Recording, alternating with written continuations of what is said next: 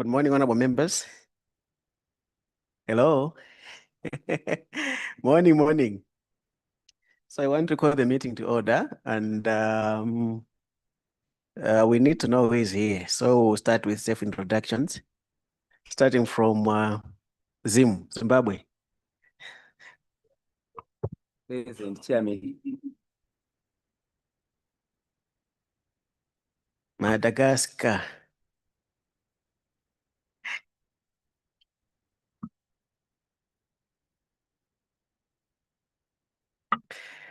In safe introductions, name one country, please.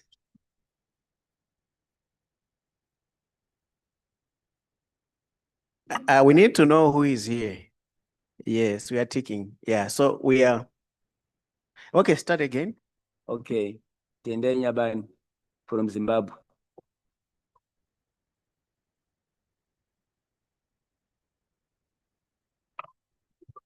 Good morning, everybody. Sophie Ratsiraka, députée de Madagascar.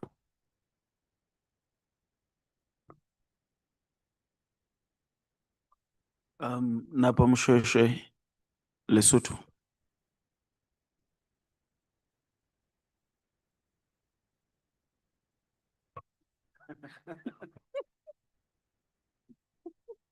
No, because I hear some colleagues say honorable if they introduce themselves. Honor is bestowed on us. So we are not honorable. Yeah, you are right. I'm Paula Cooper. Paula. My name is Paula. Yeah, it's from my grandfather who died on the 11th and I was born on the 12th. Paul. Oh. Namibia.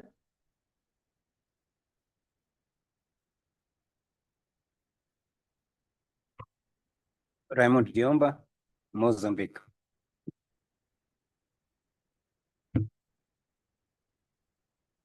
Good morning, Ndeo Amulungu, M&A expert, Sadepia.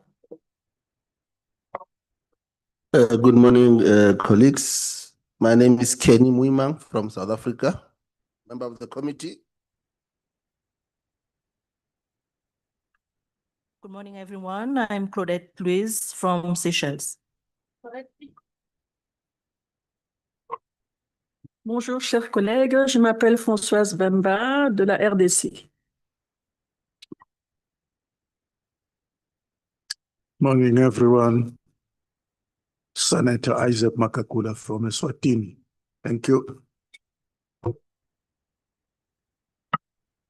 Thank you so much. And my name is Peter Dimba from Malawi. Chair, outgoing chair.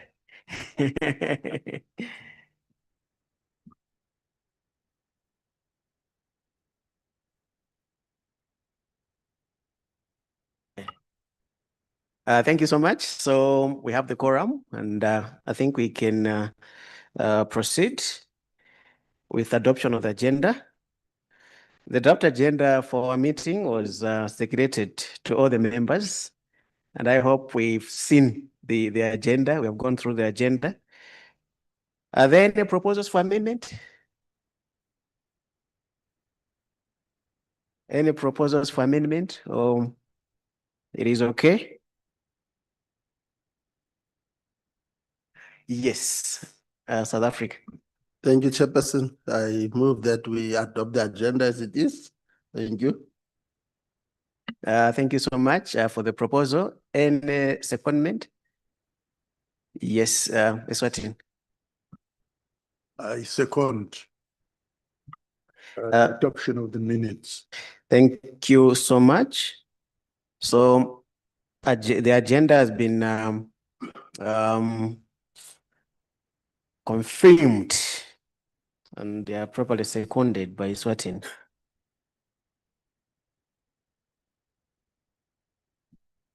And the agenda is therefore adopted. Now, by way of welcome remarks, honorable members, I would like to acknowledge the presence of all the honorable members of this standing committee on the democratization, governance, and human rights, the Secretary General of the SADC Parliamentary Forum, being represented by the Director of Programs. Officials from SADC PF Secretariat and SADC National Parliaments, resource persons that are here, ladies and gentlemen, it is my honor and privilege to welcome you all to this statutory meeting on the Standing Committee on Democratization, Governance, and Human Rights during the 59th Plenary Assembly of the SADC Parliamentary Forum. Allow me at the outset to express sincere appreciation to all members for your continued commitment to the work of this committee and to the broader mission of strengthening democracy, constitutionalism, human rights, and good governance in the SADC region. We meet at an important moment for our region. Across Southern Africa, democratic institutions continue to evolve, and our citizens continue to place their hopes in the ability of democratic systems to deliver peace, accountability, development, and dignity. At the center of those expectations lies one critical institution: credible elections. Elections are more than periodic political events. They are the foundation upon which public trust in governance is built.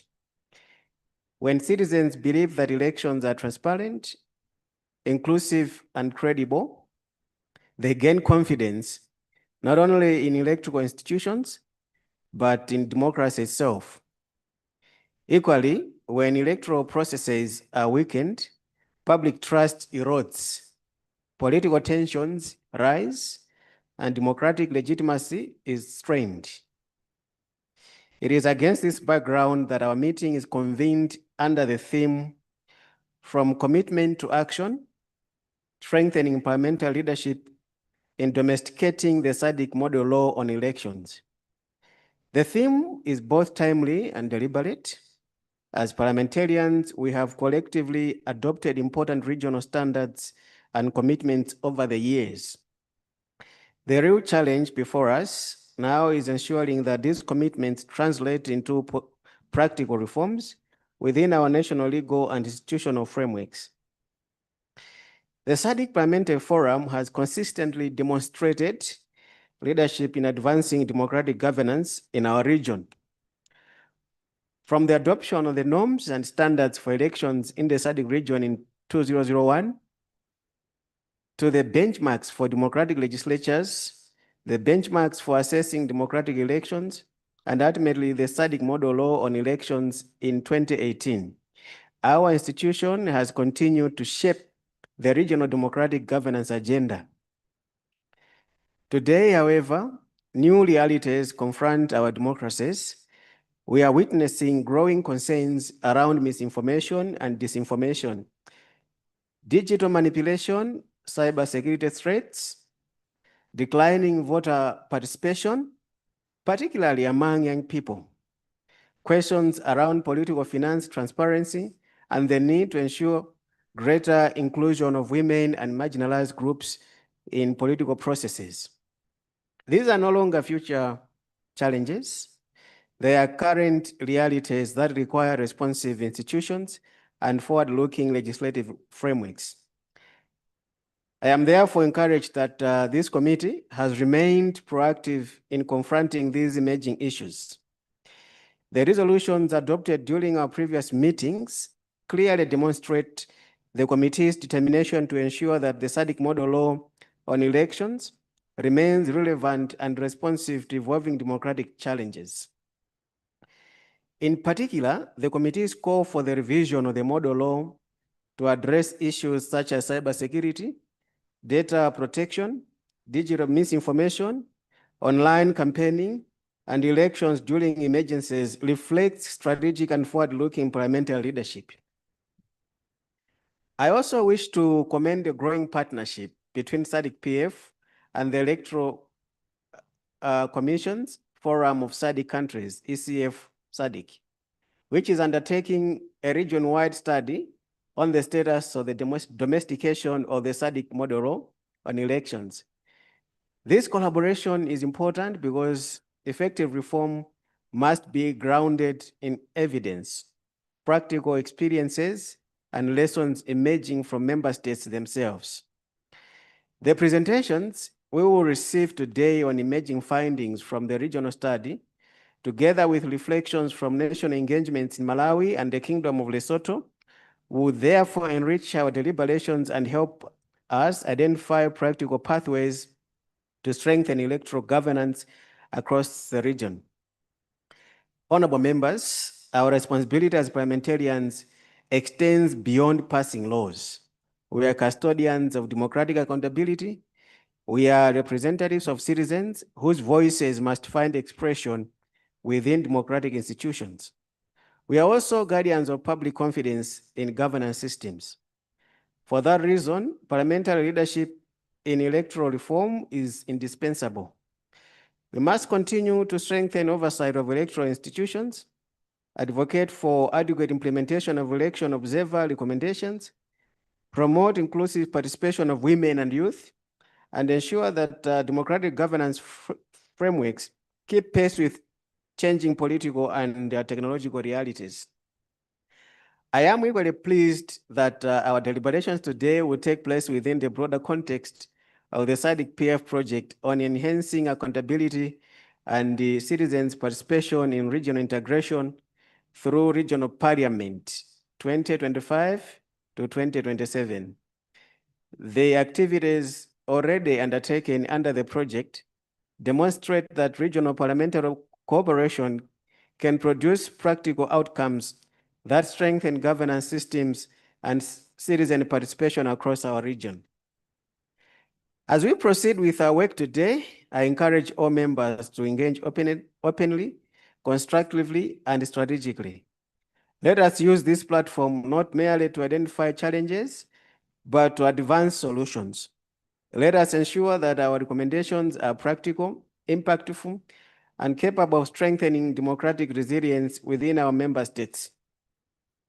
Before I conclude, allow me to express sincere appreciation to our cooperating partners whose continued support has made this meeting and the broader governance program of SADC-PF possible. In particular, we extend gratitude to GIZ International Partnerships Austria, the European Union, BMZ, and the government of Sweden for their steadfast support towards strengthening democratic governance, parliamentary engagement, citizen participation, and regional integration in the SADC region. Their partnership continues to make a meaningful contribution to advancing democratic institutions and accountable governance across our member states. I now have the honor, honorable members, to officially declare the statutory meeting of the Standing Committee on Democratization, Governance, and Human Rights open. Thank you so much, honorable members, for your kind attention. We now move on to consideration of minutes of the previous meeting. We shall consider the minutes of the committee's previous meeting to confirm if they are a correct record. And I will therefore proceed item by item.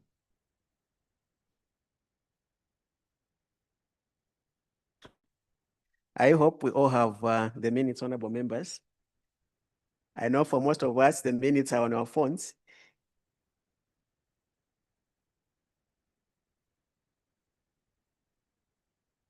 It's on our forum. I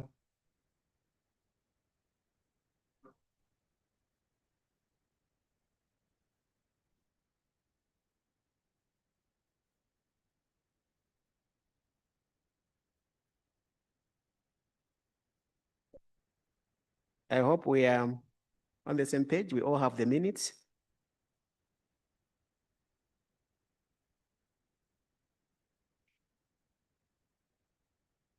So we start from,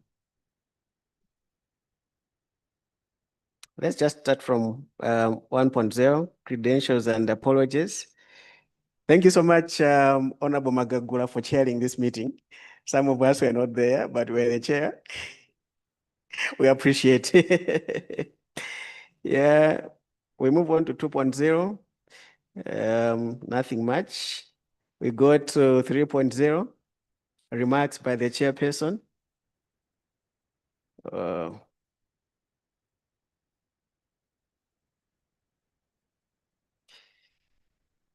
We move on to 4.0.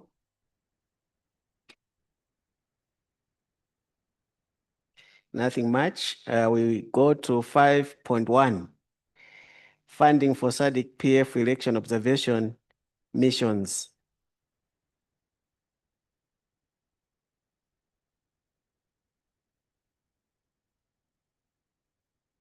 The assumption is that we have already read these minutes. We are not reading here.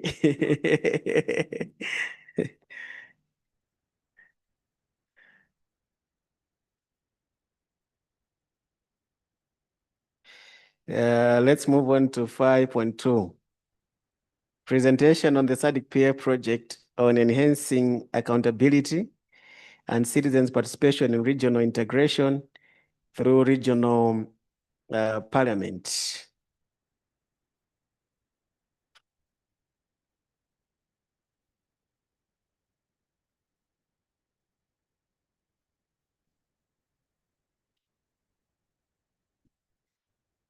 We go to 6.1, status of ratification.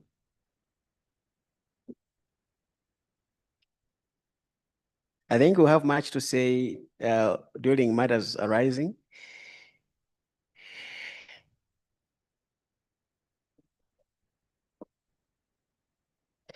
Uh, 6.2, implementation gaps.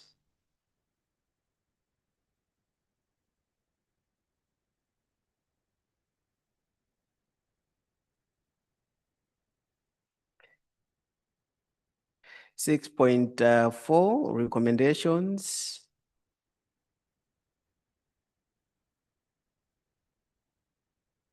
We have about seven recommendations.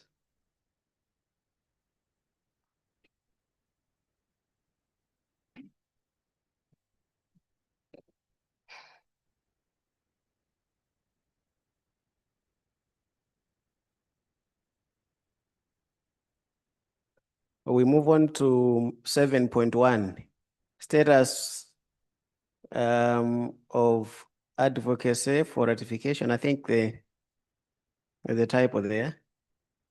Oh no, it's all right, I think.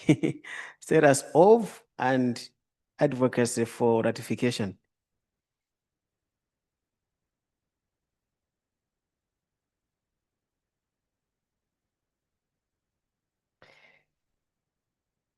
We move on to 7.2, regional stability and ongoing hotspots.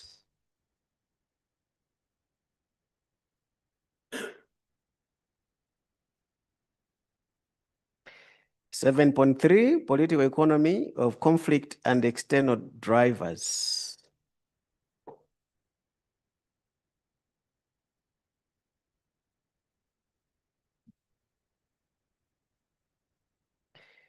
Seven point 4, conflict mediation and preventive diplomacy.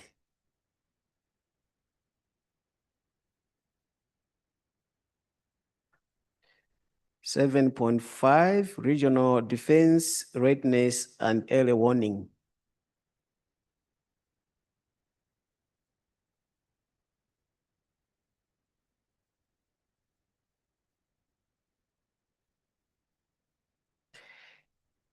Seven point 6, women in peace and security in the SADC region.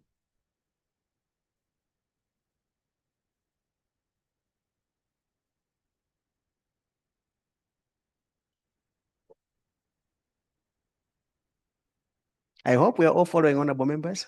7.7, maritime security and counterterrorism.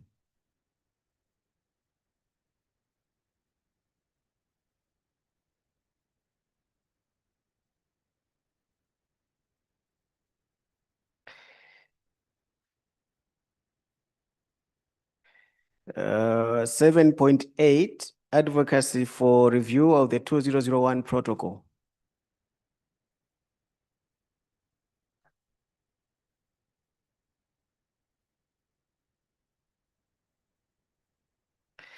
(7.9) Structured parliamentary security sector engagement.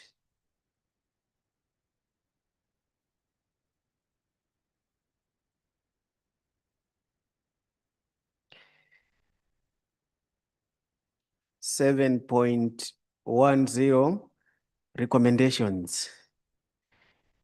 We have about four recommendations.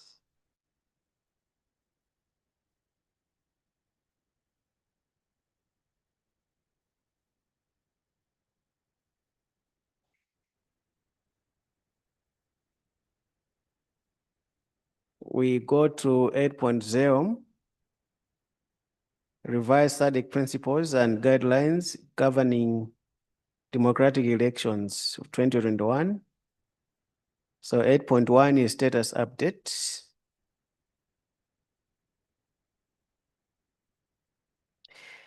8.2 is regional electoral trends and emerging concerns.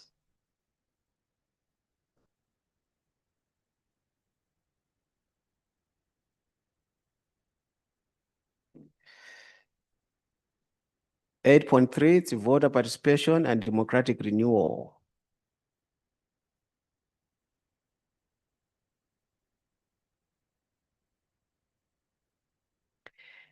(8.4) updating the SADC model law on elections to address emerging risks and technological realities.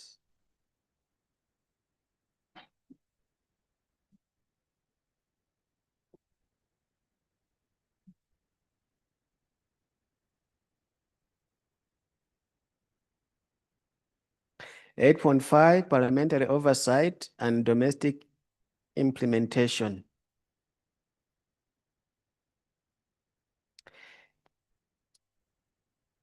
Yes. The minutes are beamed. For some of you who are having difficulties reading from your phones. Yeah. So 8.6, the recommendations. And there are 3 recommendations: accelerate implementation of COM recommendations and strengthen electoral accountability. Second recommendation, update the SADC model law on elections to address emerging risks and technology. Third recommendation, to promote inclusive voter participation and civic engagement, especially among youth. We move on to 9.0, post-session evaluation and knowledge gains and event effectiveness.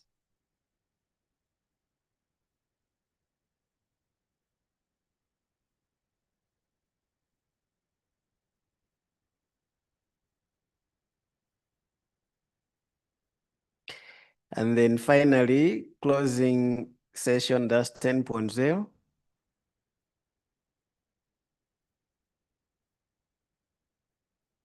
And the minutes will have to be signed by the chair who held the fort on our behalf, Honorable Senator Isaac Magagul, and our own Mr. Kurasha, who was the secretary. Honorable members, I'm sure that what we've gone through is the correct record of the meeting we had that time. May I therefore have a member to move for adoption of these minutes if there are no corrections? Zimbabwe, were you available then? Yes? All right. Okay, so you're always present. All right. Any seconder, honorable members? Namibia, the whip. the Chief Whip. You've seconded? All right. Thank you so much. So therefore, the minutes are duly adopted. On the agenda, we now move to matters arising from minutes and presentation of decisions and action taken matrix and briefing on the progress on the implementation of the SADC PF project on enhancing accountability and citizens' participation in regional integration through regional parliament 2025 to 2027. So I want to invite the committee secretary to take us through the action taken matrix and brief the committee on progress made in implementation of the SADC PF project. Thank you. Through you, Chair, Yes. I was going to take the moment before the committee secretary resumes or to present, to inform the members that we are grateful to the Parliament of Zambia, which has seconded Mr. Stanley Banda to support the committee. So he is the one seated next to the chair and will be taking you through the decisions and action taken. I remain available as part of ushering him in to be supporting. We also have, in the same vein, as you know, the committee is the main anchor in terms of the implementation of the project, GIZ ADA project. And as a result, part of the support includes staff that are seconded as consultants and experts. One such staff is in the Utalala, the M&E expert. The other one is Shosheko Chabalala, who is the gender expert. So she's with the Gay White, but she's an expert seconded for 10 days in a month for the project. And the Utalala is full-time and at the secretariat. I thought I could take the opportunity to introduce the committee because you are actually the face of the project, even in terms of updating plenary assembly and responding to any of the questions that may arise around the project. Because you are not only the main beneficiary, but you are also the driver. And as you see when the Utalala presents on the activities, there are a number of the activities that we actually have been running regional and national under the project, which are directly under the committee. Thank you, Chair. Thank you so much. And in a very special way, on behalf of the committee, we want to welcome you, Mr. Banda. And in the Utarara, although we have had you for a long time, but we always enjoy the pre and post assessments of the meetings that you do conduct. Of course, outside this meeting, I have to ask you whether you take seriously our feedback, especially on how intensive these meetings are. We hardly have time to go out in the shopping malls. Otherwise, thank you so much. Let me yield the floor to you, Mr. Banda, to take us through the matrix of action taken. Thank you. Thank you, Honorable Chair and Honorable Members. So to take us through the action taken matrix, I'll invite our M&D expert to run us through.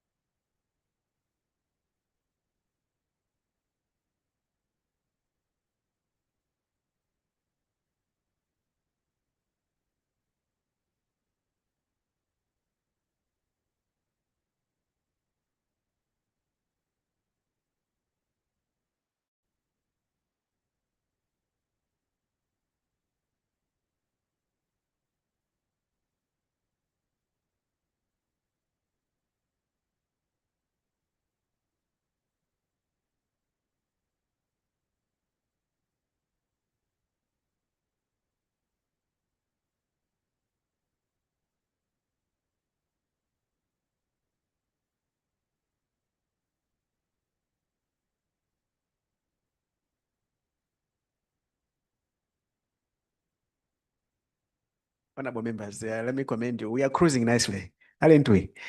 We are. So far, so good. Yes.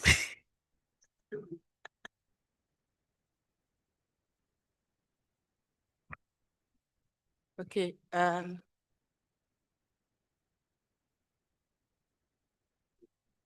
okay. Can I stand there?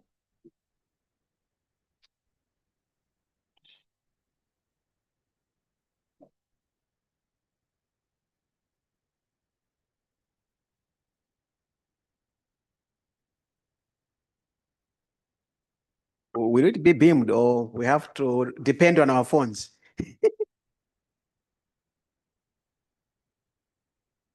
Okay. Great. Yeah. Here we go.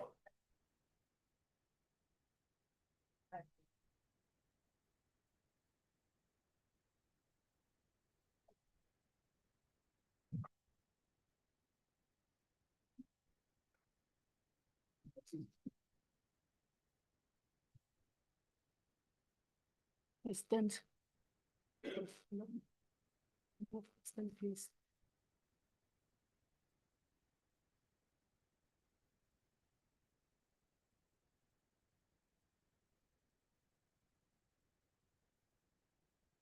Okay. Okay, thank you very much and good morning once again, honorables. I hope I'm audible enough. So I'm going to take you through the decision action taken resolution metrics. We have taken a decision on the revision of the SADC modelo on elections. The committee called for the revision of the SADC modelo on elections to address emerging electoral challenges, including cybersecurity, data protection, digital information, misinformation rather, regulation of online campaigning, and the context of elections during emergencies, with a view to strengthen electoral integrity and resilience across member states. The implementation status on the basis of that resolution, negotiations have been initiated and are actively being pursued with GIZ to secure reallocation of resources and formal inclusion of the revision of the modelo as a funded priority under the ongoing SADC-PF project on enhancing accountability and citizens' participation in the regional integration through a regional parliament 2025-2027 to 2027. The target is to deliver a revised modelo by the project's conclusion date in May 2027. Okay. Should I continue or do I pause for reflections? Okay. Okay, all right. Okay, so I'll continue with the next resolution. It is urged the parliamentarians, sorry, excuse me, it is also urged the parliaments of Angola, the Democratic Republic of Congo, Madagascar, Seychelles, and Comoros to advocate for the ratification or accession of the SADC protocol on politics, defense, and security. Okay. Just give me a moment.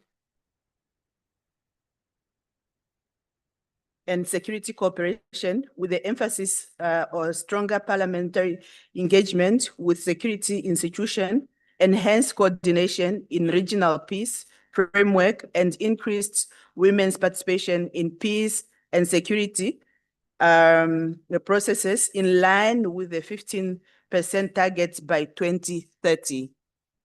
Furthermore, the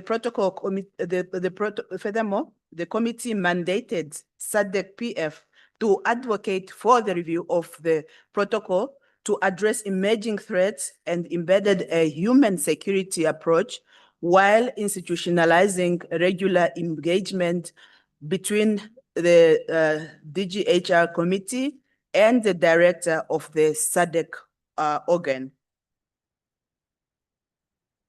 In relation to that resolution, the status is that the Secretariat has prioritized engagement with the SADC Secretariat to secure ratification and/or accession by the outstanding member states, which are Angola, DRC, Madagascar, Seychelles, and Comoros.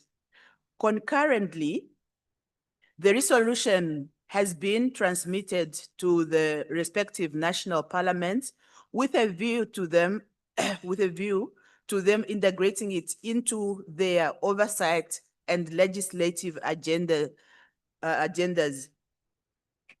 Efforts are also being made to advocate for the revision of the protocol to address emerging threats and embed a human security approach. Steps are being taken to institutionalize regular engagement between the DGHR committee and the director of the SADC organ. The transformation of the forum into SADC parliament will further consolidate structured, continued parliamentary engagement on the SADC agenda, including peace and security. We move on to the next resolution, sustainable and predictable funding for the SADC PF election observation missions. The committee underscored the urgent need to secure sustainable and predictable funding for SADC PF election observation missions to ensure their continuity, credibility, and effective in supporting transparent and credible electoral process across the region. The status thereof is sustainable funding for the SADC PF election observation missions remains a persistent challenge amidst shifting donor priorities and physical constraints faced by member parliaments.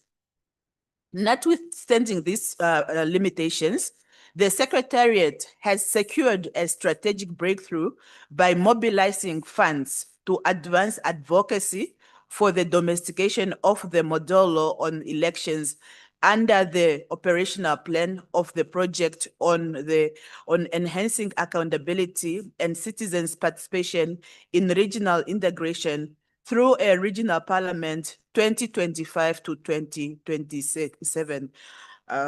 Which is appendix appendix 1. Meanwhile, the DGHR committee session for 59th plenary assembly is actively advancing this agenda by presenting emerging trends in domestication and drawing on ongoing research collaboration with ECF and ECF SADC. On to the next resolution, SADC protocol against corruption. The committee urged national parliaments to strengthen anti-corruption oversight by institutionalizing regular review mechanisms, empowering public accounts committees, and align national laws with Article 2 and 4 of the protocol, with emphasis on prevention, cross-border cooperation, and adequately resourced, independent and anti-corruption agencies. It further called for enhanced public procurement transparency and integration of SADC PF model law principles on physical discipline and debt transparency. The committee mandated the SADC PF Secretariat to collaborate with the SADC Secretariat to deliver targeted capacity building for members of parliament and to establish a regional data sharing framework for evidence-based policy making. Additionally, it underscored the need to develop regional whistleblower protection standards in line with Article 4, Section 1E, and called for a review of the protocol to address emerging forms of corruption, including digital, cyber-enabled, and crypto-related illicit financial flows. So far, the status is the forum is actively engaging with the anti-corruption unit of the SADC organ to advance domestication of protocol against corruption. And in this regard, the forum participates in the annual meetings of anti-corruption agencies of the member states, utilizing this platform to table plenary assembly and committee recommendations, including the need to revise the protocol to include emerging forms of corruption, including digital and cyber-enabled offenses and crypto-related illicit financial flows. Concurrently, the forum is prioritizing resource mobilization for the development of regional standards on whistleblower protection in line with Article 4, Section 1E of the SADC Protocol against corruption to ensure robust protection for individuals who report acts of corruption in good faith.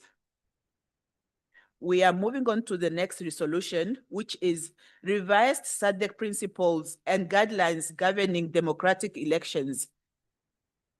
The committee urged national parliaments to fully utilize their mandate to ensure the timely implementation of SADC Election Observer Mission, SIOM, and SADC Electoral Advisory Council recommendations by member states, including through thorough adequate budget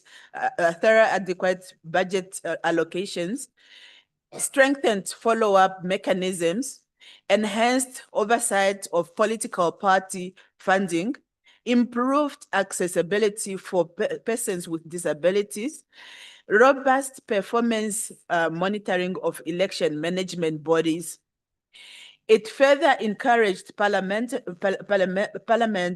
to advocate for increased government investment in targeted civic education and voter outreach, particularly for youth, to address declining voter turnout, strengthen democratic participation, and promote active citizenship in support of electoral integrity. Additionally, the committee mandated SADC PF EXCO to engage the SADC Secretariat and relevant structures to secure clear policy guidance on the implementation of Article 8.2.1 of the revised SADC principles and guidelines of 2021, including the establishment of concrete modalities for coordinated parliamentary participation in SIOM. And the status so far is activities under the project on enhancing accountability and citizens' participation in regional integration through a regional parliament of the period of 2025, 2020 to 2026 are being strategically implemented to support domestication of the model law on elections, with a specific focus on advancing the implementation of SIOM recommendations as demonstrated during recent engagement in Malawi on the which happened on the 29th to 30th April, and Lesotho, which has happened from the 9th to the 10th of May. Concurrently, The Secretariat has partnered with Electoral Commission forums of SADC countries, ECF SADC, to undertake a regional study on progress in domestication, aimed at addressing gaps identified by SIOM reports and strengthening evidence-based interventions. The emerging issues from the findings of the research will be shared with the consultant during this meeting. That is the end of resolutions as well as the implementation status. Thank you. Thank you so much, Ndeutarara, for taking us through the matters arising. Honorable members, are there any questions or comments? Yeah, we start with Namibia. Use the mic.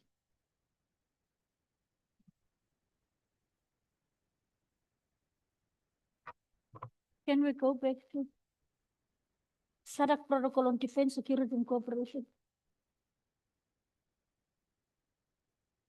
Honorable President, this question I asked in the previous meeting regarding Comoros. And I want to ask this question again. Ever since I came here at SADC PF, when was that? A long time ago. I've never seen Comoros.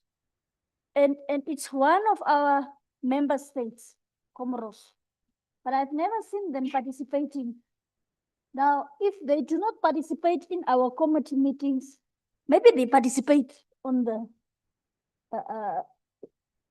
on the internet. What do you call it? Plenaries. No, they don't even come to plenary. I've never seen them being sworn in as well. Why do we continuously record them? And why do we then expect them to implement what we are doing here? Comrades, this is a question for all of us. Is Comoros, are we going to do the due diligence on Comoros? Go to them properly to find out? Or do we still expect them? Because we must, it's a two-way traffic. So I'm asking again regarding Comoros. As to submit. Yeah, Mr. Kurasha, maybe you can take that one. Thank you, Chair. And thank you, Honorable Member, for the question. So the issue with the Comoros, there are two issues to take note of. The first one is that Comoros, when it expressed intention to join SADC, as soon as it completed the onboarding process, it also was in arrears in terms of its financial obligations. I'm talking about SADC, not SADC PF. And therefore, in terms of the treaty and other related statutes, it was suspended. At the same time, so right now, it's at SADC level, because there are levels of sanctions. There are countries, depending on how many years you are in arrears, you may attend meetings, and not receive documents, etc., etc. So as a result, what we know is that we attended the last summit because of the universal signing of the agreement amending the treaty to establish the SADC Parliament. Comoros was not in attendance. At the SADC Parliamentary Forum level, you may recall, honorable members, that plenary assembly passed a resolution mandating the then president of SADC PF and speaker of Seychelles to engage with Comoros, because I think they were meeting through another platform of island states, nations. And the Seychelles efforts until the president and the speaker then left office had not succeeded. So the posture of SADC PF was to keep on exploring opportunities for them to join. If you recall, those who have been long enough in SADC PF, amongst you honorable members, you will recall that similar kind of situation obtained with Madagascar. Madagascar had been a member of SADC, left, came back, but all that while Madagascar was not a member of SADC PF. And again, through diplomatic efforts, Madagascar was eventually brought on board. So the resolution around requesting Seychelles to make use of its goodwill to find opportunities to engage with Comoros still stands. And until now, that has not necessarily borne fruits, but there are efforts to bring them on board because Parliament's posture is to make sure that everyone comes on board. Thank you, Chair. Thank you so much. I hope that satisfies you, Honorable Namibia.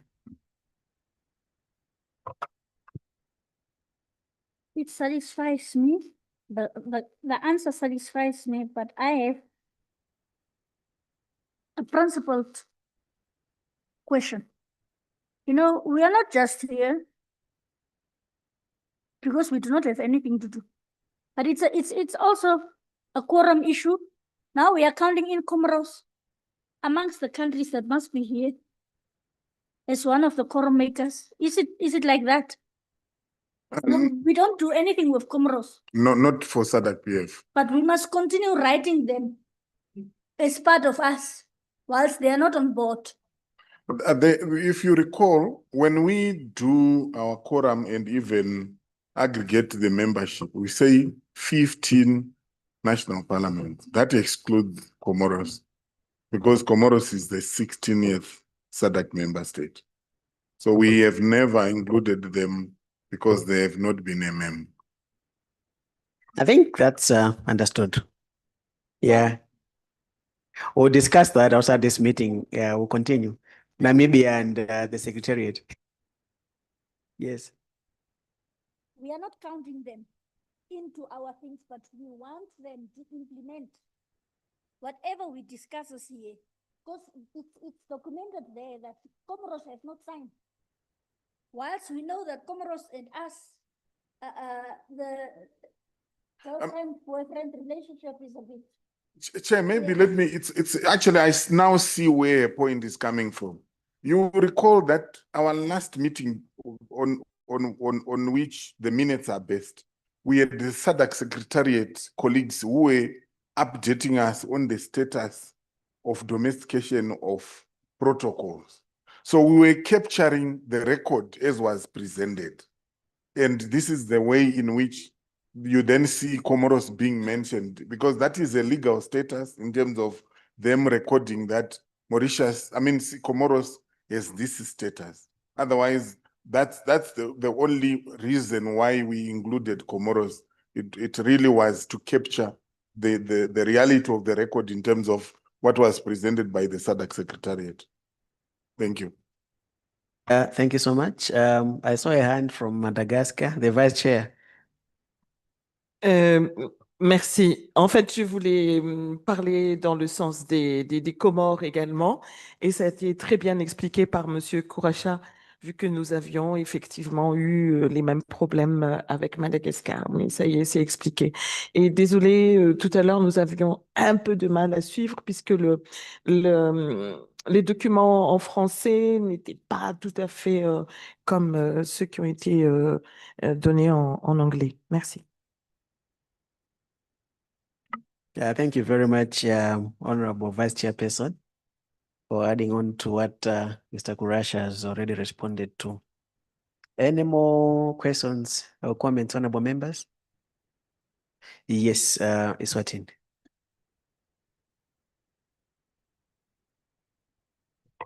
Thank you, Chair. It's not a question, maybe yes, but more of a comment. One, to thank the action that has been taken by the Secretariat in somehow addressing the long outstanding issue of attending electoral observations, particularly the funding. While we appreciate and applaud that some breakthrough has been made in terms of domestication, it's not quite apparent and clear to me where we are in ensuring that as member states, maybe the 15 of us or rotational, which I would prefer, where are we, if anything, on that one? Thank you, Chair. Yeah, basically, I also wanted to say the same, Mr. Gurasha and team. We're having elections in Zambia in August. Yes, so when you say you have some breakthrough on this matter, actually, on the action, you're saying you have secured funding on domestication of model law on elections. Could we tap into those funds so that this committee, which is very instrumental in as far as domestication of this model law is concerned, can go to Zambia and see for themselves how this model law could be domesticated, if there are any gaps. Could we tap into these funds? Thank you. Thank you very much, honorable members and Honorable Magagla for the question through the chair. I think it's a pertinent question because in terms of mandate, if this committee loses its voice on this matter, it may as well have died. So in the end, what we need to be clear on is that as we grapple with the reality of funding constraints, it remains your responsibility to agitate and advocate within the institution for a solution to be found. If you follow carefully the way we we captured the action, sustainable funding for SADC election observation missions remains a persistent challenge amid shifting donor priorities and fiscal constraints faced by member parliaments. And this is the reality of where we are. So for the benefit of members that may be new to this issue, we went from a resolution to pursue the resource mobilization route.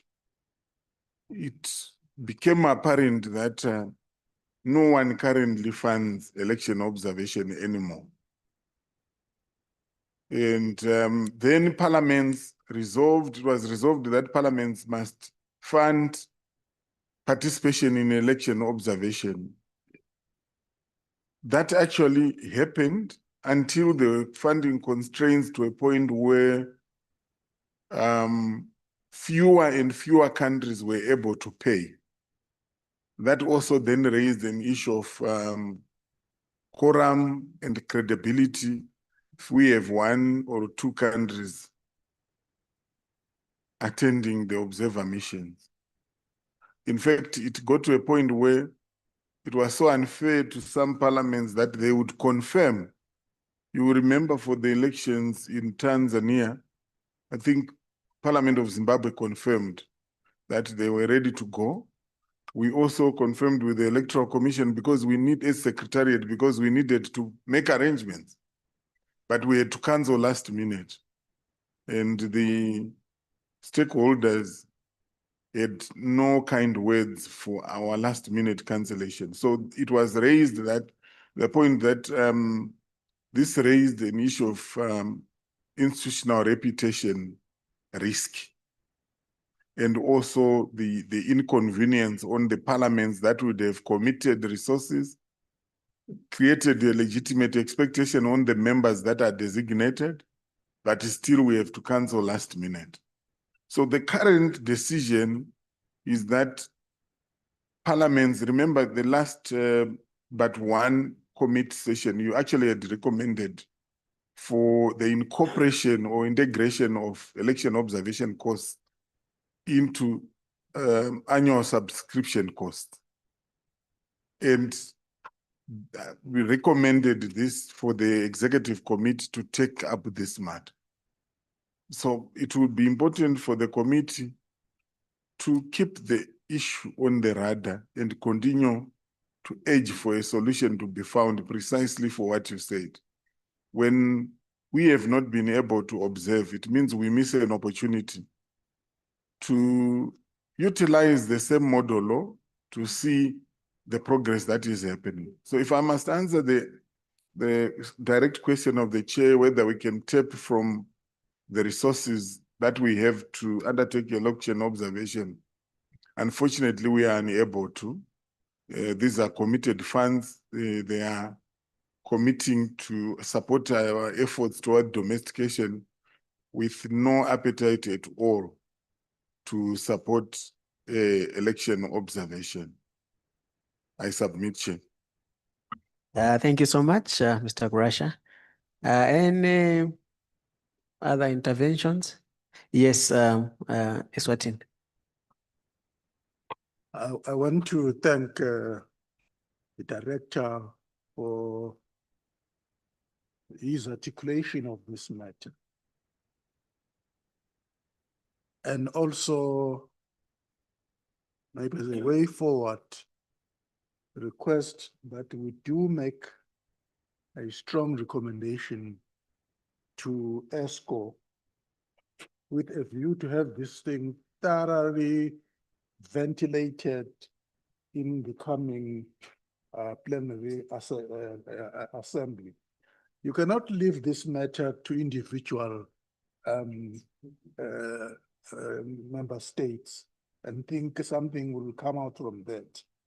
And can we not, and also, well, it may, but the question of it being included, the funding being included in subscriptions is also another mountain, given that we have just increased subscriptions. Not unless we were saying part of those subscriptions, which I don't think the subscriptions would carry. If we're saying, yes, part of that should go to observer missions, but it's not much as far as I remember. The increase, yes, if you look at the amount by which it has been increased, you think it's big, but it's not so big to even include observer missions. Thank you, Chair. Thank you so much. Eswatini wants the matter to be escalated to ESCO, but it's very important that elections observations or observer missions should be funded sustainably. The first to raise a hand was Namibia, and then we go to Madagascar. Thank you very much, Chairperson. I appreciate Honorable Magufula that you have brought up the subject matter. Honorable Kurasha, Honorable, yeah, all of us are honorables in our own rights. SADC PF has lost out of information we could have received firsthand by being there.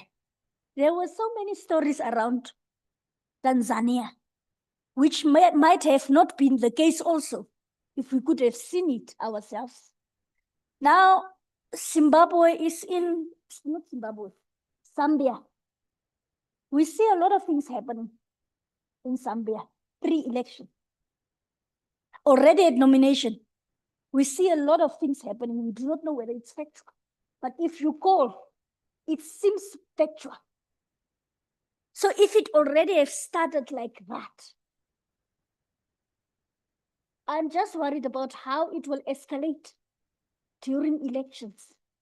And therefore, the presence of SADC PF is is indeed needed that site to have our first-hand information without being told by a second person. That's what I'm living now. This comedy and SADC PF it doesn't look well in Zambia. I suppose. Very, very, very important. And honorable members, from the reports, looks like the political temperatures in Zambia are rising. Is it 2 days ago when one of the candidates was actually barred from standing? So yeah, I agree with you, Namibia. Madagascar, you have the floor. And South Africa, so after Madagascar, South Africa. Moi, je veux revenir sur les constats par pays. Parce que dans le cas de Madagascar, par exemple, c'est ce que je disais encore hier, on essaye de se rapprocher au mieux des protocoles et de la loi type de la SADC, mais des contraintes pays font que ce n'est pas forcément, ce n'est pas toujours aisé d'aller dans ce sens. Si je prends par exemple le cas du protocole de la SADC sur le genre et le développement, nous sommes en pleine session parlementaire à Madagascar en ce moment, et ce n'est que maintenant que devrait passer le projet de loi. C'est la même chose sur le mariage précoce. Et donc, on a effectivement accepté pas mal de protocoles, mais qui ne sont pas ratifiés pour des causes de la réalité pays. Et je pense qu'il faudrait quand même en tenir compte systématiquement, mis à part le problème de cotisation qui est systématiquement soulevé. Merci. Thank you so much. We go to South Africa. Thank you, Chairperson. Let me also appreciate the presentation on the matters arising point. And also the response given by Mr. Kurasha to the question that was posed by Mr. Magagula, because I was also rising on that point. But I suspect escalating the proposal to escalate the matter to EXCO,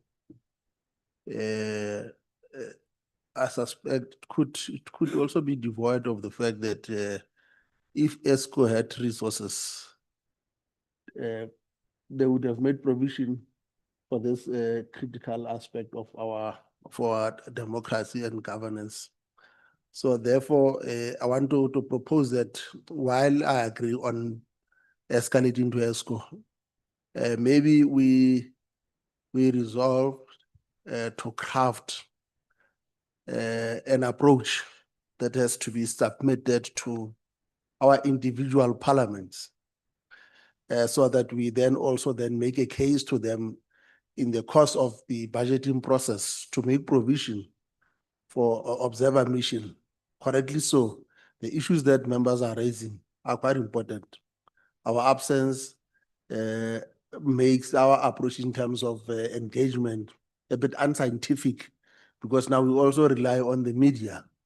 So therefore, a concrete proposal is that an approach be made to our individual parliaments to make provision for observer missions, so that we are then able to try and ensure that SADC is much more informed, because if we don't do that, we will continue to be advocates of observer mission, but at the same time, concretely, in terms of funding, we are not doing anything as individual countries. Thank you, Chair. Thank you so much, Honorable Maimang. I understand your position.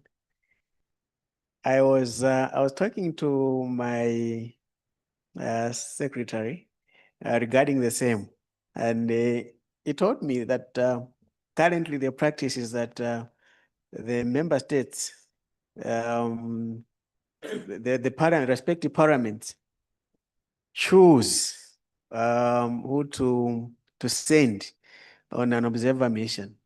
They may even choose, the speaker may even choose somebody who does not belong to SADC PF, let alone this committee. he's at liberty to choose anyone. And that actually defeats the whole purpose why we're agitating for sustainable funding, so that this committee together, because of the mandate that we have, should be going on observer missions on elections, particularly to make sure that there is proper domestication of the model law that we are talking about. So really, I agree with Eswatini. We need to escalate the matter to ESCO so that we are considered in terms of funding, so that as a committee together, we could be funded to be going on electoral observer missions. Because leaving it to the individual parliaments, it's quite tricky. I know South Africa is an economic giant. You can actually send as many as possible to the missions, but for the other countries, it's quite difficult. It's quite difficult. You have any intervention, Mr. Kulasha? Yes, South Africa again, because you're reflected. Thank you, Chair. Chair, I think the approach is a multifaceted one. Both elevation to EXCO and at the same time approaching respective parliaments to do that. I just want to cite one example that to a larger degree could mitigate the point that is being raised. What the convening of the audit committee, because it was convened urgently, what the secretariat did was to elevate the matter to the speaker to say, "Look, can you do this? Because it's important that the audit committee is able to execute its responsibility." And as a result thereof, then the office of the speaker approaches us to say, "Look, I mean, this matter has been elevated to my office. Can you kindly, within the context of your congested program, make provision for your attendance to that?" So I think as part and parcel of mitigating the concerns that are being raised, we could also then be explicit in terms of our approach. Thank you. Thanks, Honorable Maimang. I get your point that the issue is multifaceted, and I think that's a way to go. We can escalate to ESCO. We can also write our respective parliaments. Namibia and then Tanzania. The escalation to the EXCO might be the most appropriate one, because it will compare the member states and the speakers to do that. Coming back to any person that can be delegated to observe elections. And that topic, Mr. Kurasha, was very hectic in Angola, because there were members, one member from this committee, or two, three, from this committee. I was from Gateway, but I was a vice chairperson. I was invited based on that when we observe elections. And the letter that came from SADC PF explicitly stated my name, and based on being the vice chairperson of Gateway. Not necessarily that I was from this committee, but I now understand why the colleagues of this committee then in Angola, because Advocate Jacob Mudenda was the head of that mission, and he understood. But then the voices were few, because we were beneficiaries also from other committees. So now it's very important that it must be explicitly stated that this committee members with names, if the invitation comes, then the speaker or the secretary, because they also have their interest, will not have any other person to delegate to such an important mission, and they don't have any understanding. The ones delegated might not have any understanding of what is going to happen. For me, I was lucky because I already observed elections in Zimbabwe. I observed elections in South Africa. So for me, I had a little background of what it is. But then the part of feedback to the committee, feedback to the plenary assembly as a committee, the challenges and the good lessons that we have learned, I so submit. You are so much on point, Honorable. Even right now, I think Secretariat has a right the respective parliaments to sponsor honorable members on observer missions. It's important that we specify that in Malawi we have Honorable Dimba, who is a member of DGHR committee, and we want you, Right Honorable Speaker, to sponsor him to go on observer mission in Zambia in August. It's very important because if it's open-ended, the speaker will send his friend to that mission, which is not right. Tanzania? Yeah, thank you, Mr. Chairman. And I think also I agree with what has been said by Honorable Cooper, the importance of this observer mission to see that what is happening exactly before election. And I think even the timing of going to those places is better we go before so that at least the SADC PF members, we can just advise maybe to the country through other means, or even just sharing with the head of states to see that we are not experiencing what we can experience after elections, that the situation can be even worse. So I think that is very important. I also agree that we take it, we escalate to the ESCO, or we just write to the respective parliaments to see what can be done. And also I support what you have said exactly. But also I have the second issue for this committee of DGHR.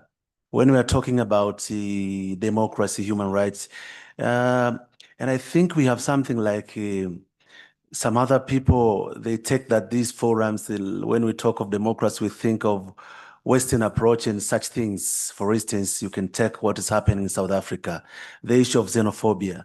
I've never heard anything coming from Secretariat. Neither one of us we members to discuss on it. What is it about? Things which are happening in South Africa, really very scary. And we are receiving a lot of questions. You guys, you are going for the SADC. What are the issues exactly? So I think SADC Parliamentary Forum, this is the best moment we can also address this one. It's very important because we shouldn't concentrate when we talk of human rights and other things of democracy. We only concentrate on elections. No, but this is just, it comprises a lot of things of which we can just take us to somewhere at least to get the legitimacy of our existence here. Unless otherwise, people do not understand what we are not doing here. And this is very important to see. We people of SADC, we can solve our own things. Yesterday, I was just sharing some issues with my friend Kurash there. Of course, the issue has been solved, but I say I was just asking myself, maybe like when we're coming here, I say that we Tanzanians were just taken by the Ethiopian airline. Then I said, we have the Malawian airline just coming from there. We have Air Tanzania, we have South African Airlines. So why SADC should think maybe the revolution of things and mindset can just start maybe from different things. So SADC, we should start taking our own things. Why should I come with Ethiopian airline and Malawian airline is there? South African airline is there, ATC there. So these are the things of which we should take into account and on board if we want to make revolution and everything. Thank you very much, Mr. Chairman. Thank you very much for that wonderful contribution. So Tanzania had to go through Addis and come back to Joburg. And I think as you're going back, you're going to take the same route. Go up north and come down to the... Huh? Wow. All right. No, but point taken. Honorable members, can we be concluding on reflections on the matters of arising? Any more other contributions? Yes, Mr. Kurasha. Chair, as I take the floor, I was also going to request that you grant the Utalala the opportunity to present the activities under the project. We do this so that you also anticipate some of the activities that are forthcoming. We have activities that are regional, such as the model law making process, but we also have activities that are taking place at national level, as you would have seen with the domestication efforts in Malawi and Lesotho. Just to respond directly to the questions posed by the members, it is said that there were two friends. And they were hungry. And then they said, if we are fortunate, we may pick some coins. But when we pick the coins, what do we buy? One had another idea, the other one had a different idea. Eventually, they agreed that they would buy bread. They also agreed that it was unlikely that they were going to pick enough money to buy a whole loaf, so they were going to buy a half loaf. Then they started asking who will get the crust side when we share that half loaf. And again, they didn't agree. It was so bad that they got into a fist fight, fighting because they could not agree who was going to get a crust. When they get money, they pick money from somewhere and buy the half loaf of bread. So someone came and they wanted to reconcile them. Why are you fighting?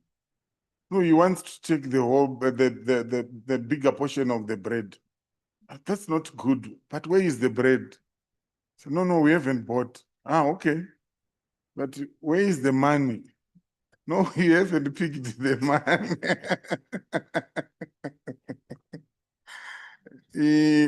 I'm just saying as a jest, but referring, of course, in a light way to the contestation around the participation of the committee in election observation, even at a time when you don't have money to participate.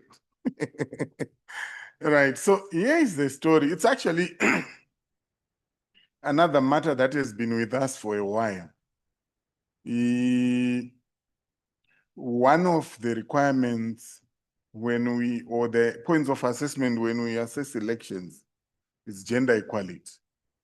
And because of that, because there are other organs that are given the mandate to deal with gender equality, it is within those bounds that you would have seen the chairperson, vice chairperson of the gay-wide being invited to participate in an election observation mission. So when we had resources and we started doing the election cycle approach, we would deploy a pre-election mission to a country, and usually we would either fund through national parliaments or fund because we have resources. The plenary assembly allowed the committee to have the leeway because it's a technical assessment mission. So if we had resources, we would actually be able to convene the entire committee to undertake a 2-week pre-election assessment into a country. Then during the election observation mission, these are the ones where there was a call for rationalization in terms of wanting to allow the members of the committee to continue to be involved enough to carry the mandate because they are the ones that have the mandate, but also wanting to open up opportunities for participation by other members. At one point of SADC-PF, there was a point when even members who are not members of SADC-PF were being nominated through other considerations in parliament. Then eventually it was agreed that because we want our own members to know about election observation, let's confine it to SADC-PF members. So during election observation mission, a country will be required to nominate 2 members and ensure gender equality. And in most cases, when that happens, one of the members would be a member of the committee. But at plenary level, a decision was made to say, we cannot, for election observation, close it exclusively to the committee. I'm just providing honorable members information. Then after the elections, we usually do post-election. This is where even the domestication we are talking about would happen. Again, there, the committee had the leeway, if resources allowed, to go into the country and engage in post-election assessment, because it's also taken as part of your activities as a committee which you report to plenary assembly. So that's where the opportunities have been, but of course now we're limited with resources. Then the issue that Tanzania spoke about, the issue of peace and security beyond elections, it was a matter, if you recall, in the last meeting, we had a resolution that said we must have constant engagement between the SADC, the director of the SADC organ on politics, defense and security cooperation, and the committee. Because as honorable members would know, peace and security issues in SADC are dealt with through the SADC organ on politics, defense and security cooperation. And it would be important for the committee to be aware of efforts that are underway. Because what may happen is that because we have not been briefed in terms of what is happening, it may not necessarily mean that there is nothing happening. But because it's happening at the executive level, we would not know unless we are constantly briefed. So we are working in that regard with the organ. They also agreed, because for the record, they were the ones that sent the colleagues that came to brief the committee last time. So they also see the need for us to be constantly briefed in terms of what is happening, so that we infuse a parliamentary perspective to that process. So we undertake to prioritize that engagement so that sooner than later, we are actually able to institutionalize the framework where we'll get constant updates, because there are various organs under the SADC organ on politics, defense and security cooperation. Some of that are dealing with security from the intelligence, because we have an early warning system. We have the military, because we have the SADC standby force. We have the mediation unity, where you have your panel of elders. We have the SADC Electoral Advisory Council. We have the Ministerial Committee on the organ. All these are different structures that are dealing with different elements of the peace and security architecture of SADC, which is at least 5 sectors. And so we will prioritize so that when we engage, we are engaging because we have the correct information from the correct organ that is that responsibility. As we said elsewhere in the minutes, with the transformation should also help to institutionalize the mechanisms through which we relate with these other SADC organs and help for us to constantly get information. Chair, those are my submissions, and just to beg for indulgence for the presentation on the activities that are that we have planned for this year, primarily for this year. We also still have activities for next year, but we thought we could share primarily for this year so that members anticipate the activities. Thank you so much, Director. So I think with your comments, we come to the end of our comments on matters arising. And at this juncture, I would like to open the floor for the presentation of the activities on the project. Yeah.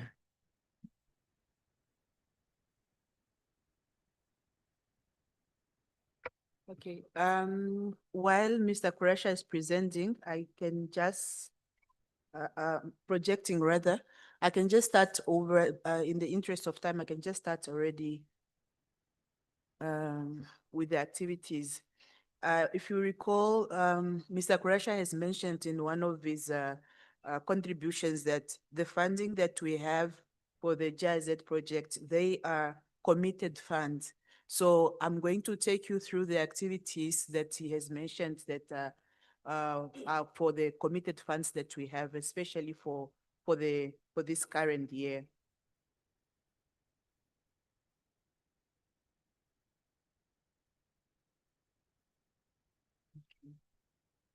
Maybe I should just wait for a little bit. Mhm.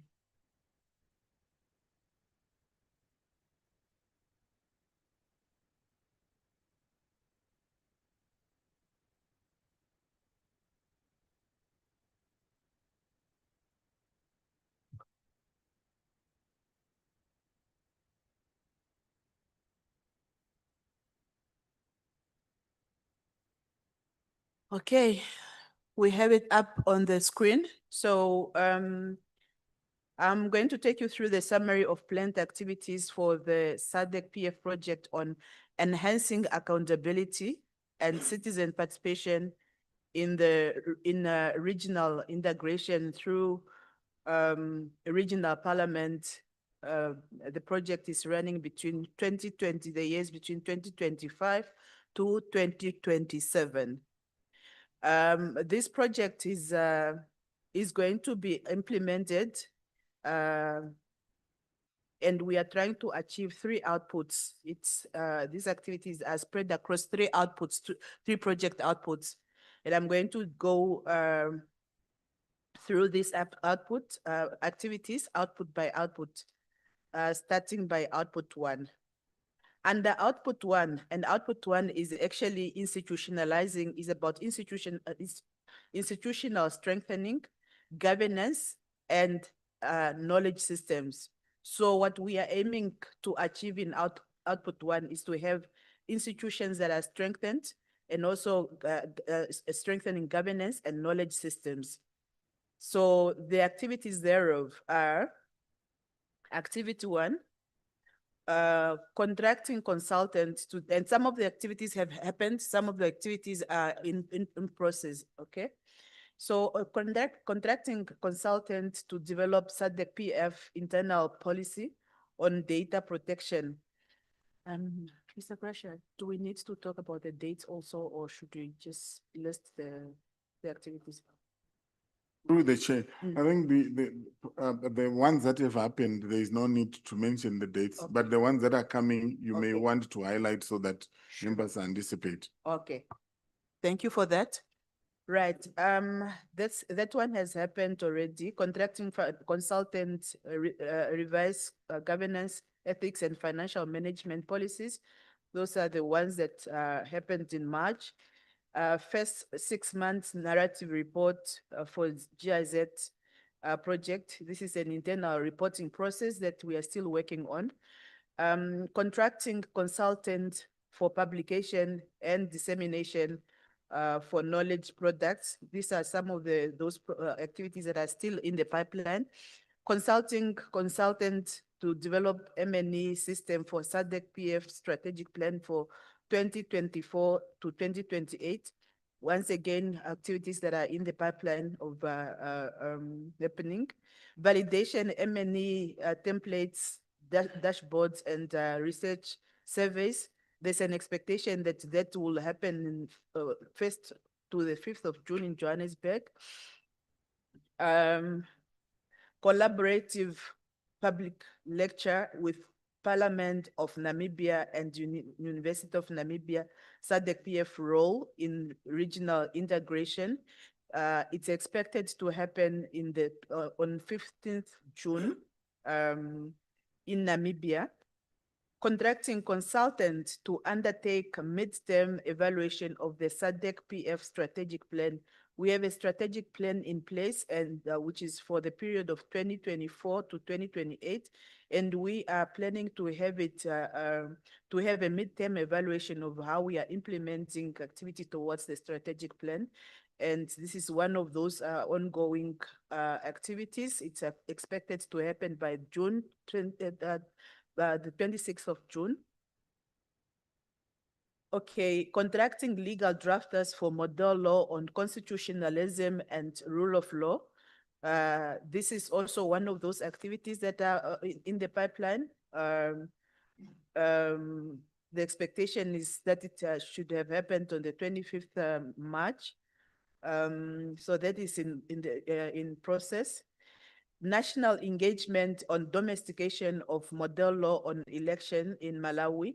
We have reported on this when I was going through the status of the resolutions, that it has happened already in April.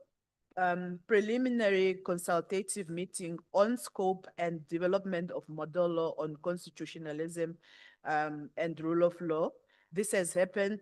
Some of us were part of this, I'm sure, in Johannesburg from the 21st to the 2026, 21st to the 22nd of April.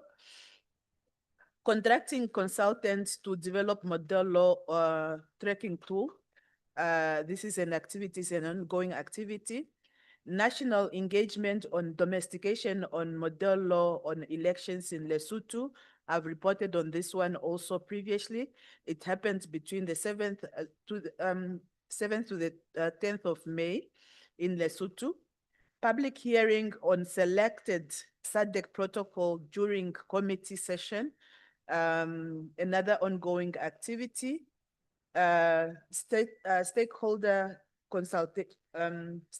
consultation on model law on constitutionalism and rule of law is expected to happen between the 16th to the 25th of June, virtual. National engagement on domestication of SADC protocol against corruption, Mozambique.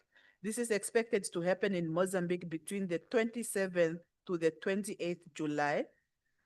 National engagement on domestication of SADC protocol against corruption, Tanzania.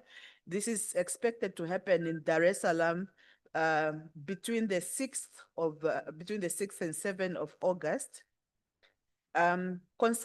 Consultancy reviewing public hearing frameworks to enhance public participation in regional integration. This is a virtual activity which is expected to happen between the 10th to the 14th of August. Regional meeting of legal drafters reviewing model law on constitutionalism and rule of law. This is expected to happen in Johannesburg between the 24th to the 25th of August. Review and validation of model law on constitutionalism and rule of law by joint sitting committees is an activity expected to happen in Johannesburg between the in October during the 60th plenary. Presentation of model law on constitutionalism and rule of law for adoption is expected to happen in November, and it's to be announced as to where it's going to happen. Policy research. This is under output 3. Policy research, gender responsive in national parliament is an activity, another ongoing activity supposed to happen between 1st and 30th of May by SADC location is SADC National Parliament. Policy research, lessons and trends on women's empowerment in politics and political parties. Another ongoing activity expected to happen between the 1st to the 30th of May, SADC National Parliament. Policy dialogue with parliamentary leaders on women participation in electoral democracy. Another ongoing activity which is supposed to happen between the 19th to the 20th May, Johannesburg. Support to the JY committee and RWPC committee mandate to strengthen their mandate. That is supposed to happen between the 19th to the 20th May, Johannesburg. Policy research on women empowerment in political parties, dissemination, expected to happen on the 7th of September virtually.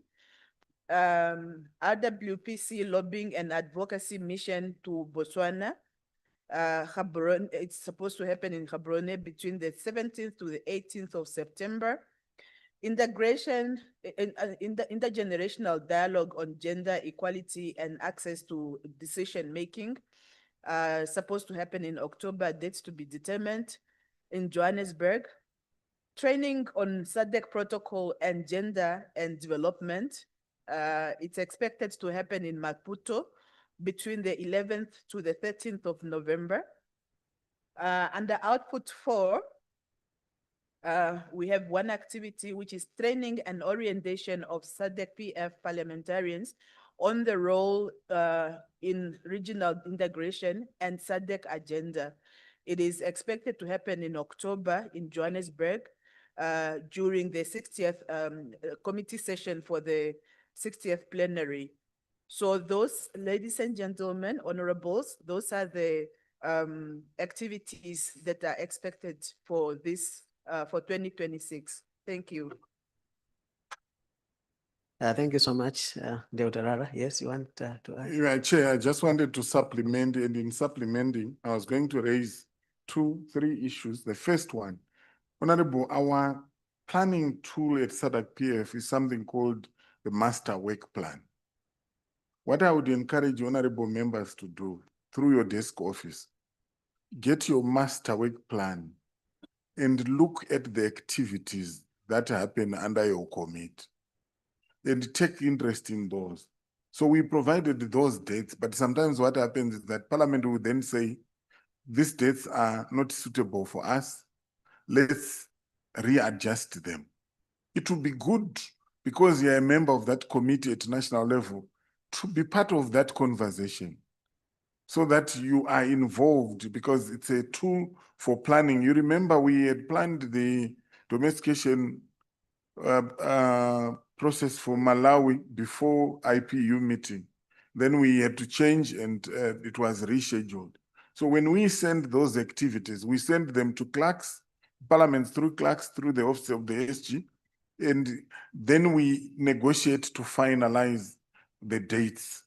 So we would really want the members to be involved. Secondly, and more fundamentally, I also want to draw the honorable members' attention to say, you recall that the Secretariat resource mobilizes for you to be able to attend your committee sessions. So what we do when we raise resources for projects, we sometimes look at project outputs and outcomes that are linked to what you could do during committees. So if you look at the activities outlined, there are at least three, if not 4, activities that are linked to the project that actually finance this committee session. So when you then see us, for instance, on day 1 of the joint sitting, we're looking at women and political participation, because it is already an outcome in a project, and we want to deliver that outcome. On day 2, we were looking at interacting with the stakeholders, because we're drawing resources that are linked to public hearing submissions from the stakeholders. So we structure, we have to be innovative in terms of how we structure even the modality of delivery, so that on one breath, we are able to convene the committees, because we need the resources. On the other, we then don't compromise the delivery of those outputs, so that we also are not having these projects outside of the statutory meetings. Otherwise, it also becomes difficult to find suitable time. It would not make sense that we are not able to meet as committees, and yet we have resources simply because we have not been able to find a way of integrating them. So I just wanted to alert the honorable members in terms of those realities. Thank you very much. Thank you so much, Director. The program for this year is quite loaded, but this is for noting, as they have already said, and of course our dialyzing. Honorable members, this juncture, I think we move on to the second part of our meeting this morning, and that is to get technical presentations and have deliberations on the same. So I think before we go for tea break, I would want us to have one presentation from the director himself, And this is going to be on revised SADC principles and guidelines governing democratic elections and their linkage with SADC model law on elections. After presentations, I think we'll have time for plenary, and then we break for tea. When we are back, we're going to have two presentations from Dr. Chingaipe, and then we see how the day goes. Over to you, sir. Thank you. With your concurrence, Chair, I can present from here. Thank you very much, honorable members. We slotted this as part of your capacity building. We could have plunged into Dr. Chingaipe's presentation, but because we have always told the honorable members to say the model law, and again, it is one of those tools that are your responsibility to champion. So we want you to be as knowledgeable about it as possible. And that's why we are talking about the revised SADC principles and guidelines and the linkage with the SADC model law on elections. So we have always said that the model law was developed to facilitate the implementation of the revised principles and guidelines. But then we have never really spared time to unpack what the revised principles and guidelines are about. So we want to bring everyone on board. I want to start here, honorable members. When you want to make yourself knowledgeable about elections and election instruments, just get hold of this diagram and try to understand it. And when you have any challenges or issues that you want to discuss, I'm happy to receive a call from any of you honorable members to say, can we discuss A, B, C, D about this? I want to understand this. We want you to reflect the investment we are making in you. Even at national level, when these issues are raised, you are able to have the national regional linkages, you are able to reference them. So the diagram speaks to the election instruments that are used in SADC. And we have, we're starting with international instruments coming to continental, then we come into the SADC region. As we come into the SADC region, we are also able to see the contribution of SADC PF. With the end of the Second World War, we see the adoption of the Universal Declaration of Human Rights. Buttressed 2 decades later with the International Covenant on Civil and Political Rights. What all these instruments do is to speak to the issue of democratization and its pillars, including the issue of elections or election of public representatives or public officials. The African Union in 1981 comes up with the African Charter on Human and People's Rights. And from 1981, there is some silence until the SADC Parliamentary Forum emerges with the norms and standards for elections in the SADC region. So SADC PF starts observing elections in 1999, and 3 years later, it adopts the norms and standards for elections in the SADC region. So this committee has always led, not just in SADC, but even on the continent, because that norms and standards for elections in the SADC region was the first election instrument in SADC and also on the continent. And if you want to appreciate the leadership role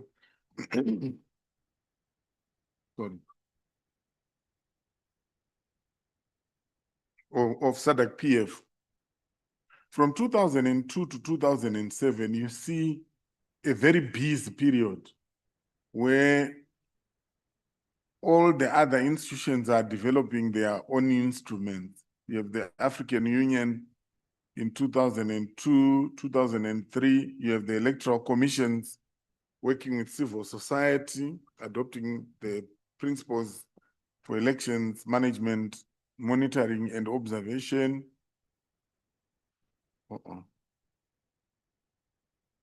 Sorry. There we go. You have in 2004, SADC principles and guidelines governing democratic elections. And this is the one that we said was revised, leading to the revised instrument in 2015. But in between, SADC-PF is involved with all other international observers, declaration of principles for international election observation. So SADC-PF, because of the pioneering role, we are recognized even globally. We're one of the only 3 African institutions that were part of the declaration of principles for international election observation. 2007, the African Charter on Democracy, Elections and Governance, one of the first instruments to show the link between democracy and elections and governance. Earlier on, one honorable member said the elections are not democracy. It's precisely that, but they are an important part, but not democracy or equal to democracy. Then at a time, there were conversations when we were calling for the revision of the 2004 principles and guidelines. There was equally a call for a SADC protocol on elections. So as part of that conversation, SADC-PF collected all the election instruments that are found in SADC, at African Union and internationally, in terms of the UN instruments, what is called the benchmarks for assessing democratic elections in Southern Africa. Then in 2011, SADC conceded to the lobbying efforts for the revision of the 2004 principles and guidelines.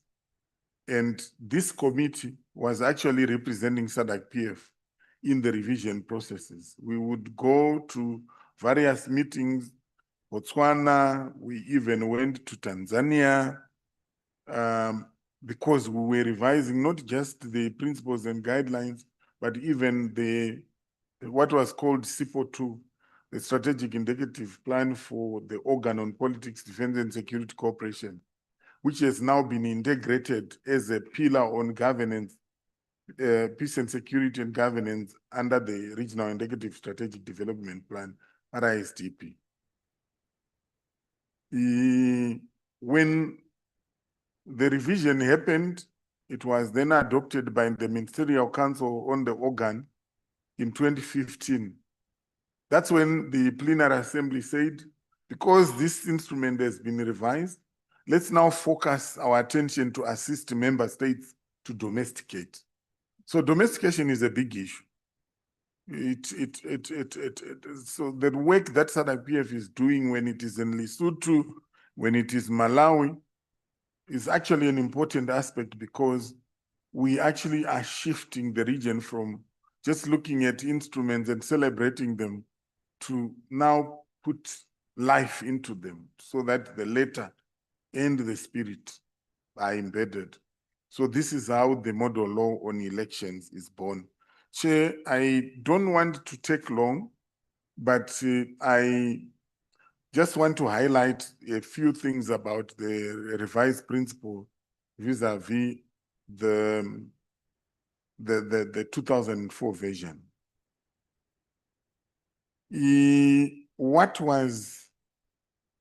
So we highlight that it was the 2004 version was promoting democracy, democratic elections and electoral observation in line with the SADC Treaty and the Protocol on Politics, Defense and Security Cooperation.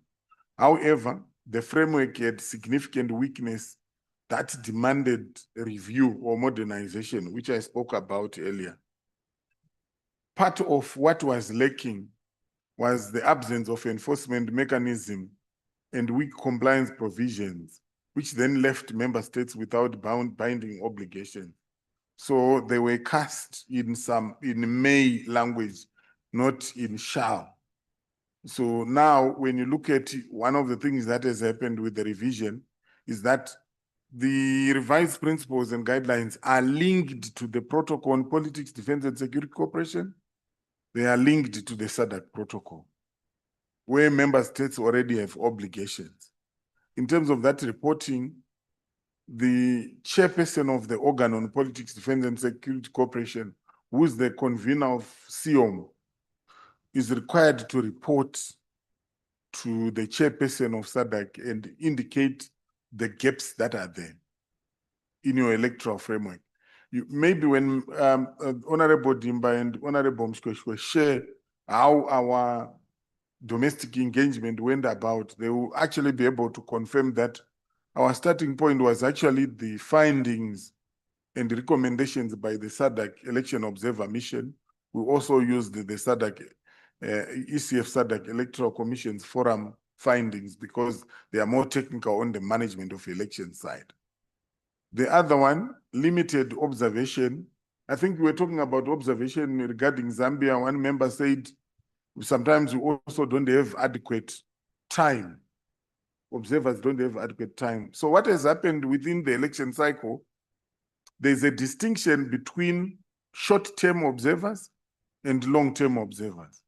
So for SADC PF, our pre-election and post-election processes were structured to be our long-term observers. So when our short-term observers come in for the 2 weeks, they actually use the reports from the pre-elections mission and the post-election mission because we would have had more time to follow the issues away from the dust of the period just before polling and declaration of results. So the revised principles then allowed SADC to deploy long-term observers. So you also saw the 2004 version only allowed SADC observers to be in the country for 2 weeks. Whereas now through the SADC Electoral Advisory Council, SADC sends a pre-election mission. They were announcing already that they are in Zambia last week.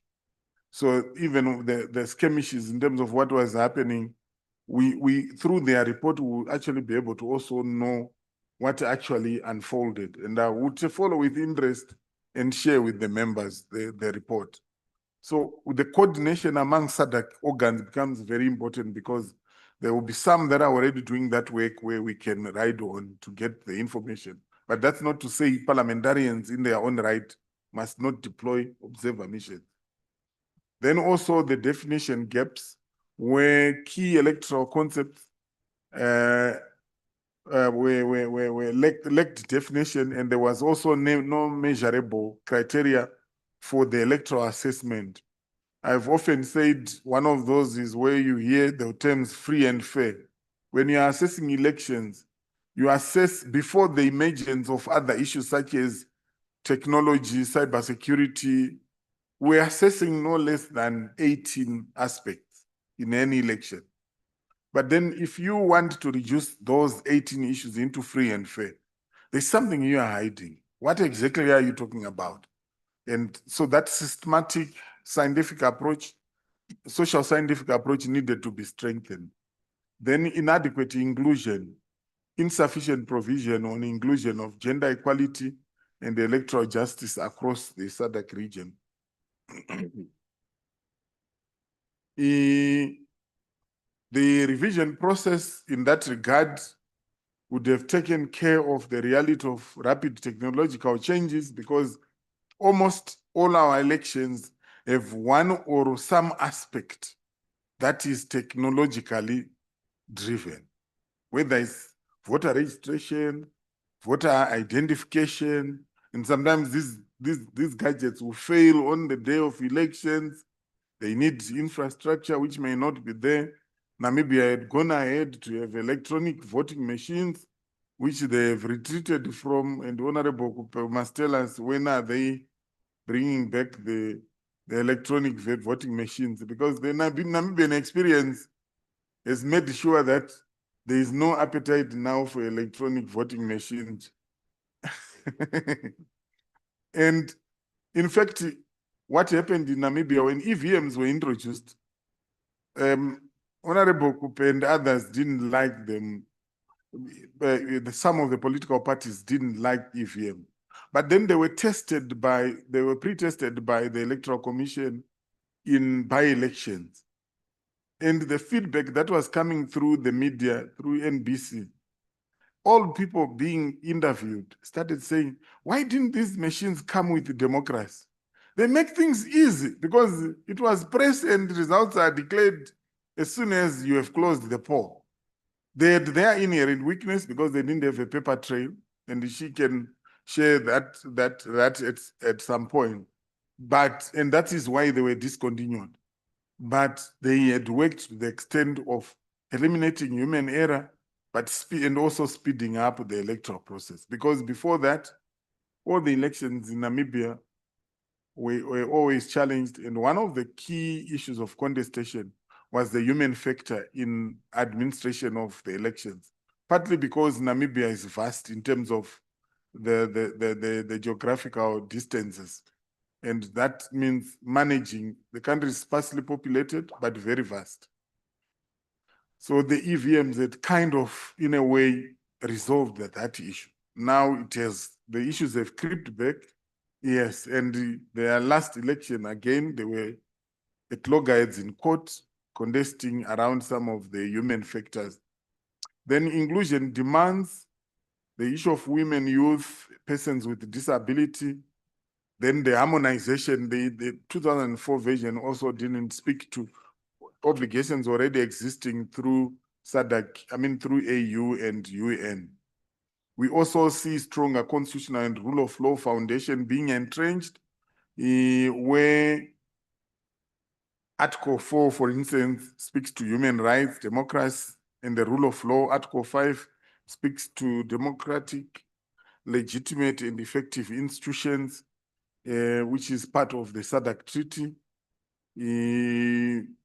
When you look at Objective 2.1.2, the revised framework specifically promotes adherence to the principle of the rule of law premised upon respect for and supremacy of constitution and constitutional order. From free and fair to electoral integrity, where electoral integrity processes conducted, electoral processes conducted in conformity with regional and international norms and standards. So electoral integrity is more inclusive, it's more encompassing in terms of the dimensions, rather than just looking at free and fair. Then issues of electoral justice, realizing that the electoral process is a cycle. When there are grievances arising from the elections, there must be institutions that are capable to execute or to deal with those grievances. When we were in Malawi, we witnessed a determination of one of the petitions. In fact, while we were there, another one came, which were nullifying members that were already in parliament for close to a year or over a year. And that also was giving a very interesting dynamic in terms of what this means in terms of electoral justice. Then it also speaks to credible elections. So you see that movement from being fixated on these two terms, free and fair, to look broadly at issues of electoral integrity, electoral justice, and credibility of elections. Then the election cycle approach, I spoke about this, where we know that elections are not just the campaigning, polling, and post-polling, but we have pre-election, we have the election, we have post-election. So the election cycle approach is important. Political parties sometimes tend to take a posture where after the elections, whether they have won or not, they accept their fate and disappear, and only to emerge close to the election, raising the same grievances that had happened previously that are contained in the observer mission reports, and nothing has happened. That's why institutions like SADC PF come to knock at post-election and pre-election to remind you to say there are things that we need to focus on.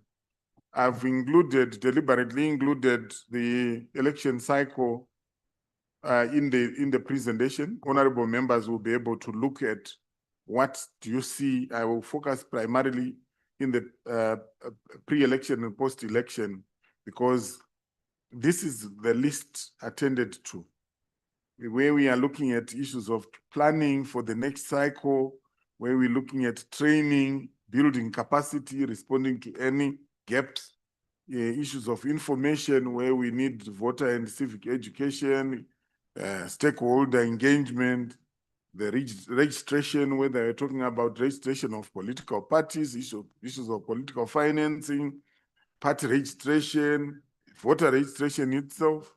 When elections have been declared, petitions determined, in post-election, we are first focusing on review and reform. So when we were in Malawi, when we were in Lesotho, we are doing it as part of the post-election engagement. Then the issue of long-term observers, I already mentioned about that earlier.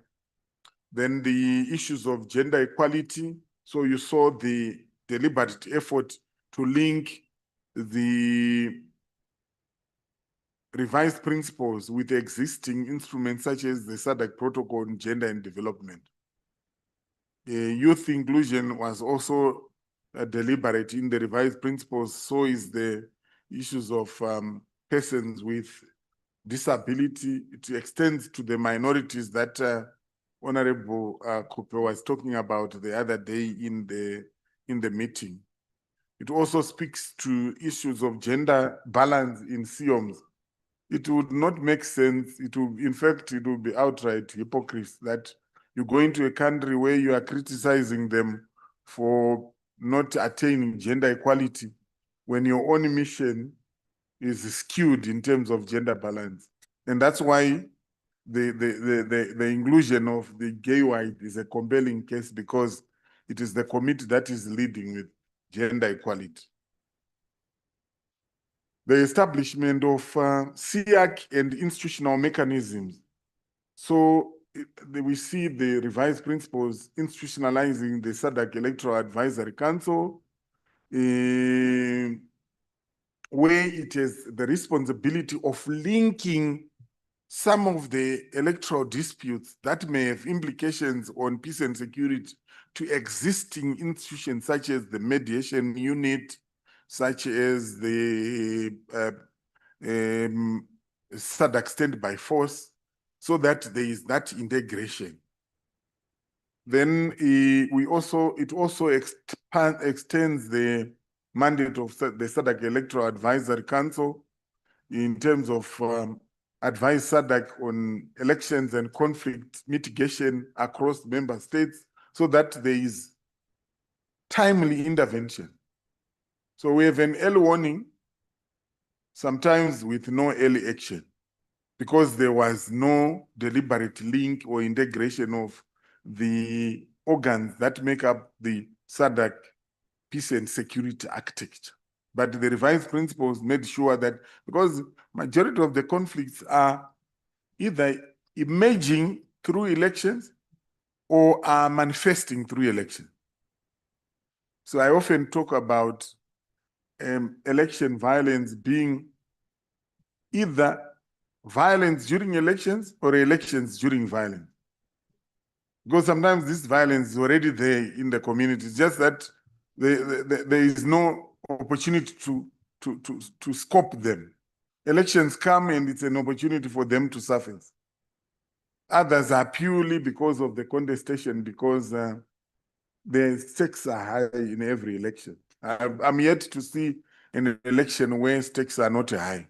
The only difference is that sometimes we accept that these are rule-based processes, and we have strong institutions to enforce that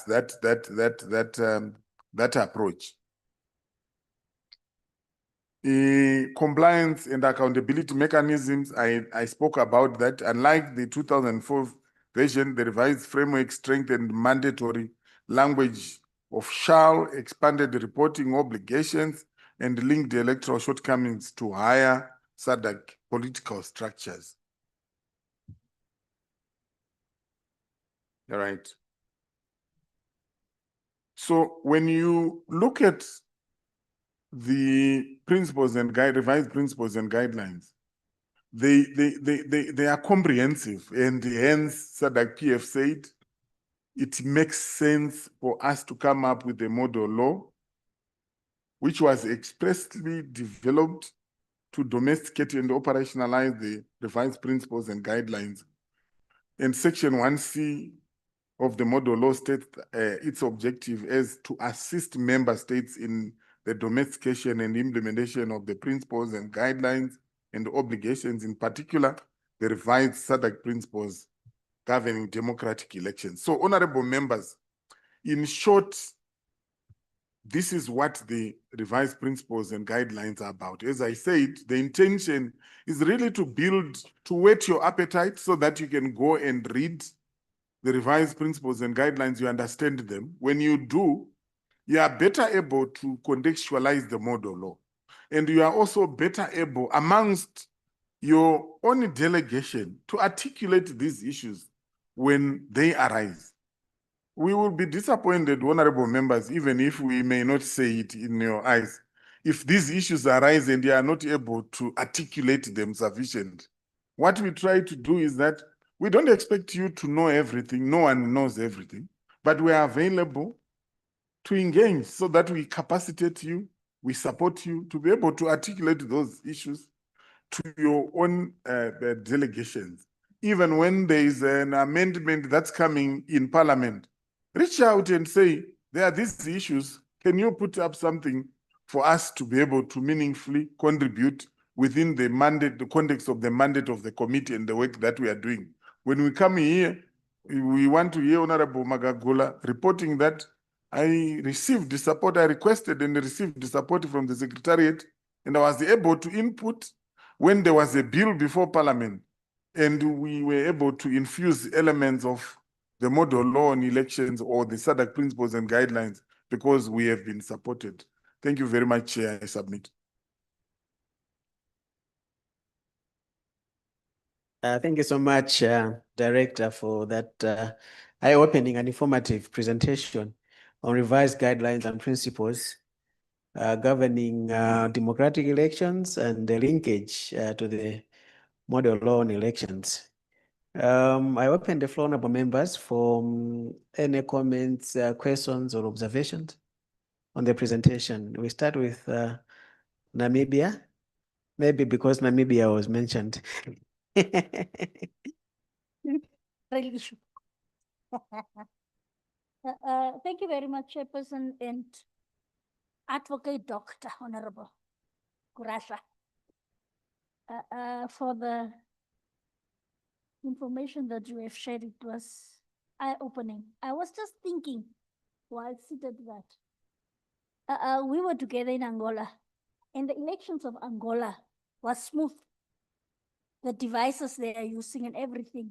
So I was just thinking of if we all could probably emulate the example of Angolan elections on the voting day, but not forgetting our electronic machines from Namibia provided there is paper trail. You know, in elections, whether it's true or not, people will have things to talk about. And before elections, each political party have won. Just to find the results that I've lost, and then I will make a fuss out of everything. Then I was just thinking also of, we are thinking of 50-50 gender representation.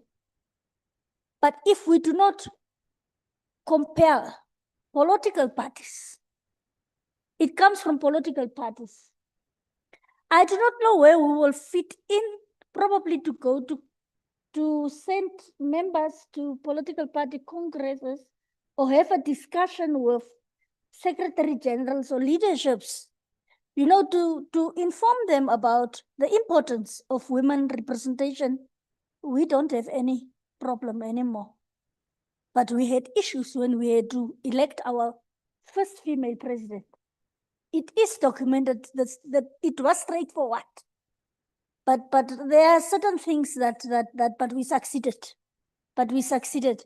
But it comes from political parties. And it's very important that we must have conversations, ongoing conversations, to have political parties. I do not know where that fits in here, but I was just thinking about it when I was thinking about the process of the Angola voting. It was very, very fast, and they were on time. 7 o'clock opening. They closed immediately where I was. We didn't even took long. And the results were out. It's just there where they were counting the whole country results that it took very long. Because it's a big country also on its own. I so submit. Thank you so much, Honorable. So we'll take a round and then the director will respond to all the questions and observations at once in the interest of time. Any more hands, honorable members? Yes, Mozambique. You've been quiet, I was wondering.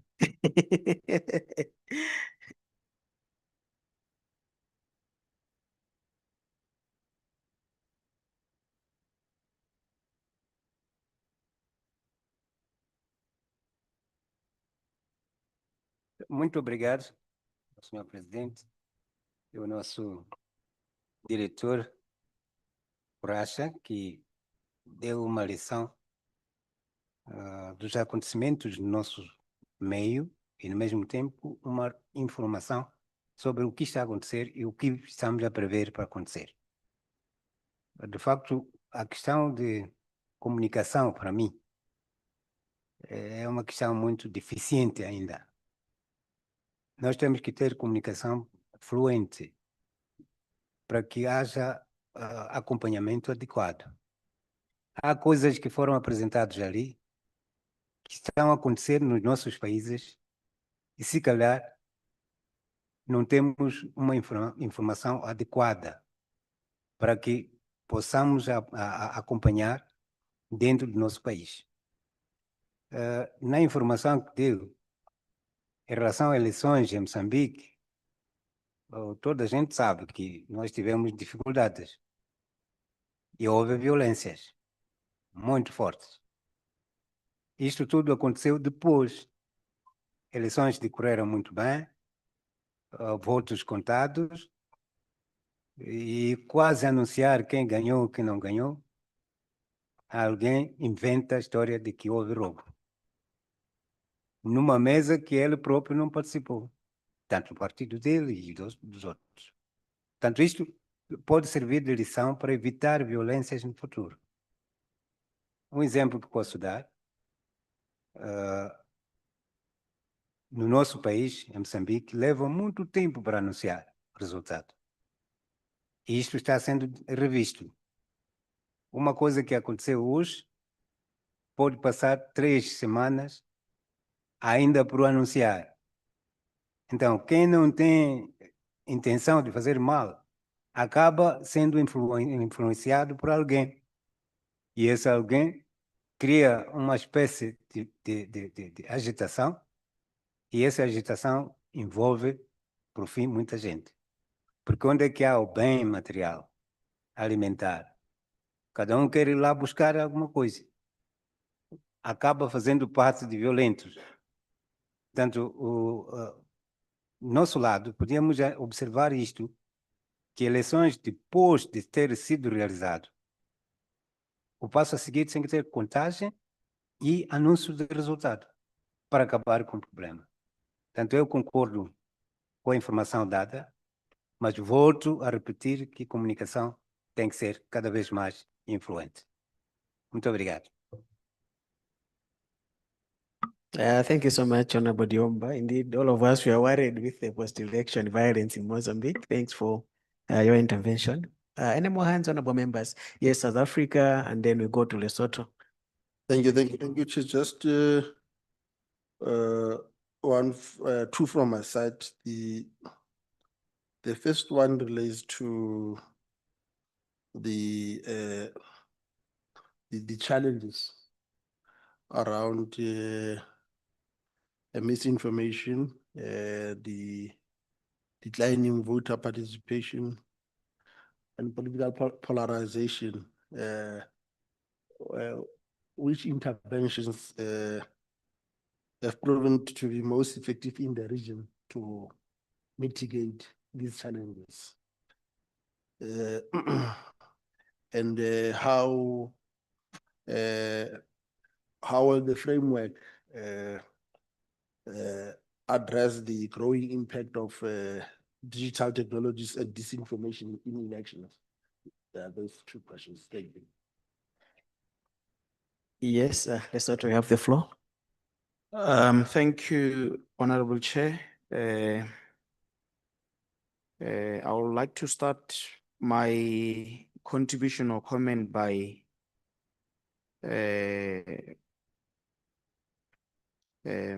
making a vote of thanks to Director by giving us this insightful presentation. And I've also heard that he ensured that we understand that he's challenging us to go as far as we can in having an appreciation of this subject matter.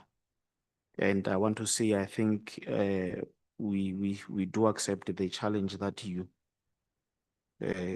give to us.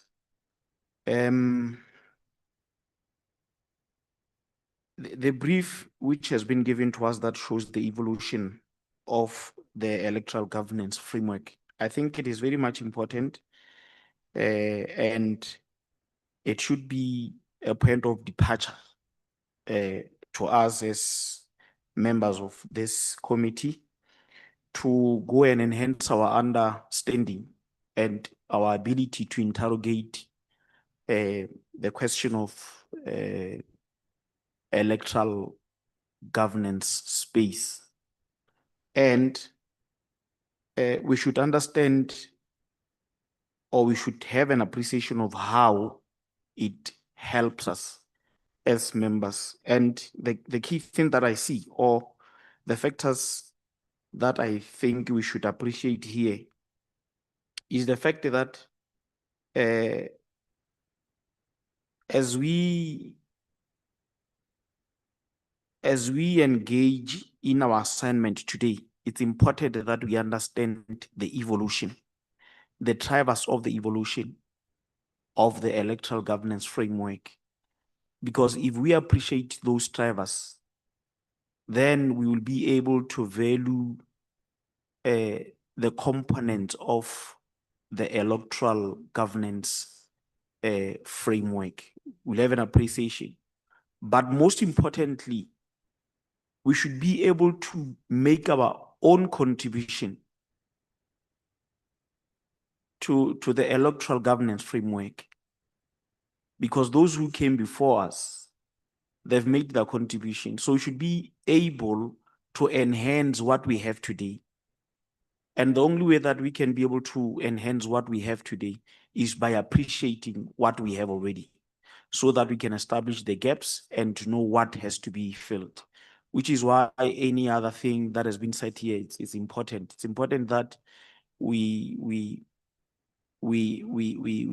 get to have the feel of what is happening on the ground. Our presence in the observer missions is very much important, so that we can see the gaps, and so that we can make our own contributions to fill the gaps that are there. So I would like to, by so saying, say that let us be challenged to go and do whatever it takes so that we have a better appreciation of this revised electoral governance framework that has been presented here. Thank you very much. Thank you so much, Lesotho. I think the hands had exhausted. Oh, okay. So we have DRSC for final intervention. Thank you. Merci, Monsieur le Président, pour la parole. Moi, je voulais dire que le processus qu'on nous a montré était intéressant, c'est l'historique. Une historique qui se base aussi, on a beaucoup parlé de l'inclusivité de la femme, des jeunes, des personnes vivant avec un handicap. On devrait aussi mettre beaucoup l'accent sur la transparence des élections, la crédibilité des élections. Parce qu'en fin de compte, sur le terrain, ce qui se passe, c'est que même les observateurs qui viennent n'ont pas beaucoup de pouvoir. Et en fin de compte, ce qui se passe, c'est que les élections ont toujours un peu un problème de crédibilité et de transparence. Voilà, c'est un peu ça que je voulais dire, qu'on puisse plus tacler aussi sur cette transparence. Merci. Thank you so much. I yield the floor to you, Director, for responses.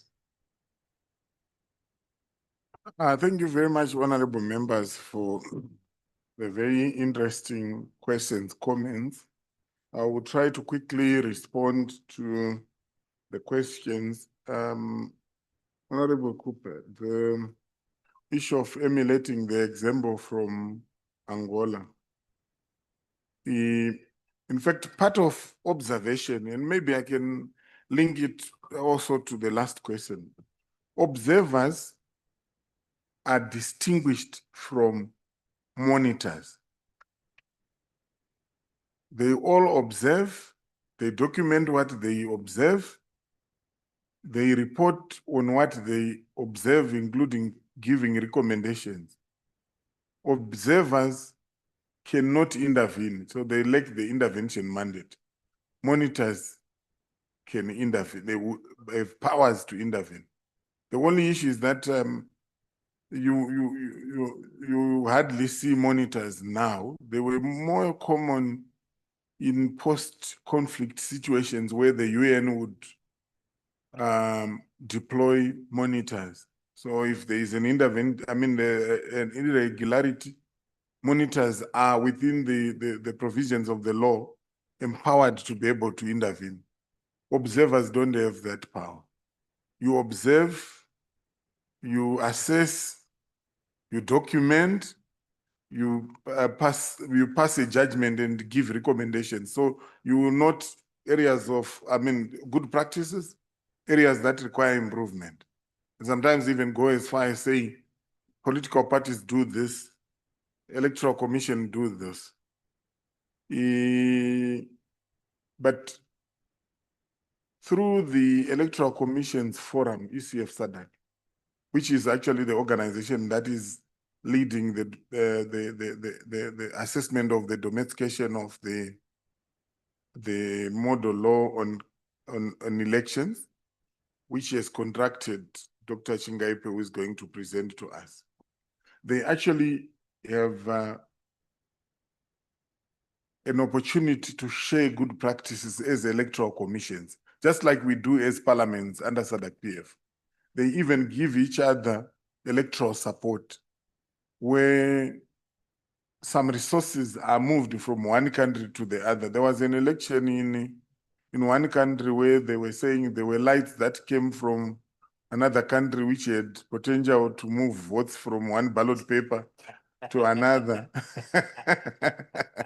I shall not name those countries, but they are represented in the room. It is because the electoral commissions actually do share infrastructure. There's a way in which this could be further enhanced, and if that happened, even costs of holding elections would be reduced. But at this juncture, it is being done largely under the framework of sisterhood and brotherhood by the electoral commissions. I don't think that there is a framework at SADC level which actually facilitates that. But they do share examples. They do support each other. In fact, they call it solidarity. And then the engagement of political parties, very important. When we have pre-election missions, all we are doing is actually engage with stakeholders, including political parties. when the RWPC holds the lobbying and advocacy missions, they are actually engaging with political parties, because political parties are the main gatekeepers. They are the institution that recruits the women into their wings to be able to participate. If they don't, then we have gaps. One of the challenges, it's conceptual and philosophical. Political parties in most of our jurisdictions are treated as private organizations, but then they have the responsibility of delivering public goods. And that mismatch is always difficult. To what extent do you hold an entity that is not an organ of state accountable? And our political leaders know this very well, and they know how to use that. But we need to continue to lobby, including probably strengthening the frameworks for the establishment and accountability by political parties. One of the things that are happening, you see linkage, for instance, to accessing public funding, sometimes to attainment of gender equality outcomes. We need to continue to do more so that political parties, because they are really the gatekeepers, can assist in that regard. We call them, sometimes view them as an albatross on women's necks in terms of them not doing enough to facilitate the ushering of women into leadership positions. Mozambique, the sharing of information is very important. Information asymmetry disempowers. When we know, there's knowledge is power. And that's why we are pushing for the institutionalization of the engagement with the director of the organ, so that at least members are timely informed. Then the issue of the results taking long to be announced, it's actually a benchmark in one of the things that are benchmarked in election management.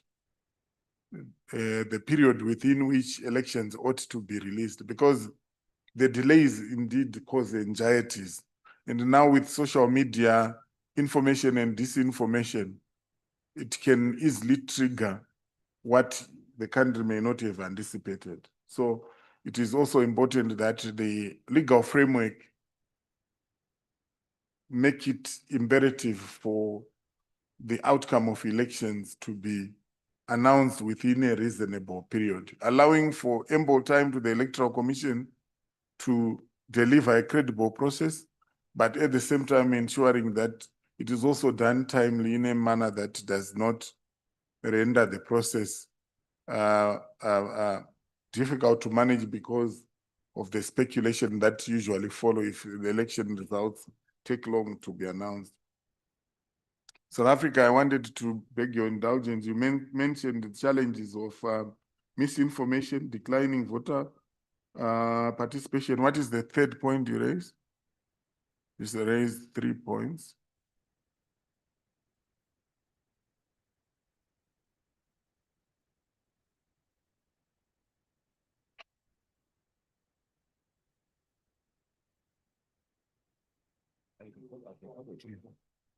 I think the third point was polarization. Polarization. Yes. Thank you. Thank you. Thank you so much, Honorable Yeah. Magagula. Thank you, Chair. The Chair is sharp brain. I had missed polarization, but I knew that there was a point I missed. Then he wanted to know which interventions have proven effective. Honorable members, here is the thing. The reason why we insist on taking a more composite and broader approach even to promoting elections is that elections are an element, but not the only one. Often the gaps that we experience and challenges we experience during elections are not linked to elections per se. Elections, in fact, become a victim. You remember I mentioned the issue of violence during elections or elections during violence. It's very easy to conclude this is electoral violence. The country just, they don't want to see elections, they start being violent. But in fact, sometimes violence in its forms is already present. Elections are just an opportunity where they manifest. Similarly, when you look at issues related to declining voter participation, it's actually a bigger issue around governance deficits, where citizens are already disgruntled with the democratic dividends we're talking about the other day. They have nothing to show for it. I was talking to a citizen in Malawi, it must have been the elections in 2015. He said, elections are so fake. What do you mean? When you go to elections on voting day, every polling station has the same things. You tick voting ballots, yes. Representative of political parties, yes. Indelible ink, yes. Presiding officers, yes. You go to hospital after. You get a prescription where you have no drugs. You must go and buy on your own. And you are told to take the drugs after a meal that you don't have. But even the remotest of polling stations has everything. It's actually a standard. In fact, if observers see that there is a polling station that does not resemble the standard setup, it's a big issue. And the voter was saying, but why? Why is this normal? I go to a hospital where I don't have drugs. On top of that, I'm told you must eat before you take the same drugs. I don't have that food. So the issue of democratic dividend is a big issue. To what extent has democracy transformed the lives of our people? Often the conversation ends at, is there a better way than democracy? But currently what we are asking is, what is in it? So I often say, this is the reason why we motivated to do the model law on constitutionalism and rule of law. Because if you do a model law on elections, they say if your story is a tragedy, even if you change actors often, your main actor will always die. Because the story itself is a tragedy. And this is what this committee must understand. The interrelationships, the linkages. There is already data is already showing, and I think Kaza Zamora, Dr. Kaza Zamora was mentioning, if you look at the Afrobarometer data, there's growing public mistrust with public institutions. Because they don't feel that there is a return on investment. So often, and Honorable, I will exemplify this. I observed the 2019 South African elections, and they came against the fees must fall movement. What had happened with the fees must fall? In 10 days, the students became unruly, even violent. It happened in our eyes. And one of the vice chancellors of the universities, then Professor Habib, said, these kids in 10 days, they forced us as universities to embark on transformation, which we have never been able to do on our own in 100 years. After that, political parties were posturing, now wanting to feast on these agitated youth, including the parties that perceive themselves as youthful. When we went to the voters' roll, by the time I was going to share the figures, in terms of the blocks, the 18 to 19 age group was the biggest block by eligible voters. But the registered voters from the eligible was 19%. And it was the smallest. The figures would increase, and the ones that are in the 60s were the majority, in terms of the registered voters, eligible voters. And the interpretation that was given nationally was that the Electoral Commission is not doing enough to raise awareness to the young people. But I said, but these young people are aware. These are the youth who on their own disrupted until universities did something and government came and say, we are giving zero fees. So you can't call that apathy. There is something deeper, which institutions like the Electoral Commission may have a role, but they are not the only ones. So the issues are much deeper. Elections are like a branch of a tree or like a tree in a forest. Often we over-focus on that branch to the detriment of us finding a holistic solution. And this is what this committee must be looking at, systemic issues to help the region to diagnose issues systematically so that we don't miss an opportunity by overly focusing on the wrong end.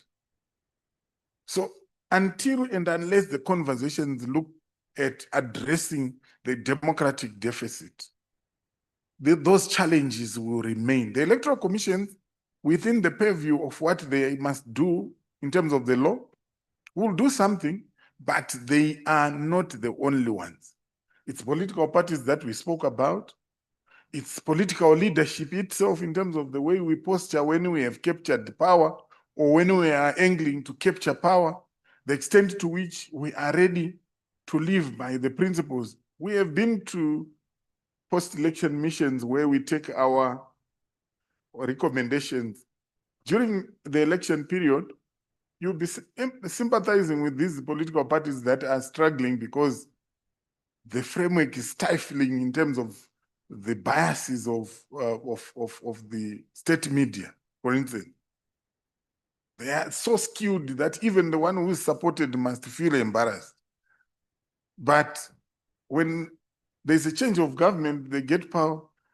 The honorable members will tell you on the side, it's part of the package. That's what it means to be an incumbent. How can we reform ourselves out of power? Yes. Direct, I'm tempted to give you some chocolates, but I know you're about to conclude. I will move towards conclusion. Lesotho was appreciating the challenge we have placed on the members. It's a practical challenge, and we are as strong as our strongest and weakest soldiers. Then DRC, I partly answered the question already, save for, because he was talking about the importance of emphasizing transparency beyond inclusion. And we spoke about electoral integrity as the main focus now, which is an all-encompassing concept that involves all the different aspects. Thank you, Chair. Well, thank you so much for such an insightful response to the issues raised by the honorable members. Honorable members, at this juncture, let's break for tea. I think 10 minutes should be enough. The teacups are too small. Within 10 minutes, we can even take 2-3 cups and we are back. So we'll be back by, let's say 12. And then when we are back, we're going to have 2 presentations from Dr. Chingaipe. Thank you.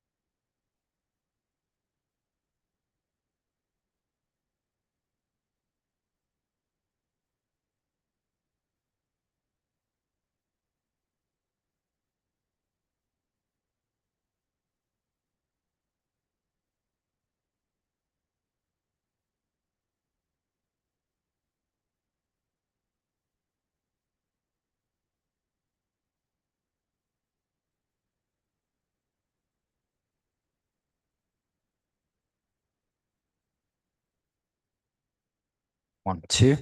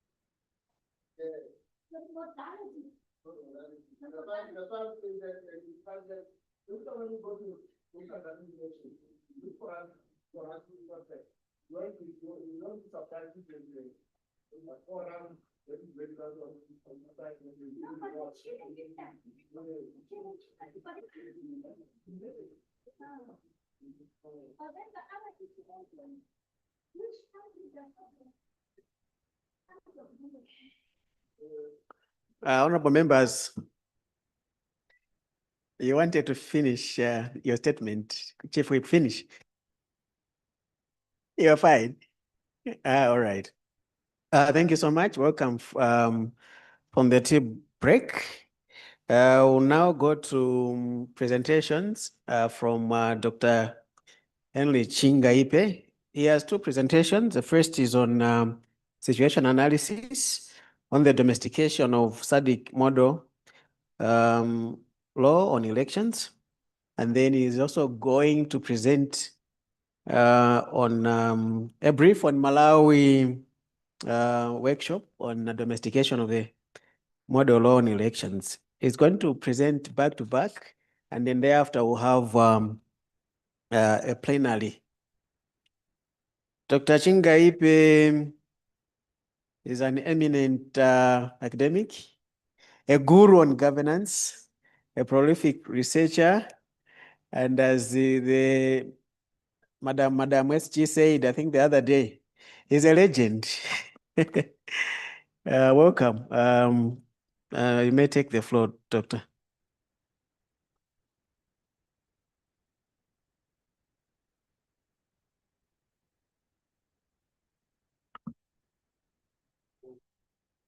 Thank you very much, Chairperson and honorable members. So the first presentation that I've been requested to speak to is the one whose title is showing on the screen. A little bit of background, although most of it has already been shared by Mr. Krasha. This is an assessment commissioned by the SADC Electoral Commissions Forum. So you'll see that there is a little more focus on the electoral commissions or election management bodies as targeted respondents and so on. But we are also bringing in perspectives from other stakeholders, including civil society organizations, as well as parliaments, to the extent that is possible to get their cooperation. Okay,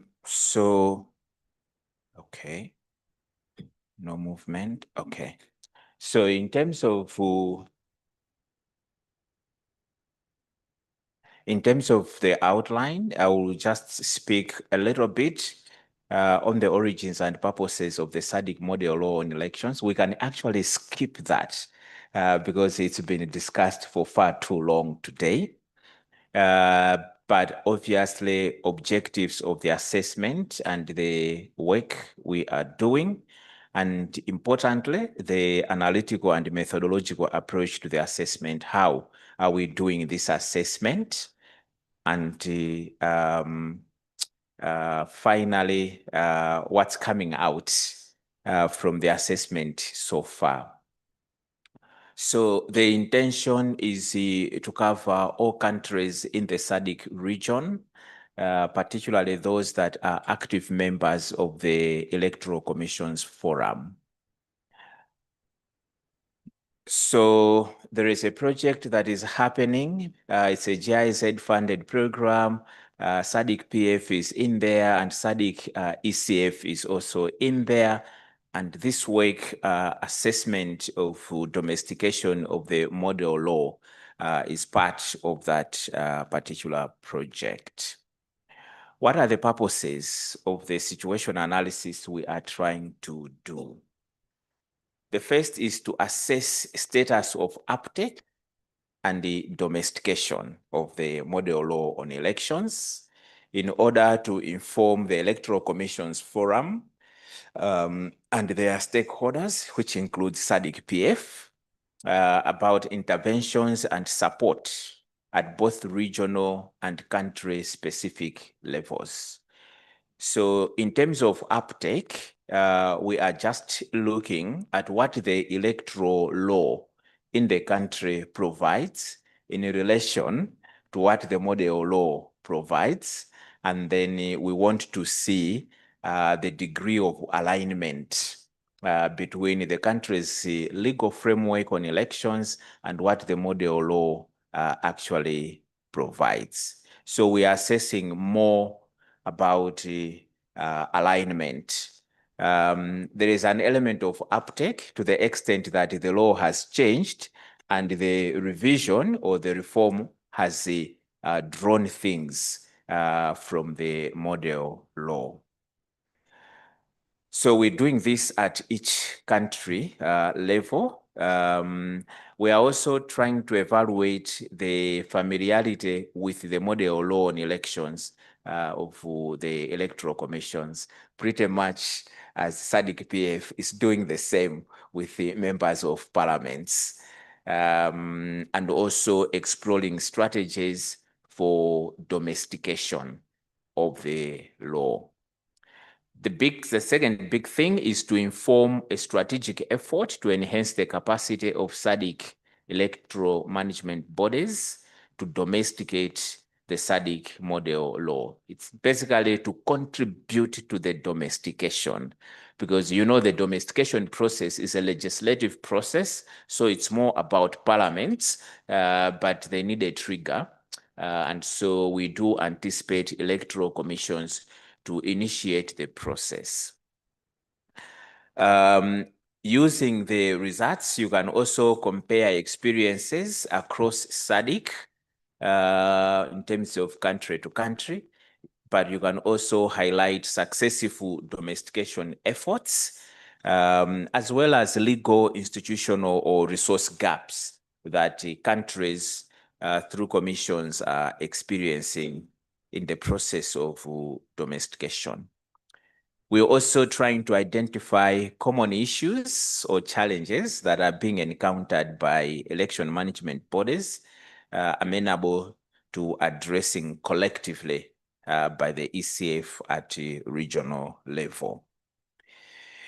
We are trying to generate recommendations for targeted interventions. The goal is to ensure that election management bodies can effectively prioritize and contribute effectively to legislative reforms. So the electoral commissions are some kind of a midwife that help bring this, or maybe let's look at them as conveyor belts.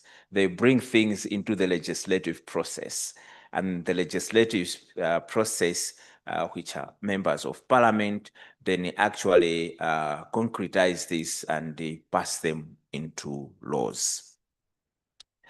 Now, I assume that we are all familiar here with the concept of domestication, which is really a process that countries undertake through their legitimate institutions to adopt principles and provisions that are in the model law and incorporate them in their body of laws and regulations. When you look at this field, in terms of how do countries bring into their legal framework what has been agreed by an association of other countries or states to which they belong, we do find two main approaches. One is called monism and the other is called dualism. And in terms of the monist approach, this is an approach where once an instrument is adopted at regional level, continental level, global level, then that instrument goes straight into the body of laws of a particular country, and that instrument becomes part of the legal framework of that country. In a dualist approach, you recognize the instrument, you bring it home, but you pick in it what you want to put in your own national law. So it's at two stages. And many countries in the SADC region do the dualist approach. A few, and on specific instruments, they do the monist approach. But we will not discuss that at length. Suffice to say that this approach informs how countries are domesticating the model law. Now, the model law is not a convention, is not a treaty, is not a protocol. And therefore, the monist approach is completely out. So all countries have to do with the model law in terms of domestication is the dualist approach. Look at the model law, look at what you have, decide what you want from the model law and bring it into your legal framework. So this is what I've been explaining. Okay, now, what are we finding in terms of domestication processes within the framework of the dualist approach? Because domestication has to result in some enforceable law or rules, we find that it is the approaches of making law that are available in parliaments that are at stake in terms of uptake of what is in the model law. And when we look at the SADC countries, or the 16, we find that there are 3 to 4, depending on the nuances in the countries, ways through which what is in the model law can become part of the legal framework of the particular country. The first and the easiest is the subsidiary legislation by election management bodies. They already have some electoral law that establishes them and gives them mandate. When they look at the electoral law, they can pull things from the electoral law and put those things in the regulations, because the regulations already have primary provisions in the statutes. It is easy because the electoral commissions are simply reading it, drawing things, putting them in the subsidiary legislation and getting them gazetted and getting it laid on the table of parliament, sometimes without even debate. It's done with the minister responsible, and it ends there. It's a very quick way of domesticating, but only for those provisions that already have substantive provisions, either in the constitution or in statutory law. This we are seeing a little bit more, but it doesn't cover a lot of the content in the model law. The second way is to do government bill. A bill that is proposed by the government and introduced in parliament by a minister of government. This apparently is the preferred and the main way of domesticating, and it will be triggered by recommendations from the Electoral Commission and other stakeholders, considered by a parliamentary committee, the full house, and so on, until it passes as an amendment statute or a new statute altogether. And so you see national primary and subsidiary legislation from there. The third way, which in some parliaments covers also the fourth way, is private members' bills. In some parliaments, private members' bills are bills that are authored by a member of parliament who champions the bill in parliament and runs through the legislative process. Sometimes in other parliaments, that includes bills that are authored and sponsored by organizations outside parliament, private organizations and so on. But other parliaments make a distinction, and they will describe those from outside organizations as private bills. This one is the list we are seeing in the results, but we see a little bit of agitation on number 3. Because I think members from this committee, when you go back, you start talking about it. But more and more, it's really on number 2 and a little bit on number 1. Number 1 is limited because they can't do subsidiary legislation on things that are not in the main act. So the main one still remains number 2. So this is what we're seeing.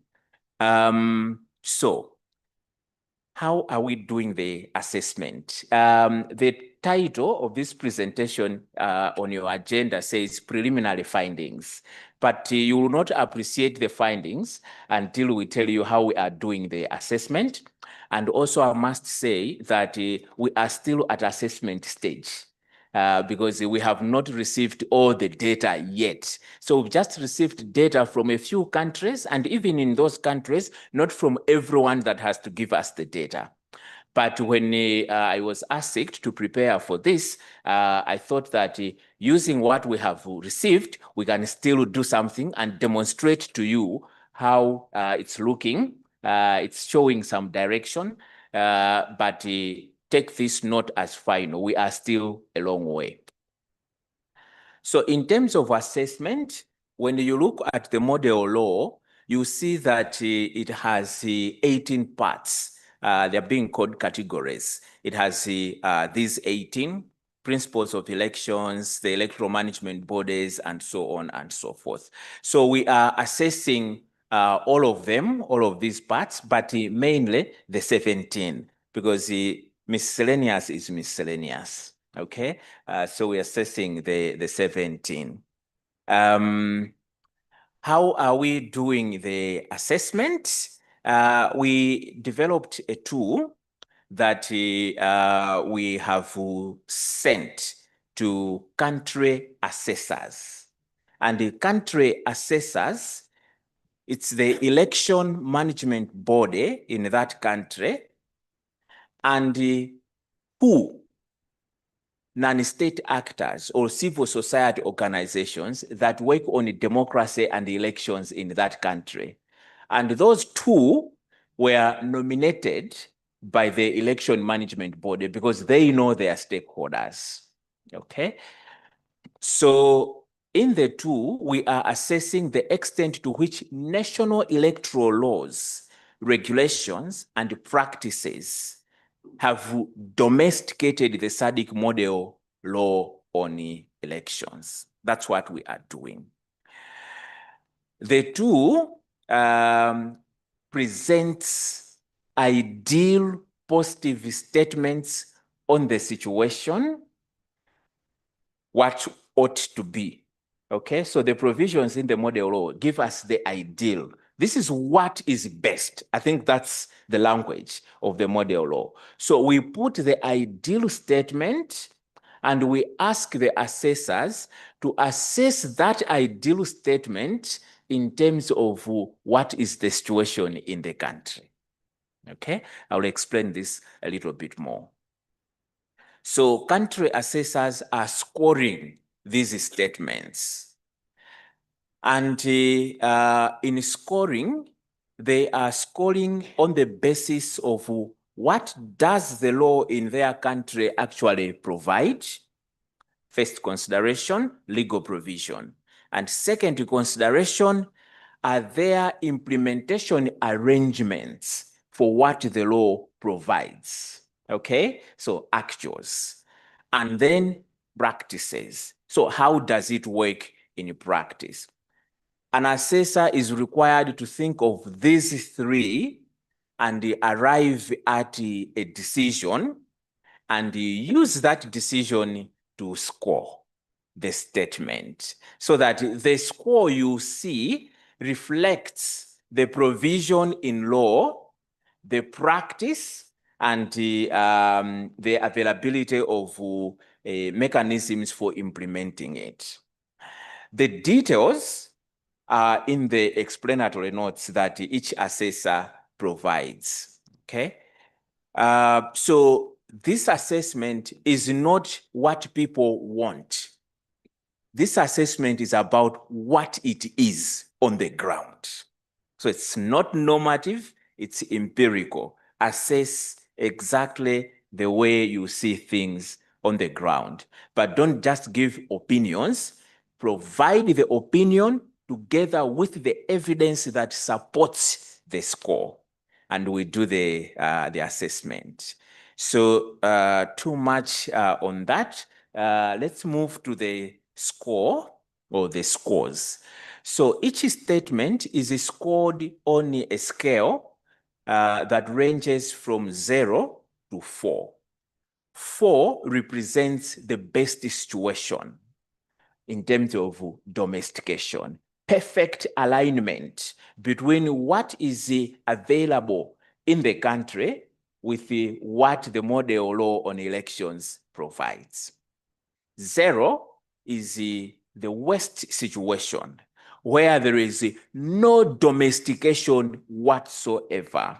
Okay, it means there is no legal provision, no implementation in practice, or in fact, the practice in the country contradicts what the model law proposes. Okay, number 1, or a score of 1, means that there is a very weak or symbolic domestication. The issue is only mentioned in law or policy, sometimes in passing, but the rules are not available, or they are available, but they are vague, so they make implementation almost impossible. Or the rules are there, but there is no enforcement. So this thing exists on paper only. It doesn't exist whatsoever in practice. Then you get a score of 1. 2 is a score that denotes partial domestication. It means that some legal or institutional provisions actually exist, but some key model law elements are missing, or those that are available are poorly implemented. But there is something there that we have to recognize. So it gets a score of 2, and we describe this as partial domestication. A score of 3 means there is substantial domestication of those provisions or principles of the model law, but there is still something missing. It's not the whole story. There is something that could be done to make it better. In practice, it means that there is a clear legal provision that are aligned with the model law, and there are institutions that mostly function as intended, but there are minor gaps. And so practice is affected somewhat because of those minor gaps. And a score of 4 means that everything is very well, is very good. There is full domestication. There is explicit and comprehensive legal alignment with the model law and strong institutions, consistent implementation in practice, and so on. So everything is as it should be. So this is what they are using to do the assessment, okay? So let me give you an example. What we have done is looking at the 17 categories of the model law, we identified 4 key issues under each thematic area. 4. Because we wanted it to be mathematically correct. If you have more in other categories, you will not be able to do the kind of analysis we want to do. You would have to be doing weighted averages and so on and so forth. But we wanted to be very simple so that it can easily be understood. After all, these results are supposed to be indicative. Okay, so we wanted to use the method of average of averages, which statisticians will tell you it doesn't work very well when the samples are not equal. So we wanted to make a sample of statements under each theme equal. So we decided it should be 4. So we chose the 4. So in category 2, for example, which is the one I'm using, for example, it's on the election management bodies.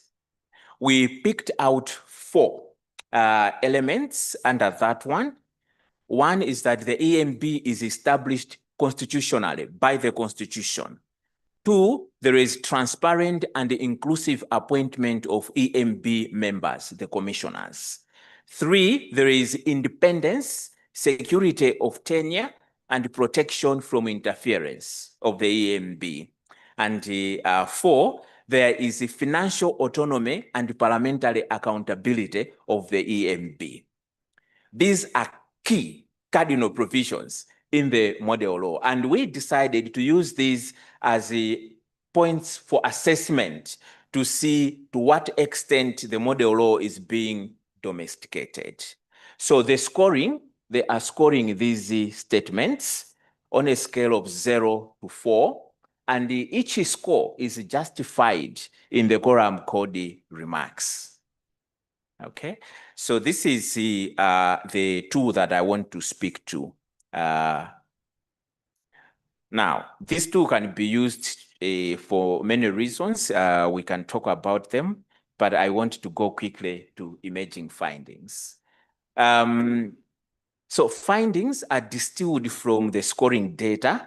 We are trying to do interesting things with the scores.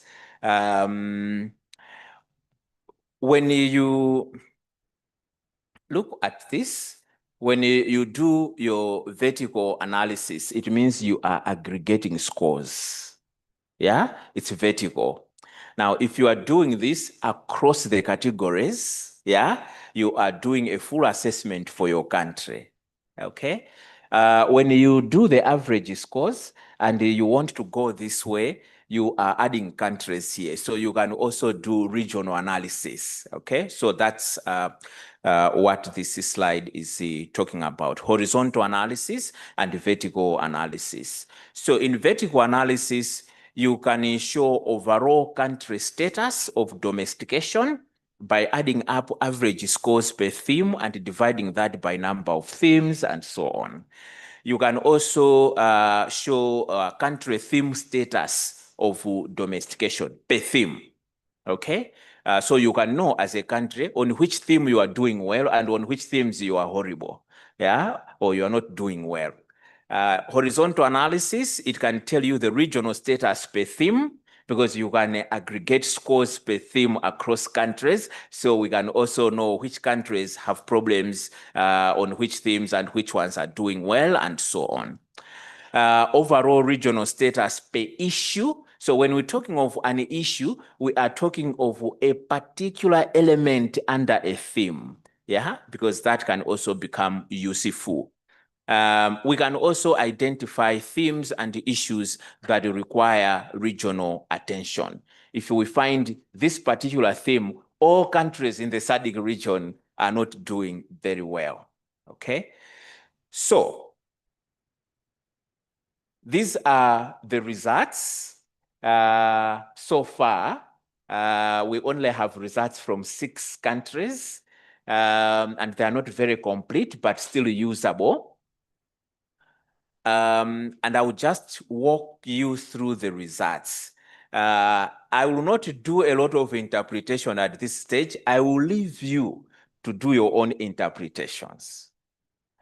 This is a category 1, principles of elections. The countries that have submitted data: Botswana, Eswatini, Lesotho, Mozambique, Namibia, and Zimbabwe. So we can't yet begin to make regional conclusions, yeah? Because we still have to receive data from many other countries. But as I was saying, it's just emerging findings and they are showing us a direction, okay? So principles of elections, if you see there, first one, 444, that's a full score. Everything is perfect. Element number 2, 44443, 444, okay? And the 3 is for Mozambique. Element number 3, 44443, 444. Element number 4, 4442, 444. So for the countries that we have received so far, it's looking like it's okay for 5 of the countries. It's not bad for Mozambique, but clearly there are a few challenges that require attention, okay? If they can domesticate a little bit more the values and principles in the SADC model law, then maybe there will be improvement on the legal guarantees for fundamental rights, which is not bad at this stage. 3 is a substantial domestication. But 2 is somewhat worrying. There is a legal framework for transparency and acceptance of results, and the score is 2. And 2 is, what is the meaning of 2 again? Is it partial? Yes, partial domestication. So there is a significant work to be done in terms of reform, okay? Electoral management bodies, I want you to look at the last issue in the assessment. There is financial autonomy and parliamentary accountability. At least of the 6 countries, the situation doesn't look good, okay? In terms of domestication. The highest is 3, 3, 3, 2, 2, 2, 2, 3, okay? So it does tell us that maybe this, we don't know by the time we get to the 16th country, but it does look like this issue may be an issue that requires attention in many countries, yeah, you know? In terms of The model law requires that the election management body should be financially autonomous of the executive. They should have money to do election work when they need to do election work. In many electoral commissions, even when there is a by-election, the chair and the chief elections officer have to go to the Ministry of Finance and kneel down for resources and so on. Their calendar can change on the basis that the money is not available and so on. So you do have those kinds of things. But if you look at the model law, this is your motivation. Read the law, the model law. The electoral commissions are actually saying the way things happen, we are not there yet at the standard set by the model law. We are at the 2 in terms of the scoring criteria. So that's what they are saying. And for us, it just shows that this is where you need to put effort. And then you need to understand what's happening and so on.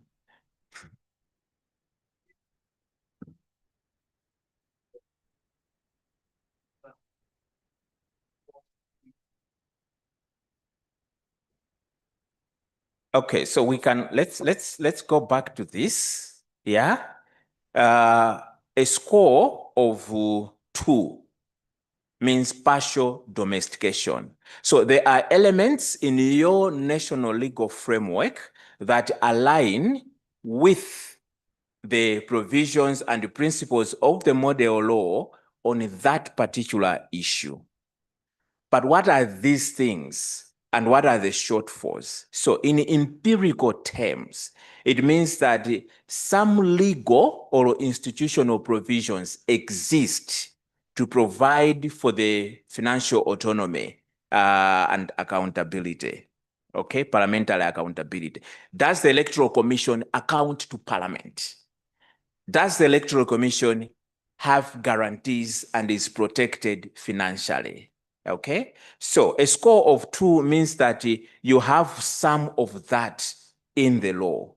Yeah, but some elements that are required under the model law are not yet part of your legal framework.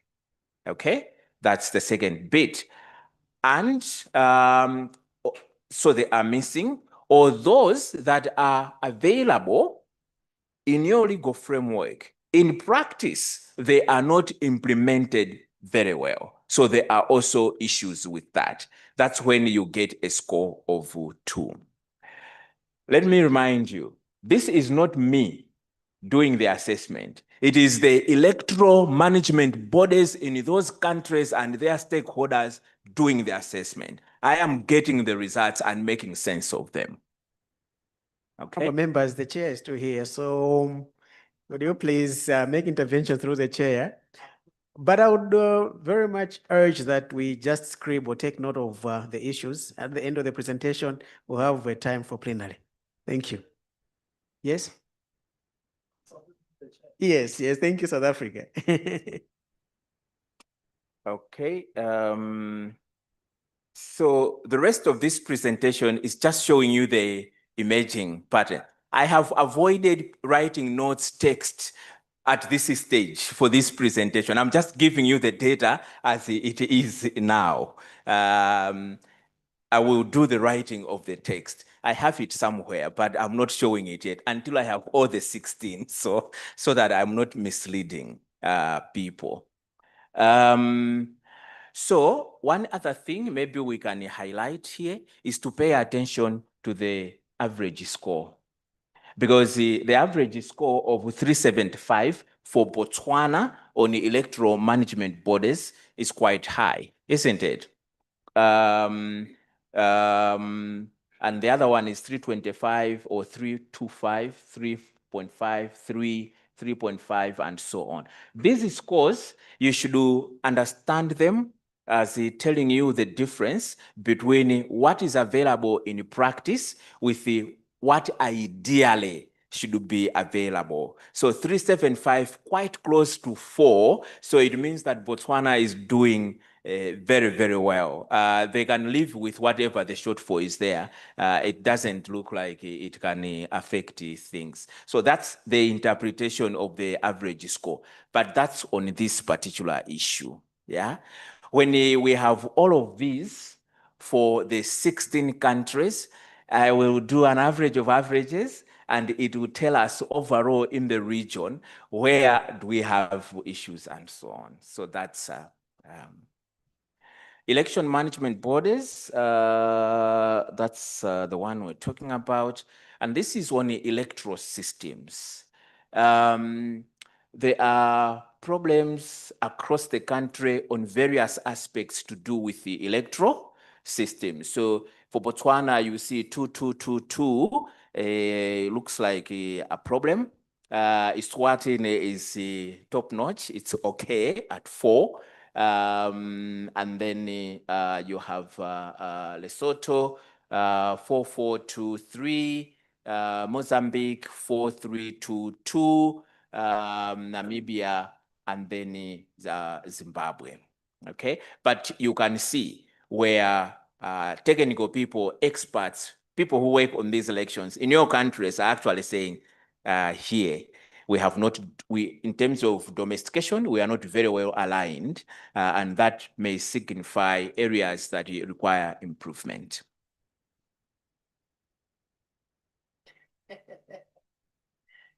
Maybe keep that 0 at the end.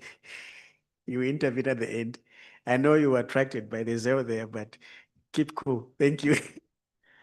There are inclusion mechanisms for women, youth, and marginalized groups. Mechanisms. Is there a practical mechanism for youth and women inclusion in the context of the provisions of the model law? And the score we have for Namibia on that particular issue is 0. And 0 means no domestication. Okay. Delimitation of electoral boundaries. Again, 4 very good for Botswana. Eswatini quite close, but there is a deficit across that, and the deficit relates to dispute resolution mechanisms. Okay. Mozambique constrained significantly, I would say. Namibia constrained significantly, I would say. There is another 0 score for Namibia on dispute resolution mechanisms. It's not me getting there. It's the Electoral Commission. But now the way to understand these scores, you will make a lot of sense of the scores when you read the model law on elections. Okay, thank you.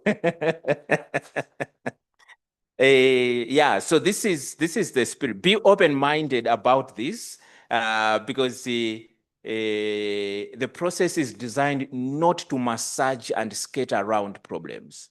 It's to just bring them out. So if you want to do something about it, you can do something that is reasonable. Timing of elections, again, 4275, 4275, 32525 for Zimbabwe, from the set of countries that we have at the moment. But you can see that there are shortfalls on some of these elements in some countries. So for anything that is below 4 means that there is something to be done. There is a shortfall. That's how to understand and interpret this data. Political party and election candidates, again, looking very good for Botswana. Eswatini constrained with respect to the provisions of the model law. And Lesotho looks good. Mozambique constrained. Namibia, room for improvement. Zimbabwe, I would also say constrained. Okay. What is interesting is the justifications that the assessors have provided. Yeah. With respect to the model law. But I would also think that if you just had these scores and you take the model law and you look at the relevant section of the model law and you look at the score, maybe you would score the same. Maybe you would score the same. Okay. Electoral code of conduct, that's how the scores look like. Mozambique constraint, Namibia constraint. In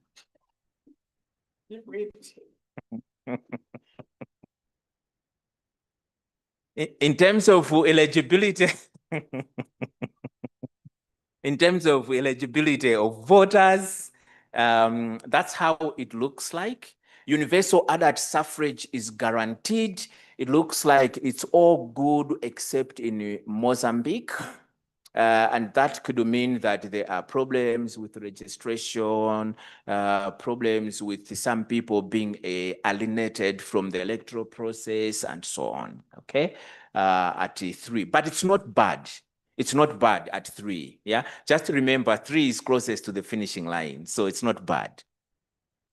There is inclusion of prisoners and diaspora voters.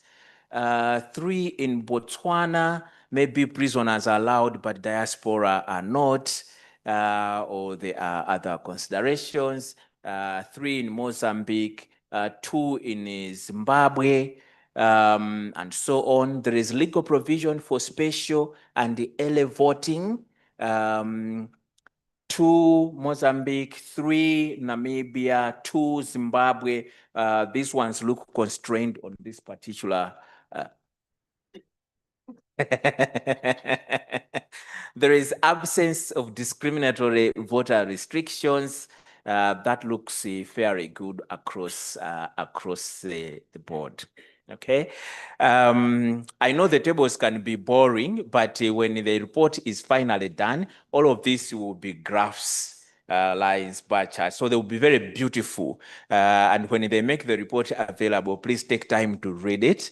We're doing this for the first time. It took me quite a bit of time to design the methodology. So we want to perfect the methodology as we go forward, yeah? So I'm also interested in learning how we can improve the assessments and so on. We also started off with a grand idea that when we do this, we are going to rank the countries in the SADC region. And of course, I was warned that it is politically incorrect to do that. So we are not going to rank countries at all. Because the model law is also voluntary. It's not a protocol, it's not binding. So there is no good basis for ranking countries and so on. So we're not going to do that, but we'll learn as much as we can from the process. Voter registration and voters' roll. Okay, it's looking good. The figures are there. Namibia, you can look again. Mozambique. So there are issues there. But it's not bad for the countries here, except even for Mozambique, it's not very bad. 275 is quite close to 3, isn't it? Yeah, so it's not bad, but the detail is in the nuances, yeah? The justifications. Is it moving? Voter and civic education. That one looks fairly good, with the lowest at the average of 3. So it's not very bad. But countries like Mozambique may want to look at timeliness and continuity of voter education because the score of 2 is worrying, and so on. Yeah, but this Theme looks like so far for the data available, it's looking good. Campaigning, also not bad. I don't want to mention Namibia again.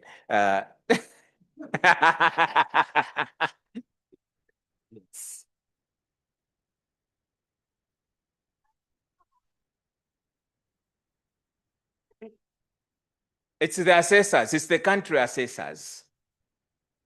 Yeah.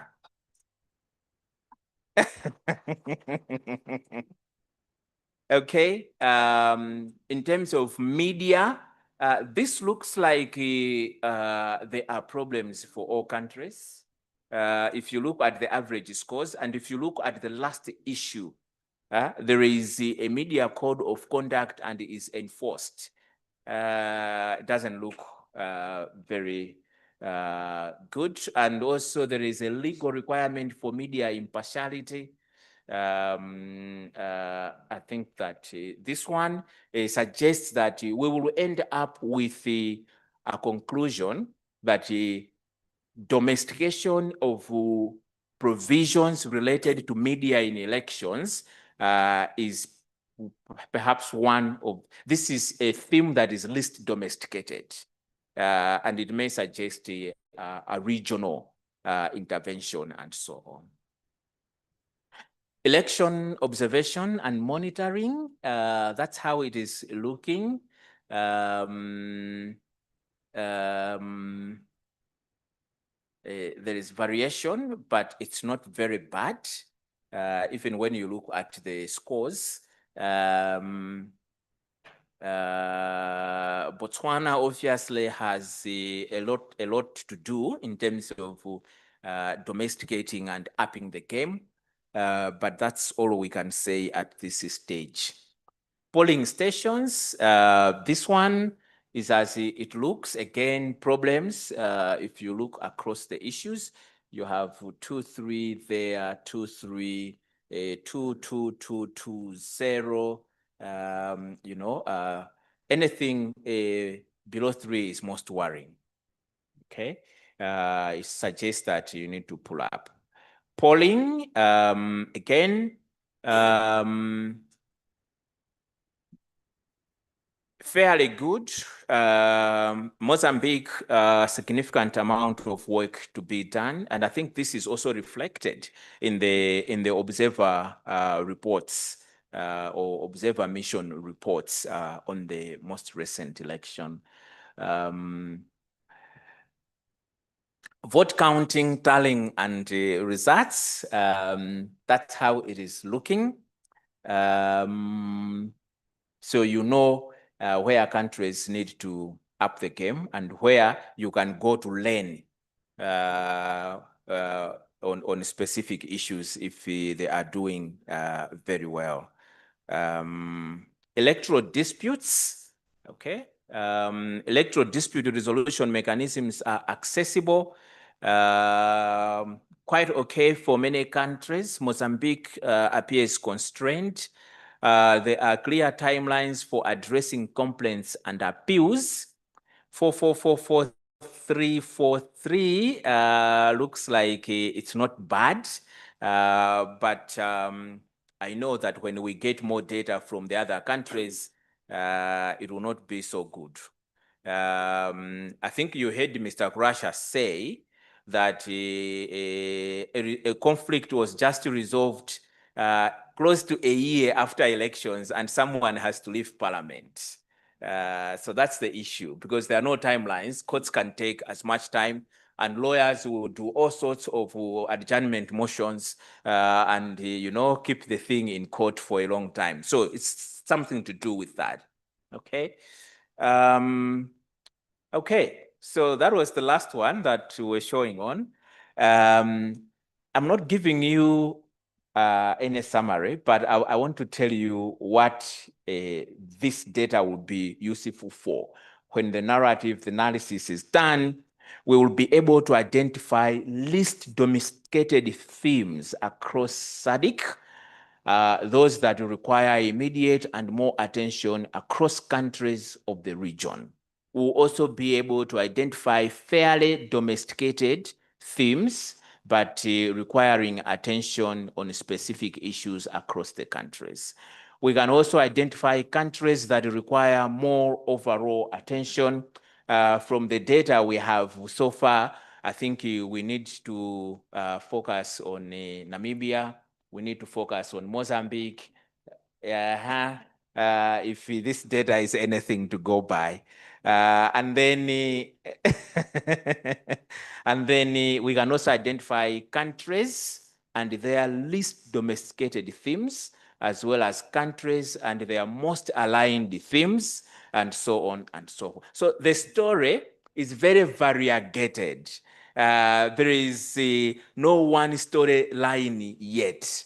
And I think we'll have a few storylines when we finish the analysis. So this was for purposes of bringing you up to speed on what we are doing in terms of assessing the domestication and what we can pull out from the data in terms of what it means and how we can,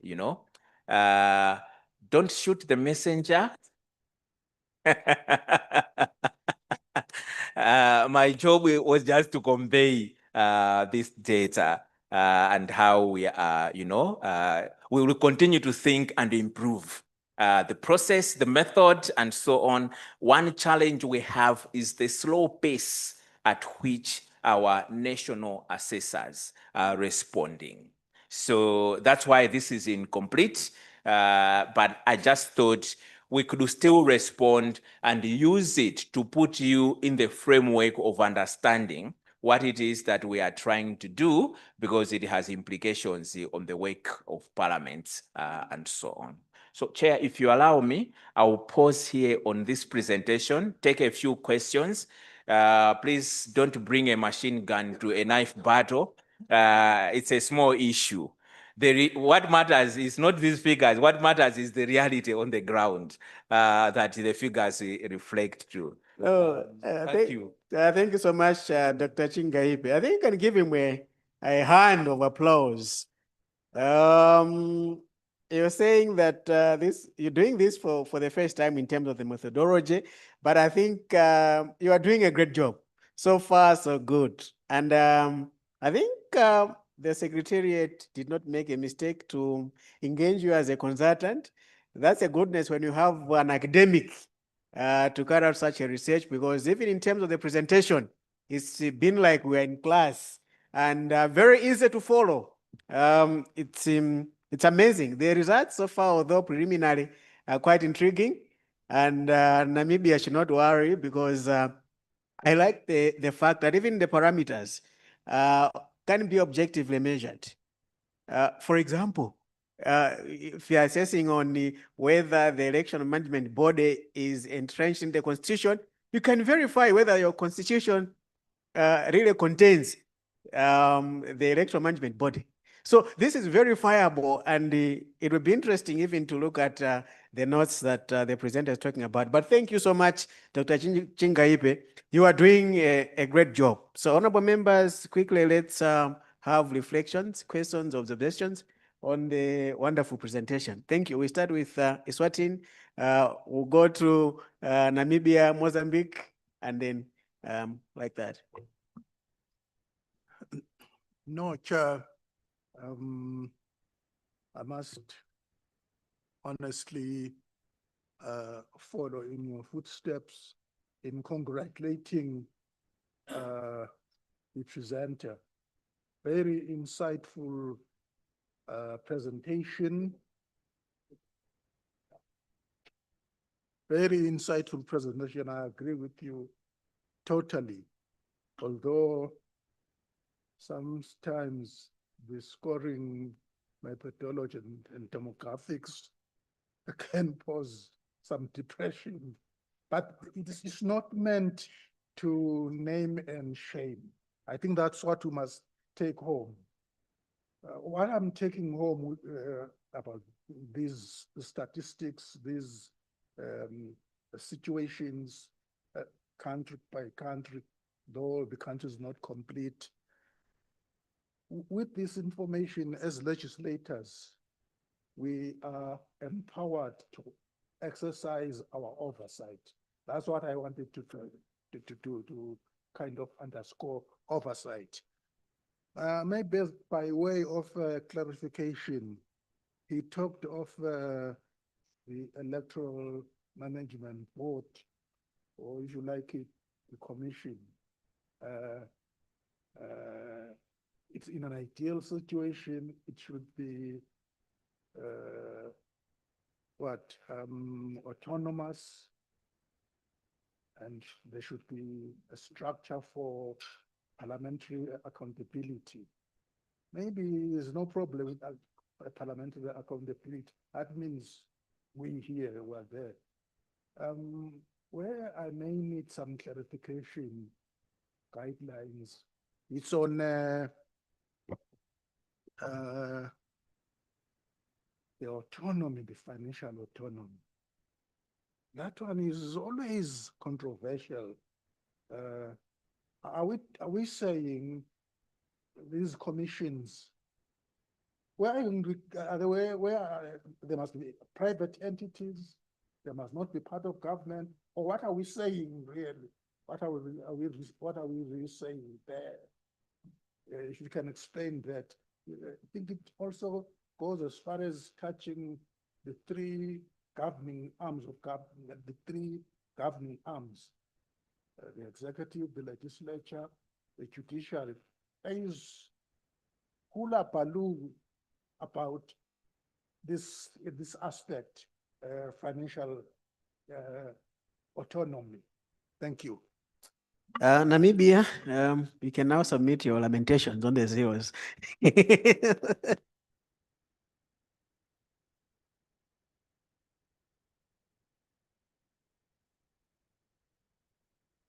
I spoke about a need to amend the electoral acts because there is a mismatch in terms of representation. Now, as a party, even if you do good as a party, if it comes nationally, the representation of women, representation of young people, representation of people living with disabilities are not catered for.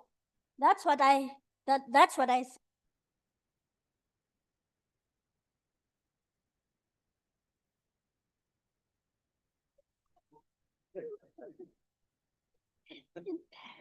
In terms of the zeros and things that we see there, whenever we have elections, we pick up challenges that we address there, making noise there during the electoral period. After elections is gone, we park it, we forget about it. And those issues are the real, very issues that we have issues or problems with. It's challenges. Now we had, in terms of the paper trail that Mr. Kurasha mentioned about, it was the court said, amend and put it in. We never did. That's long ago. We wouldn't have said with that going back to the crosses and have spoiled ballots, which is more than the other ballot papers. So thank you very much. At times you are put there in the mirror and your clothes are, removed one by one. You think you are doing good in one of the things, but you are neglecting another part. And that is what is happening. So there are many, I was joking down here in terms of the diaspora votes and things. What they did not inform you is that you only vote for presidential during the diaspora vote, but not for the constituencies. So there is a mismatch. So I think that all of us probably needs to amend our electoral laws to accommodate the absent matters that needs to be addressed. But for the other countries who are addressing the subject matters that needs to be addressed, congratulations. But moving forward, as times are changing, you must be able to amend your electoral laws. Because nowadays, Gen Zs and those ones are coming with new things that was not done previously. I submit. Thank you, the Chief Whip for SWAPO, for admitting the challenges, the deficits that we have. We move on to Mozambique and then South Africa. Thank you. Bom, uma vez que somos vizinhos aqui, vou falar pouco sobre a informação que acabamos de receber. Saudar a equipa que fez trabalho de levantamento de dados e trazer esse resultado aqui. Eu também vou aproveitar e colocar as minhas preocupações e dúvidas. Queria saber a transparência da equipa que fez o trabalho em relação aos acontecimentos lá. Porque para Moçambique tudo é negativo. Isto pode levar à conclusão de que a conclusão de que o governo que está em Moçambique é ilegal. Pode merecer ser mudado. É isto. E isto pode levar também à violência de amanhã. Porque se incentivamos a oposição ou aquele que não ganhou, de que isto que existe aqui, em termos de pontuação, é 0. Então, o governo é ilegal. Tem que ser mudado. Então, eu queria chamar a atenção nesse aspecto. E também duvido se o levantamento feito foi abrangente ou não. O país é grande. Como é que chegaram à conclusão de que isto aqui, o resultado final é este? A avaliação é 2. A avaliação é 0. Como é que chegaram a essa conclusão rapidamente, em pouco tempo? Sem ter abrangido todo o país. Até nas aldeias, povoações de base. E saúdo a equipa porque fez o levantamento que ajuda para debater. Noutra reunião que tivemos aqui, ainda este ano, eu coloquei a preocupação de que a informação que estava sendo dada naquele tempo não incluía nossos países. Exatamente para termos possibilidade de analisar o que é que se passa nos nossos países. Há outros países que não apareceram aqui e pode sentir-se de que não tem culpa nenhuma. Tudo está bem. Mas pode existir casos que na pontuação Moçambique pode ser melhor. É que eu queria agradecer a equipa pelo facto de ter trazido essa informação e coloquei as minhas dúvidas na questão de transparência, da equipa que fez trabalho e também abrangência. Se levar a ponto único para depois entender que isto é uma ação nacional. Tudo isto é para evitar que nós podemos ser a razão de violências naquele país. Que será a SADC que se pronunciou e que Moçambique teve resultado negativo. O governo que está lá é ilegal. Sendo ilegal, o que é que pode acontecer? Muito obrigado. Muito obrigado. You're shooting the messenger. It's all right. Let's move on to South Africa. Thank you, Chairperson. Let me also express my appreciation from the presenter. Indeed, it is an eye-opener, and we are looking forward to have a comprehensive picture in terms of our 15-member state. That's one area that I thought maybe I must sponsor. That's an area probably to also source the view from the assessors, obviously in terms of the base document upon which this presentation is made. A specific issue that I suspect might need an attention is the view of this assessors, or let's say the IEC, on the paying attention to the rise of right-wing political parties that are mainly based on race or racism, let's say racism, ethnicity, but also the rise of parties that necessarily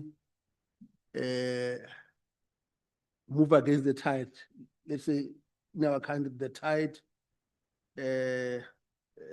against the national question, the national identity, the national question, nation building, which to a larger degree, many of the former liberation movement in the southern region will jealously guard against, you see. But more than that, the rise of parties that are apologists of former colonizers and former oppressors, because the dilemma is always to protect our freedom and jealously guard against any attempt to reverse the gains, you see. So I think it's an area that is political, but I think it's an area that needs attention because the difficulty is the politics that the politics of demagoguery, populism, which plays at the vulnerability of our communities because of the triple challenges around poverty, unemployment, and inequality. You then see the rise of parties that are strictly racist in nature. I think it's an area that I suspect maybe we need to also look into, because in the southern region, obviously, there will be those parties that will jealously guard against the reversing or the reversals of where we come from. Thank you. Thank you. Finally, we have DRC.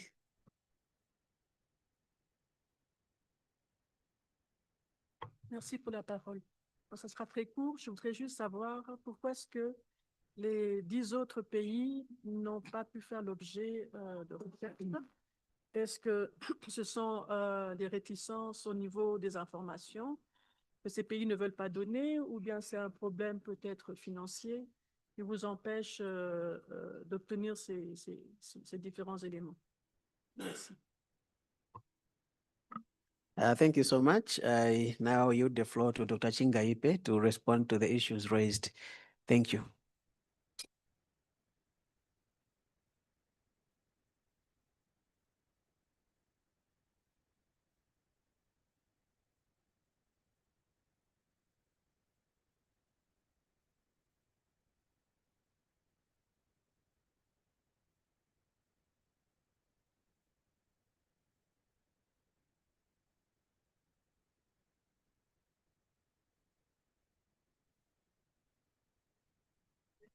That have raised questions and made comments on this. I just want to assure you that the approach we have taken is we're trying to be as objective and as reasonable as we can be. So let me speak to a few issues very quickly before you give me chocolates. Autonomy of the election management body. I agree with you. This is one of the most annoyingly difficult institutional issues we have to deal with in the governance space.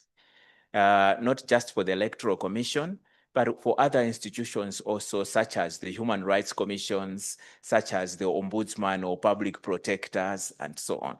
It's always difficult.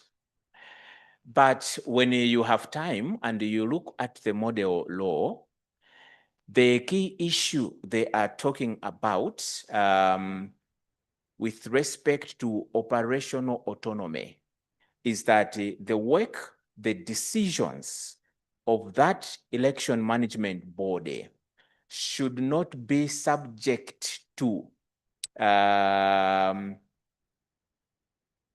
people who have interests. So the government is always interested in elections because they want to know, are we still here or we are out at the next election? Yeah. So you can't subject your operational work as an independent electoral commission to those. That's operational autonomy. And we do find that in many jurisdictions, it is reasonably good. Reasonably good. There is also a growing understanding, yeah, that the Electoral Commission should be understood in very technical terms. And I don't know how best I can put this across without confusing people. It should be understood in very technical terms as an institution of the state and less as a government institution. Because a government institution will go with the policies and everything of the government of the day, and so it can become partisan. But as a state institution, you are something larger, you protect something larger, you are for everyone in the territory of that state. So that's the understanding. In some jurisdictions, the design of the election management body and the practices still want to keep their electoral management bodies as departments of the government. Because we know we have models. We have the independent model, like the one South Africa does, but we also have partisan models, like the one Malawi does. In some jurisdictions, they actually have a government model, where the Electoral Commission is a department of government. So this has implications on what kind of autonomy can you actually expect. So for the more independent commissions, the observation is that they become vulnerable to manipulation, potential interference by the executive when it comes to money. Because the commission does not collect taxes, does not mobilize resources on its own. It is done by the Ministry of Finance through the revenue authorities and so on, and they have a budget that is allocated to them.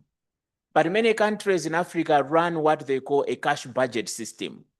You only get part of your budget depending on how much the Minister of Finance has collected. And that becomes a problem when there is no financial protection for the Electoral Commission. Because you will need to do a by-election in a constituency where the government is not popular or the governing party is not popular.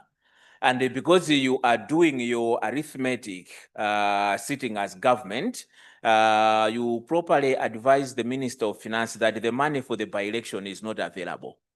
Because your interests are better saved when that constituency is still vacant than when it is filled. But that impacts on rights to representation and so on and so forth. So it is those kinds of things. So the commission can never be financially autonomous in the sense that it is raising its own money. No, it will always get money from the consolidated fund of the government. But what mechanisms are in place to guarantee that the commission will have the money when it needs the money? Because what we are seeing on that aspect across the countries we have seen is that there is funding during the election year for the Electoral Commission. And after the election, the funding to the commission goes down. Some just get salaries for people who are not doing work because the money for the work is not coming to the commission. It will come in the 4th year before the elections. So when do they do electoral reforms? When do they do all these other things that they need to do in between the elections? And that is vulnerable, yeah, or is subject to the whims in the executive branch. So that is the kind of financial autonomy. It's a guarantees and protection of the availability of money in between elections, because the whole region almost has adopted an electoral cycle approach to elections, not an event approach as we used to do a long time ago. People must be working towards the next polling. And there's a lot of work that has to be done. So that is the understanding, and that's the spirit reflected in the model law. Namibia made acknowledgements, raised no question. Thank you very much, Namibia. Mozambique raised a number of questions and also concerns.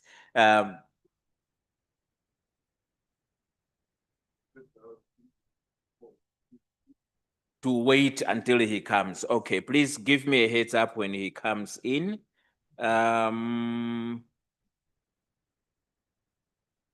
South Africa, populist politics, and probably the perspectives that the assessors may have.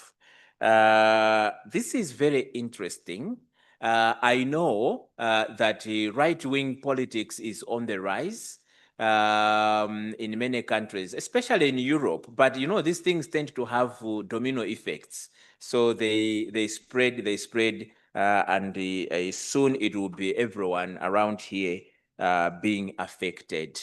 I agree with you. It's something to look out for, but also to think of reforms of the electoral system and maybe the entire political system so that it is ready to deal with these issues as they arise.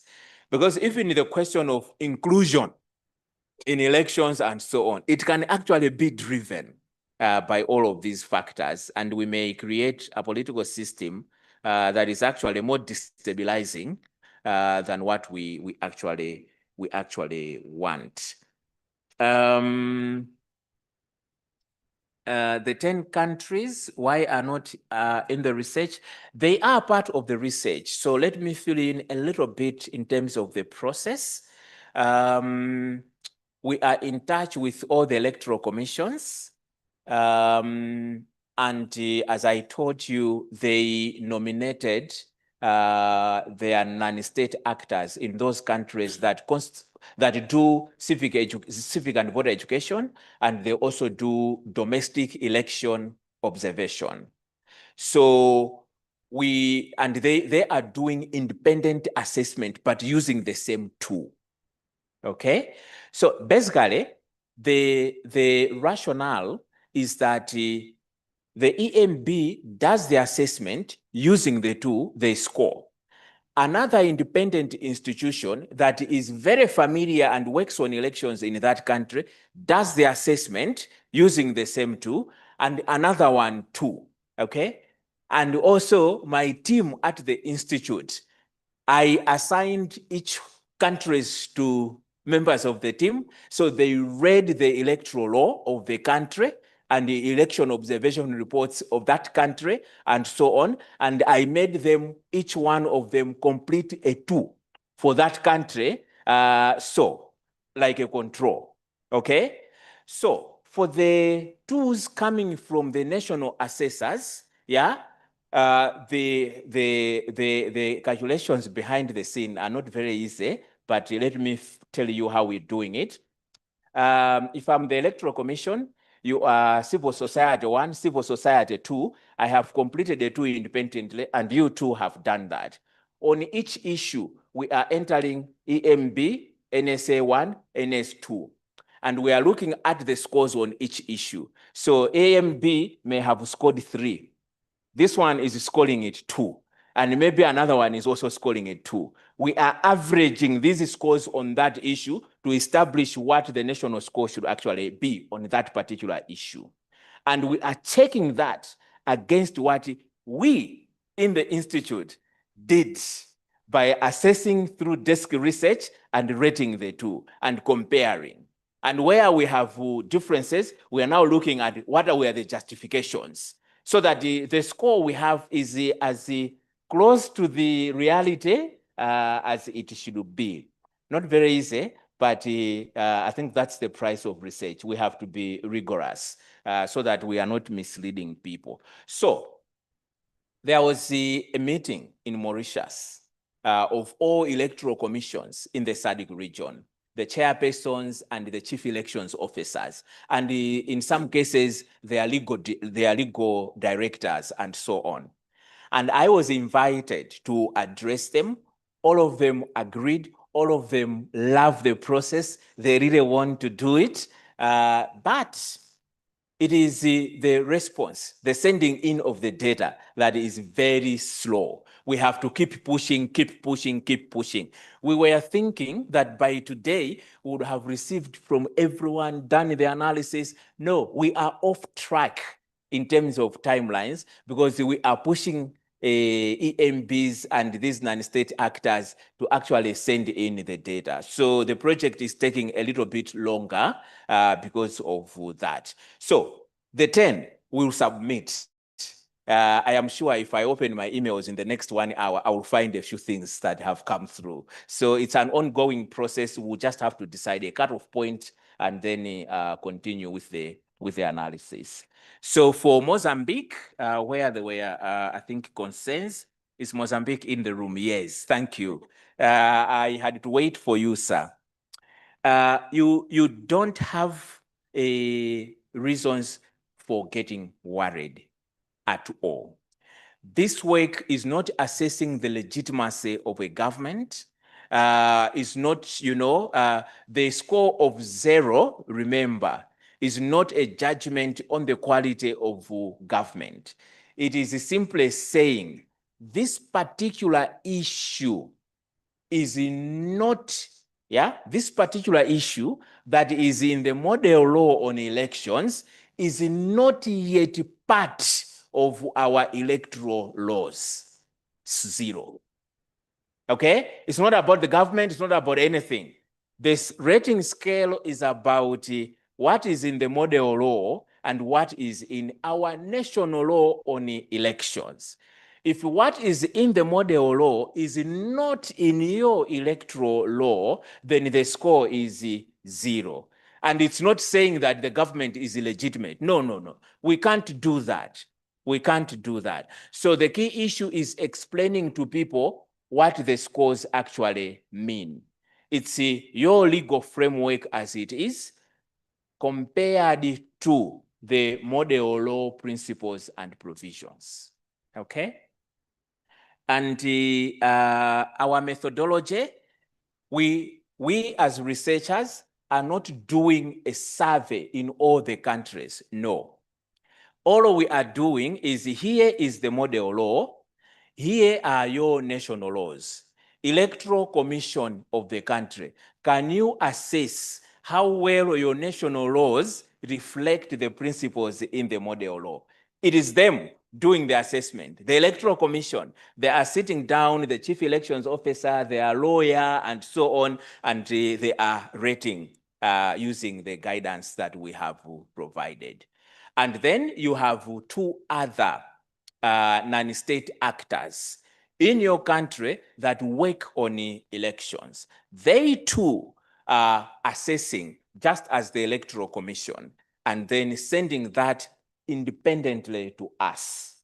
Okay? And then we are doing the consolidation to come up with the scores that will go in the report that will become public later. Caution, at this stage, when you discuss this, can you treat this as in-house? Because the process is ongoing. We've just given you, shall we call it privileged information, but it's because we want you to understand. But there is no report yet. There is no report. I have a working draft, but it's not even seen by anyone. Yeah? Not even SADC ECF. They just know we are doing this, but they have not seen the figures and everything and so on. But I just presented them for you to appreciate the kind of thinking, the kind of analysis that we're trying to do. So that was the last one, Chair. If you allow me, I can stop there. Thank you so much. Thank you so much, Dr. Chingaipe. I think you may proceed to give us a second presentation. Chair, I beg to, Yes. yeah. Honorable members, thank you very much. And the last point he raised is what I was going to highlight. What we decided to do, honorable members, because we have said we are going to focus over the next 2 years on domestication. We are also trying to grow that capacity to do domestication. And the domestication, remember, is for the model law on elections, its provisions. And so when you look at the presentation that was made, is largely confirmation in terms of the provisions of the model law being found in the provisions of national legislation. And for that reason, as he said, what we definitely are not doing is a democratic performance. Because as we said, the model law as a percentage of, or even your national law, as a percentage of total laws you have in the country, it's a drop in the ocean. But because we said, yeah, the political leaders that are going to lead the region in terms of driving the domestication, we want you to have information as capacity building so that you can start the conversations. I know of certain countries where practice is already ahead of what is in the law, for instance. And that it will not necessarily be captured in the survey, but the intention must not be lost. What we are trying to do is not to rank countries, but to focus on the themes. So when you remember when I was asking Honorable from South Africa to say, what are the 3 things that you mentioned? And he had said the issue of misinformation, declining voter participation, and the issue of polarization. We can then be able to group issues by themes and say, really, these are the emerging areas where we may need to pay attention to, and less about where is the country. For the record, some of the changes that happened in the countries have nothing to do with the model law because they predate the model law. But we are simply saying, now that the model law is there, to what extent are we complying and where are the gaps? So for me, the focus would be, Dr. Chingaipe, I want to engage with the national processes in my country, be able to either ask a question or move a motion. Can we go and look at sorry, the data that actually is present at national level? We look at the model law, reconfirm the status, and you then trigger parliamentary action. When we come back, I want the honorable members to be reporting to say, actually, we found that practice was already ahead of what the law is. And I can tell you without fear of contradiction, for instance, for Namibia, in terms of access to the public media, what the law provides is lower than the practice on the ground. For instance, I'm just giving it as an example. But like you said, we leveraged on the partnerships to let you in so that you are aware that you have assigned us to do domestication. We are doing something about it through partnerships. And why not benefit from what is emerging even before we have verified and finalized anything? So that context must be clear. We are not ranking, we are not assessing democracy. Elections, I said, are a branch of a tree. And the model law is just one of the main laws, but we are assessing the provisions of the model law. Thank you, Chair. Thanks, Director. So the next presentation, as I said, is basically on the brief on the domestication workshop that we had in Malawi some 3 weeks ago. And I know, Doc, you won't take more than 15 minutes because after your presentation, you have plenary and then we want to do elections. My position is at stake. I'm handing over today. And I know we are going to put this law into practice, the model law on elections, after the presentation. So thank you so much, Doc. You have the floor. Great. Thank you very much, Chairperson. I think after doing the main presentation, this one is a lighter one. This is a lighter one. It's just an overview of the process that took place in Malawi last month, at the end of last month, 29th and 30th of April. And SADC PF were kind enough to ask me to facilitate the workshop and to do the workshop report. And the idea here is just to share the experiences of that national engagement on the question of the model law on the elections. So I will be sharing insights and the strategic reforms proposed by the workshop participants in Malawi, most of whom were members of parliament. The chairperson here was part of that workshop. We also had the ombudsman, we had the Malawi Human Rights Commission, and other civil society actors, but the majority were members of parliament. So in terms of what I want to speak to, very basically, objectives of the national engagement on the model law on elections, the thematic issues that were covered in the Malawi workshop, and then the workshop methodology that we deployed, and then the workshop results, and then what came out as next steps and conclusions. So I understand that earlier in the month, I think Lesotho went through the same process, yeah? And as you've heard from Mr. Kurasha, maybe all of you in your countries, you will have this activity happening, okay? So for those that have not done it, this will just provide you with the insights, lessons on how you can also do the process. So in terms of this presentation outline, I think this is what I spoke to. So what were the objectives of the engagement? Number one was to enhance stakeholder understanding of the provisions and the principles of the SADC model law on elections. Yeah. And I think this is important. Ordinarily, stakeholders will not on their own find the model law and be interested to read it. So you have to sort of bring them up to speed. Number two, to facilitate dialogue on the role of Parliament, working collaboratively with key electoral stakeholders in promoting electoral reforms and enhancing democratic governance in line with regional norms and standards.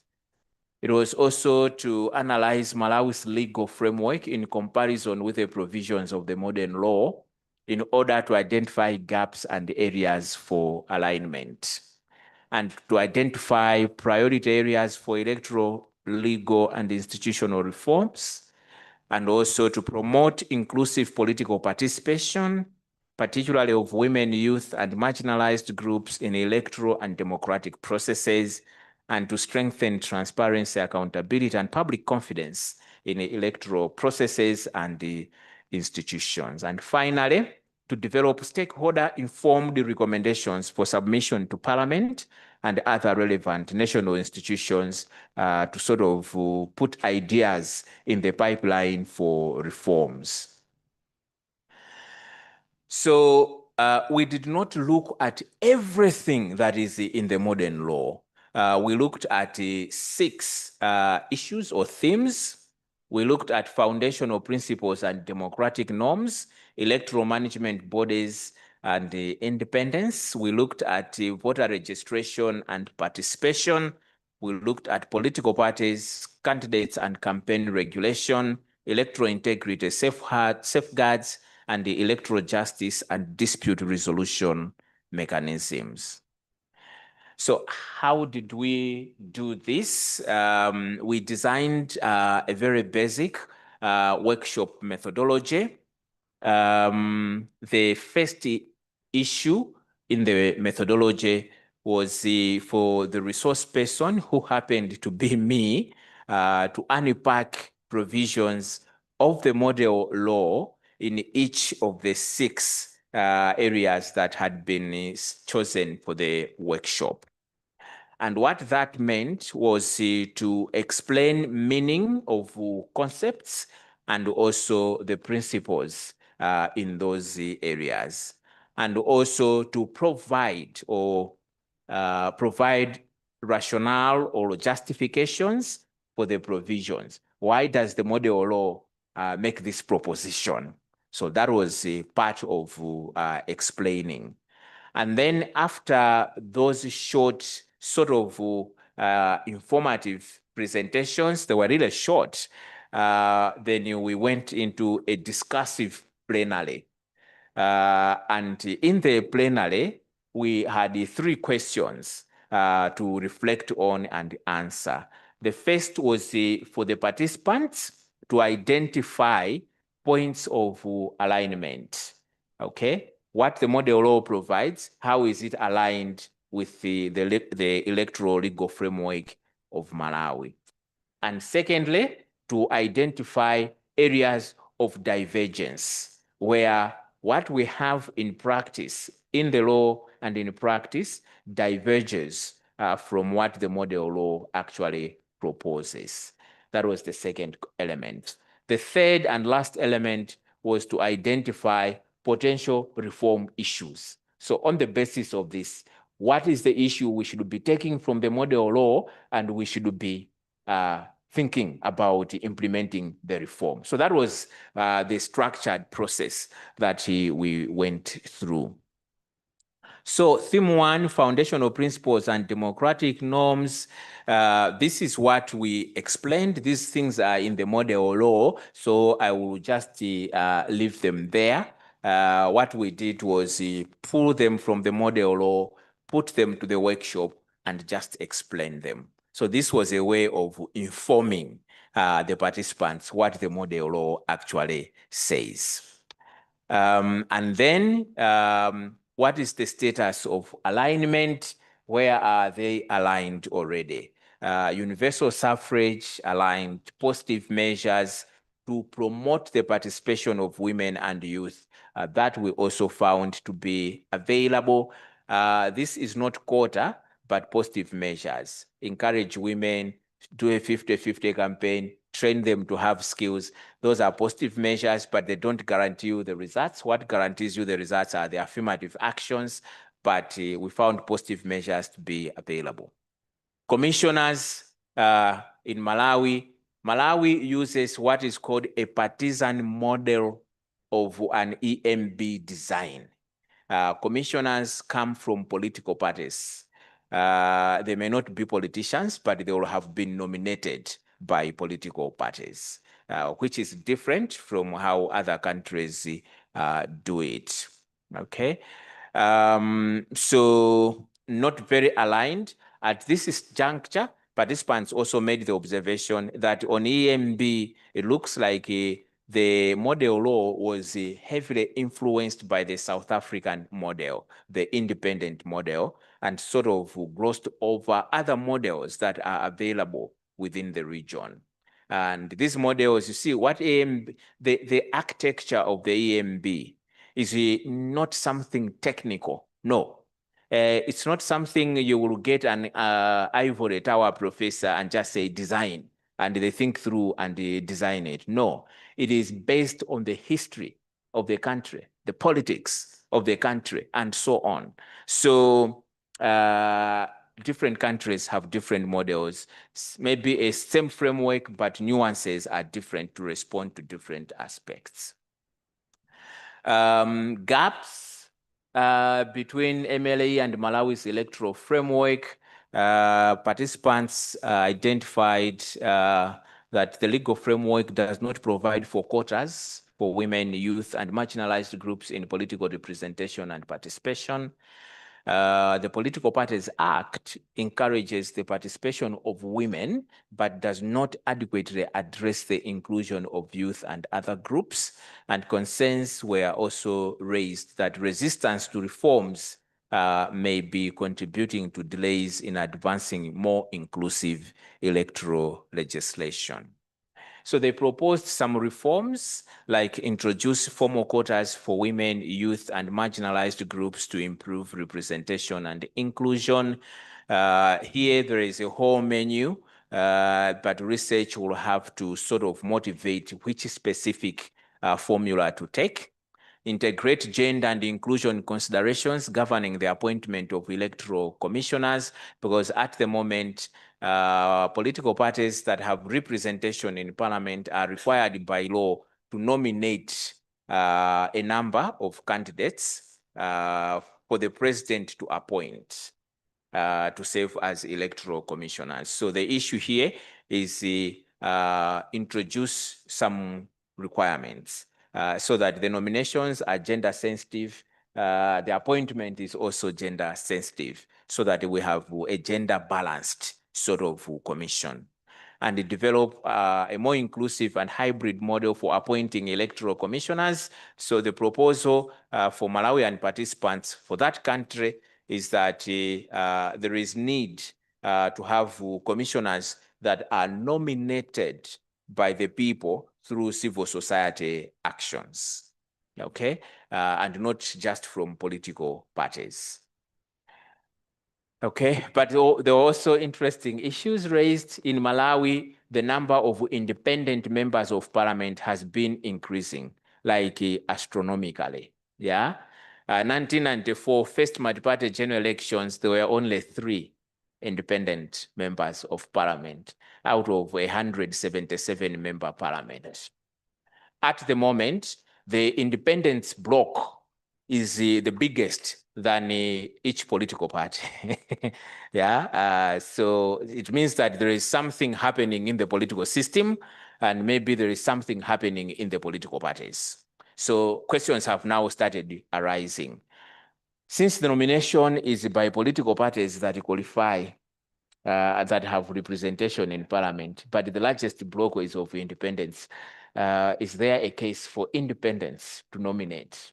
Okay, so questions are beginning to arise. So that's just general reflections. Theme 2, electoral management bodies. We unpacked these issues: independence and accountability of AMBs, institutional mandates and functions, professionalization of electoral administration. All of these are covered in the model law. We just explained them and what they mean. And then alignment, they actually found that our electoral framework and practices actually align with most of the elements on secondment of staff, security of persons, remuneration of commissioners, AMB staff, procurement and teaching processes, staff competency requirements, reporting lines of the EMB. The model law suggests that the EMB should report to Parliament. In Malawi, the EMB reports and answers to Parliament, but also reports to the President. To the President in his capacity or her capacity as head of state, and the accountability is on the overall delivery of the mandate of the Commission and not on the specifics. Appointment of EMB members, I've spoken to this, and then financial autonomy of the EMB, it was, a very serious and contentious issue, but they also, made the observation that it's not protected, and so on. Proposed reforms, financial autonomy of the Electoral Commission is on the agenda, and they are looking for a legal provision establishing a protected electoral fund. So we'll see how the politics of power and the politics of money will go, and whether the fund will be established, but they have taken that up. And then strengthening institutional independence, they are also making some suggestions in terms of reforms. On theme 3, voter registration and participation, this is what is in the model law, and this is what we explained. The sections you see are sections of the model law. Okay, that's where those things are provided. So we unpacked that. And then in terms of alignment, they found that there is a significant alignment in terms of voter registration processes, but our voter registration is periodic as we go towards the election. The model law is championing continuous voter registration, but our participants had views on this, because maybe political parties cannot sustain the momentum to monitor voter registration in the way the electoral law currently envisages and so on. Reforms, they make proposals. We don't have early voting. We don't have diaspora voting and so on. So they made recommendations to consider introduction of continuous voter registration systems. So in the end, because there were considerations, they made a recommendation for the Electoral Commission to do a feasibility assessment for continuous voter registration. Similarly, on the diaspora voting, people want it, especially for the presidential election, but our embassies are usually filled by political appointees of the ruling party. So questions are arising. So if they vote at these embassies, are you sure the votes for the opposition candidate will see the light of day? How do we ensure how many people will vote at which embassy? So there are all sorts of logistical and practical questions. So overall, ultimately, the recommendation is, can the Electoral Commission actually do a feasibility assessment of this and they present, if they had to do it, how would it be done, and convince the stakeholders to go with that, okay? On theme 4, parties, candidates, and campaign regulation, this is what is in the model law, and we unpacked for people to understand, and then later moved on to do the assessment in terms of status of alignment. So quite a number of things aligned with the model law. And in some cases, what we have in law and practice is higher or better than what the model law proposes. So alignment, those are things. But the gaps, this is where I want to sort of highlight. Malawi does not yet have a comprehensive campaign financing law. So the current provisions are isolated and they just focus on handouts. And so they are making that recommendation to reform the legal framework to introduce campaign financing law. Because at the moment, in the 2019 elections, on average, you needed about 40,000 US dollars to successfully campaign for a constituency seat. In 2025, estimates are significant. In Malawi Kwacha terms, ranging between 250 to 350 million. In dollar terms, it's significant, much more significant than it was in 2025. So people are saying, no, you can't have a political system that is driven by money. So we need to start thinking about this, and that's why they are thinking of campaign financing laws to cap it, because otherwise people like me will never run for political office because I can't have the money like he has. Okay, so that's something that came out from that process. Limited clarity on equitable and adequate access to media, especially public media. So again, some recommendations there. The legal framework lacks clear and consistent provisions on the duration and regulation of campaign periods, because the government, the ruling party, is always campaigning. From day one in government, they will be campaigning all through to the next election. Yeah. And then they also made observations on the model law itself in terms of the language that it uses, and in some cases, specific provisions that require improving. They also made the observation that the public funding of political parties in Malawi is proportional. But the model law requires equality and proportionality. And so they are agitating or making recommendations for a reform that includes the aspect of equality. All these things were unpacked before they developed this. Proposed reforms need to formulate distinguishing criteria that helps to identify campaign activities from government activities. Language on political participation should be strengthened and aligned with the Gender Equality Act. And then introduce targeted incentives for political parties to promote women's participation. So they had the interesting suggestions here, including the fact that a party that has there should be a variable part of the funding of political parties that qualify, so that political parties that have more women in parliament can get more money. That have more youth can get more money. That is an incentive that you will begin to, because political parties need the money anyway. So that was part of the compensations and recommendations. More proposed reforms, a need to explore a more equitable and transparent formula for political party funding. So, for example, they want every political party that has seats in the National Assembly to qualify for funding. At the moment, criteria excludes many political parties.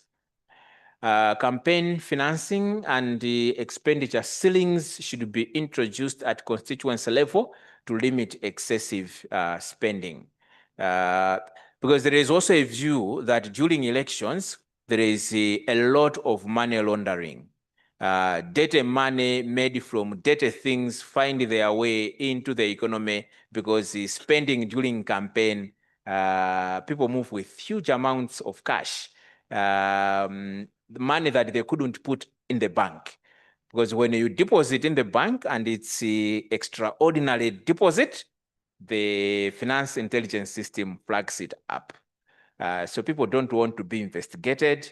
And so they keep all the money at home waiting for the 50th year when there will be elections, and they will put this money out there, collect it from there, and now they can take it to the bank. Because it's now clean, it's been laundered. Clarity is required to distinguish political party funding from campaign financing, and so on. And then on theme 5, this we explained as part of bringing them up to speed on model law. A lot of things are aligned on technology. The Electoral Commission is now empowered by law to introduce any technology, but of course the environment is technophobic. The counting of votes, this is in the model law, but it's also aligned with what we already have in practice. Results management framework largely mirrors the provision in the model law, and the legal framework provides for clear timelines for the announcement of results. First 7 days is presidential election results. The next 7 days, so which is 14 days after the polling closed, is for announcement of parliamentary results. And the next 7 days, which is 21 days after, is for announcement of local government results as the maximum cutoff points, but results can be released earlier when they are ready. Gaps, Malawi does not yet permit e-voting, so Angola should be an interesting case. I think Namibia too should be an interesting case. The legal framework does not explicitly regulate or provide detailed provisions regarding social media use in elections. And so we have a serious problem with the misinformation and disinformation. And there is a limited regulation of digital platforms. So the electoral law is behind. In terms of proposed reforms, strengthen the use of both manual and electronic systems because of technophobia, mistrust, and distrust about technology in elections. People want to have a dual framework. The manual system should be running. the electronic system should be running so that they can compensate for each other's weaknesses. Yeah, but it can buttress the legitimacy of electoral results and electoral outcomes. They want legislation to include provisions to protect electoral materials, state property, and so on, especially during the period when we are waiting for announcement of results, but also in the case where we may have a second round for the presidential election. They want that to be protected in law because there is an apparent sort of lacuna in terms of what could happen to certain things. And consideration should be given to developing clear legal frameworks addressing misinformation and disinformation. And lastly, on electoral justice, this is what we explained, and this was what they said in terms of alignment. The Electoral Commission sits as an electoral tribunal and performs certain quasi-judicial functions, and so the country does not yet see the need for establishing an electoral court, because if they don't agree with what the commission says, then they go to any high court, which then sits as an electoral court in that matter. But, and then the commission has an election dispute resolution mechanism, which also includes multi-party liaison committees, even though they seem to have some informality, and they would like the law to sort of formalize these things. Gaps, specialized electoral court, I've spoken to this, no clear legal provision allowing courts to extend or adjust timelines. In the model law, there is an issue about the law allowing courts to change timeframes, timelines, depending on the matter that is before them. This kind of provision in Malawi can't fly because the jurisprudence there is that courts cannot vary what the statute actually says. They can only interpret it, but they can't vary it. Yeah. So the model law says courts may be allowed, and that's the point they say. In our practice, it can't happen in terms of judicial practice. There was an election, was it 2014? On the last day, according to the law at that time, results had to be announced no later than the 8th day. And on the 8th day, at 10 p.m., yeah, 2 hours before the end of the day, we still had no results, and the matter was in court. And we were waiting for a judgment from the court. And the court came out around 11 and said, under the law, I hear your case. Electoral Commission, you want to extend to tomorrow. The law does not allow you. It says 8 days and it finishes at 12 midnight. I don't have the power as a judge to change the law. The interpretation is you have to announce results before and by 12 midnight today. And the commission had to announce the results that they had at that time. So the jurisprudence is so strict, it can't change. And it is that experience that later led to the amendment that we should have 7 days for the presidential election only, and then another 7 or within 7 days, presidential only, because the 8 days rule was for all the 3 elections, presidential, parliamentary, and local government within 8 days announced. It was impractical. It was impractical. So we created a process that staggers them because of that. Okay, and then of course, alternative dispute resolution mechanisms should be embedded in the law as a leeway. Proposed reforms introduce a parallel paper audit trail system. So manual and electronic go together. Train judicial officers, especially on the electoral cases and the electoral technology, because sometimes they are also at a loss. They don't understand these issues. The law should provide for clear statutory timelines for resolving electoral disputes. This is missing, and they want it because, as Kurasha said earlier, 2 weeks or just last month when we were doing the other workshop, a seat was declared. An election was nullified when someone has been sitting in parliament for 8 months or more. We don't know what will happen because, you know, when you become a member of parliament, you access a lot of money for car, for constituents and so on. Now he will go to the election and lose. So what happens? So all sorts of difficult issues. So if you have a time frame, you can resolve these disputes within a time frame so you don't cause too much downstream problems. I think, okay, no, I think this is repeating itself. This one I also spoke to. I am, yeah. Okay, general comments and reflections, really not much. The capacity of judicial officers in terms of training them, comparative experiences, of course, were shared, including those from Namibia. Stakeholders emphasized the need for well-managed transitional arrangements, especially when election results in change of government, and concerns were raised regarding the broader political environment, particularly the influence of tribal and identity-based politics, the polarization that South Africa was actually talking about. We also have our own version of that problem, okay? In terms of next steps, we do have a post-election review process that will commence soon or has just commenced.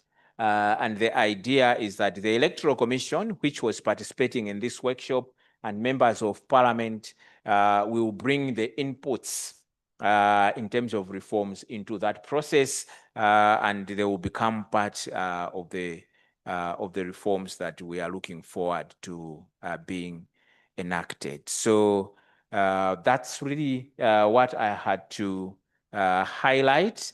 There is a full workshop report when Kurasha has finished editing my English, then it will become public. They will share it. Okay, great. Thank you very much, Chairperson. Thank you so much, Doc, for the wonderful presentation. Honorable members, this was really for information, just informing us what transpired in Malawi during the domestication workshop. I don't think it will attract much reactions from us. We are running short of time. In fact, if we delay, we may not find food in the restaurant as we speak. But we are done with the presentations. And I know the only item remaining is elections, which may not take more than 10 minutes. My proposal is let's quickly do the elections and we go. Because I know some are rushing.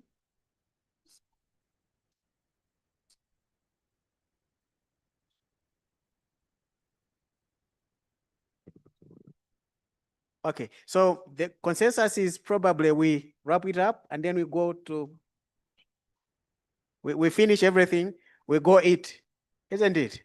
Yes, I agree. In fact, South Africa has already gone because it's actually flying. So yeah, it's gone. Can we quickly do the elections? I know M&E, you have an item? Yes, Honorable Chair. We have a CAP survey, which we can just project, and then probably honorable members could just go through it quickly, and then the rest of the stuff then we can discuss after that. Let me give you 5 minutes, and thereafter we have elections, and then we go. Yeah.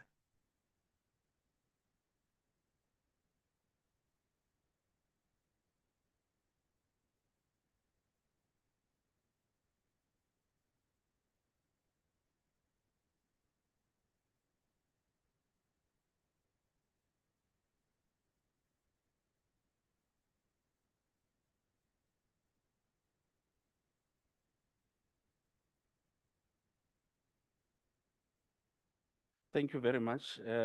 Honorable members, the CAP survey is actually shared on the screen. If you can kindly scan the QR code and then respond to the questions on the survey itself. Just to highlight that this survey will help us as SADC PF to actually identify knowledge gaps in terms of members of parliament so that we can be able to develop programs or capacity strengthening activities that are targeting those skills gap, and then also that are based on evidence from what the members of parliament are requiring that SADC should strengthen their capacity on. Thank you. I will be moving around trying to help members of parliament so that they can be able to log on, those who are having challenges as well. Thank you.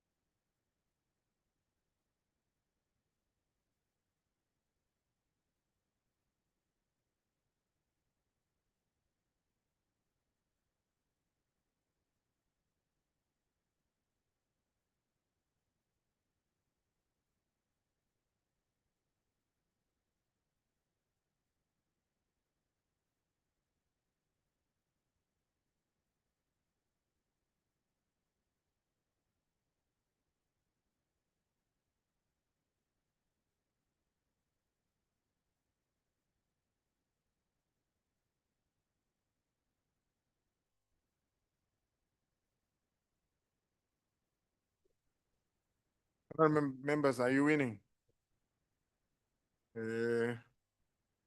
Because the inevitable will happen, you get there and there is no food. But then as we responding to the survey, Director, maybe you could take the floor and begin to explain to us on the election processes in terms of who is eligible, who is not, so that when we are done, we go straight to voting. We won't be confused. We do multitasking. No, thank you, Chair. I think it's a pragmatic proposal because I hate to be the person to look at people who are hungry and so honorable members, okay, you don't need the. Yeah, okay, no, that's cool. No, that's fine. Okay, thanks, Jacob. Honorable members, we, in terms of the constitution and the rules of procedure, the current chairpersons who were elected 2 years back, his tenure has ended with this at this plenary, the committee session, and we should therefore they should retire by rotation, and we must elect the next set of leaders who must lead us for the next 2 years, 2006 to 2008. Once elected, the chairperson has the responsibility of presiding over all the meetings of the committee, including tabling the committee's reports to plenary. And in the absence of the chair, the vice takes over the role. In the unlikely event that both are not there, the committee will designate a member. Then in terms of rotation principle, the Article 15, sub-Article 3 of the Constitution requires that the countries that have held chairpersonship and vice chairpersonship will retire by rotation, which means the member parliament with members serving in this position will be ineligible for re-election in the immediate subsequent term. This rule has been further refined by practice in terms of Rule 43, sub-Rule 2F and G of the Rules of Procedure, which relates to the president and vice president and now is applicable to the chairpersons and vice chairpersons of standing committee, namely that a national parliament that has previously held the position of chairperson or vice chairperson is ineligible until the rotation cycle is complete. The intention to give all parliaments an equal opportunity to exercise leadership responsibility. In addition, there is gender principle, which requires that when the chair is female, the vice is male and vice versa. Then in terms of procedure, we will request for nominations from the eligible countries. If we have only one candidate, that candidate is declared as the winner. If we have two, we must vote. One member, one vote. When there's a tie, the chairperson has a casting vote. Honorable members, in terms of the schedule of eligibility for the DGHR committee, the eligible countries, we have two eligible countries for the position of chairperson, namely DRC and Lesotho. In terms of the vice chairperson, 4 countries are eligible: DRC, Mauritius, Seychelles, and Tanzania. In this regard, the honorable members, I wish to proceed to seek your concurrence, proceed and conduct the elections, unless if you allow me to invite the chairperson, the outgoing chairperson, to deliver his final remarks. He has no appetite for speechifying, and as such, we shall proceed deep to dive into it. I will request for nominations for the position of chairperson. Honorable members, are there any nominations for the position of chairperson? You indicate by raising your country flag and nominate a member for the position of chairperson. Zimbabwe. Lesotho. Zimbabwe is proposing the candidature of Lesotho for the position of chairperson. Is that position seconded? Is there a seconder? I see Namibia. So in terms of the procedures, we have so far one candidate on the ballot paper. Honorable members, are there any further nominations? DRC?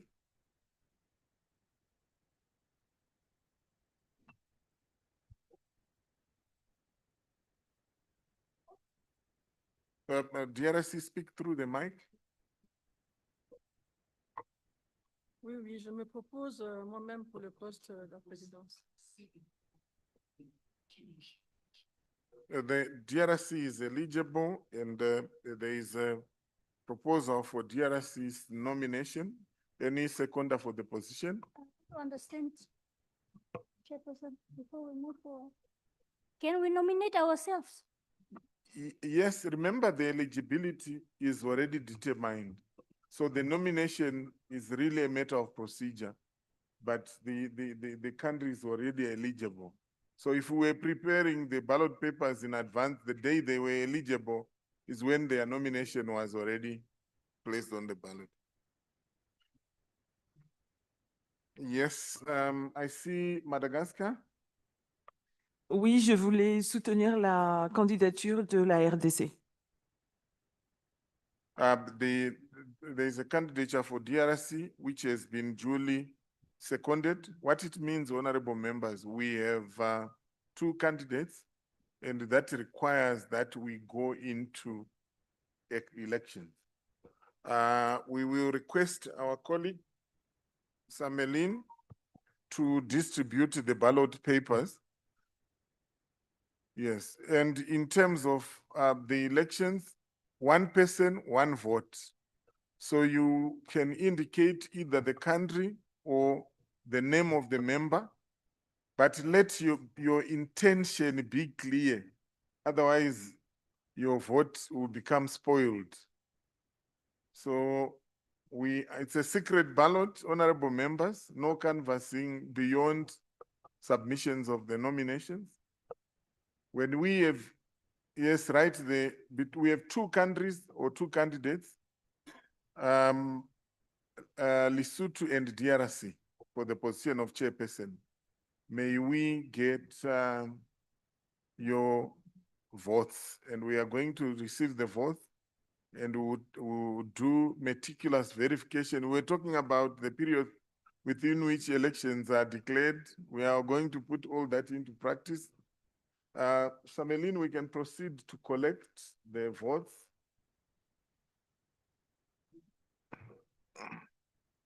And we will quickly tally.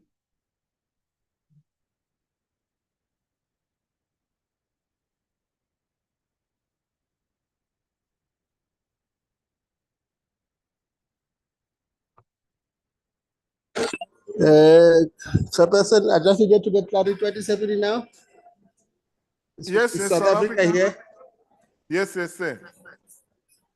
I needed to get clarity 2070 now.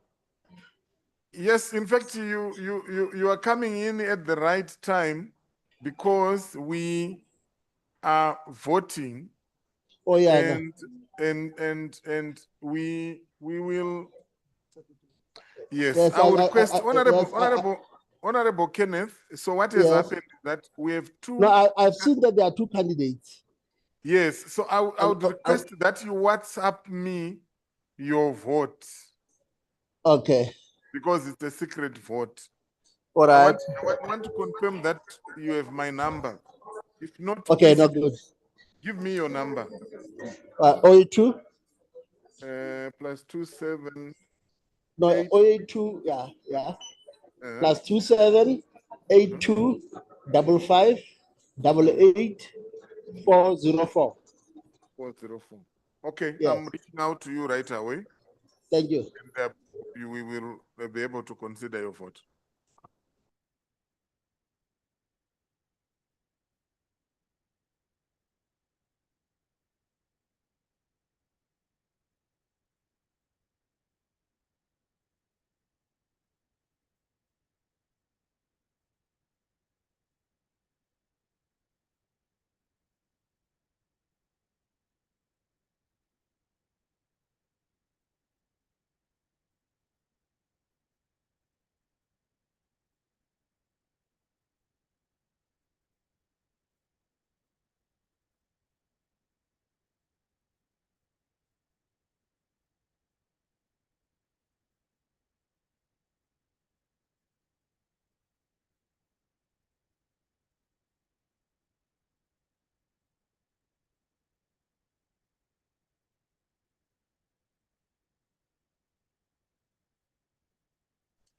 I'm still waiting, Mr. Kurasha.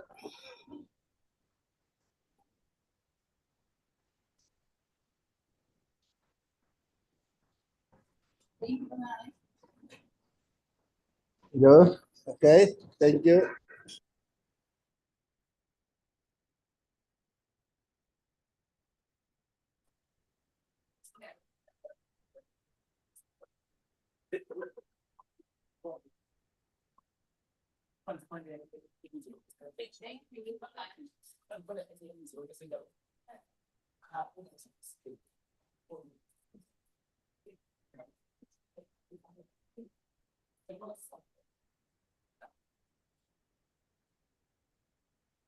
Particulars verification.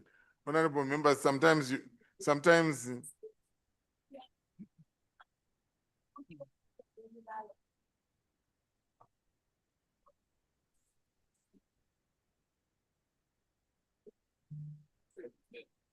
we don't understand what will be happening with the Electoral Commission. Please, you have now you have a glimpse of how difficult this job is.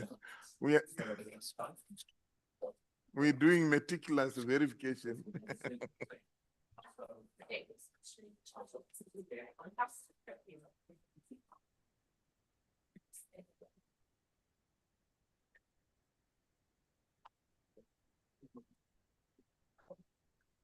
Thank you very much, honorable members. In terms of the election, we had 12 candidates eligible, and all the ballots were valid. None was spoiled, and out of those, Lesotho got 8 votes and DRC got 4 votes. Accordingly, the candidate from Lesotho is duly declared the chairperson for the period 2026 to 2028. Congratulations, Lesotho. Honorable members. Chair, you can come here as I hand over the chairmanship to you. Not yet. I'm still, the returning officer is still presiding. Right. We are going to elect the vice chairperson, and the eligible countries are Mauritius, DRC, Mauritius, Seychelles, and Tanzania. And also, may I remind honorable members that in terms of gender requirement, because we have a male as chair, only a female is eligible as vice. And may I receive nominations now? I see Tanzania. Seychelles. We have a nomination from Seychelles. Any seconder for the candidate from Seychelles? Namibia. Speak through the microphone. I'm seconding the nomination for Seychelles. I have Chair, please confirm if there's a male president and the vice president should be a female, right? No? Is it mandatory or? Indeed, in terms of the rules, Yes. we Okay. need gender balance. Good. If the chairperson is female, the vice must be male and vice versa. Right. I have a candidate from Seychelles, duly seconded, and we are putting on the ballot paper. Are there any further nominations for the candidate of vice chairperson for the committee?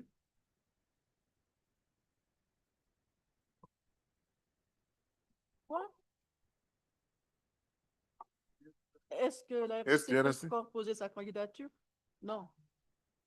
À partir du moment où on a déjà posé sa candidature pour la présidence, on ne peut pas poser sa candidature pour la vice. Une question? Thank you, DRC. Indeed, there is nothing to preclude you from proposing anyone from proposing the candidature of DRC because they are eligible for that position and they are currently not the chairperson.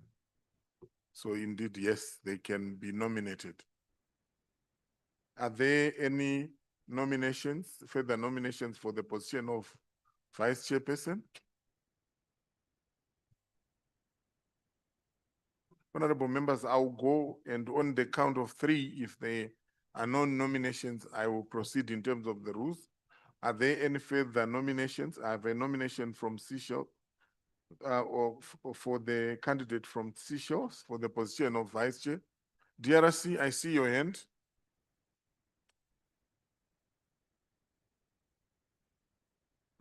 Je pose ma candidature, encore une fois, pour la vice-présidence.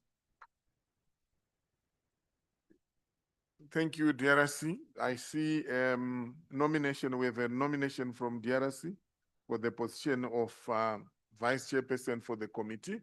Any seconder for that nomination for DRC?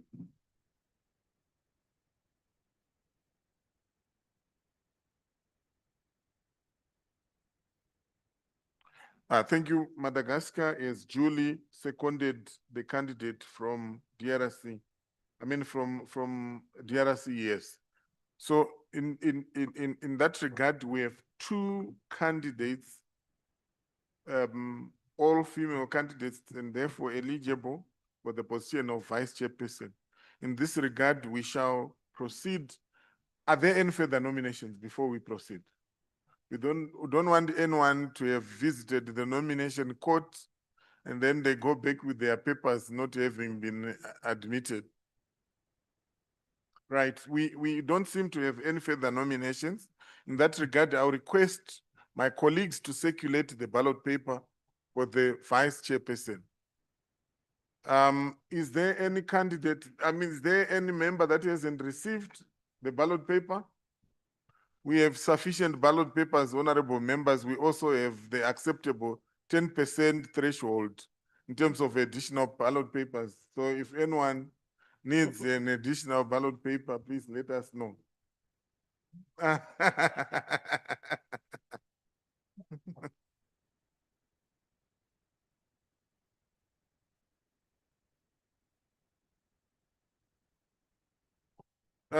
Honorable Maimang, please use the usual platform to indicate your preference in terms of the candidates. Yeah, even the. Thank you, Mr. Kurasha. I've done that. Thank you. So honorable members, I wish to confirm that even diaspora voters have submitted and posted the.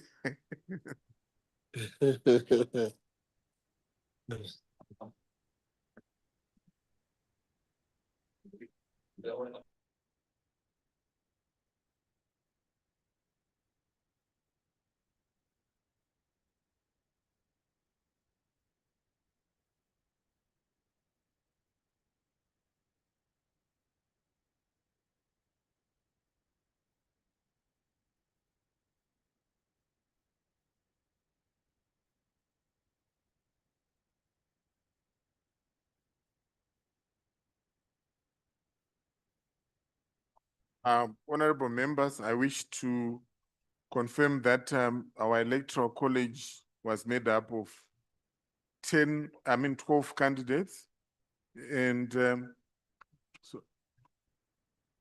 no, electoral college was made up of 12 members, and all the ballots received are valid ballots.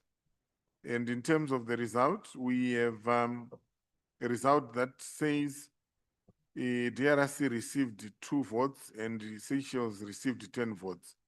Accordingly, in terms of the constitution and the rules of procedure, I declare the candidate from Seychelles duly elected as vice chairperson for the period 2026 to 2028.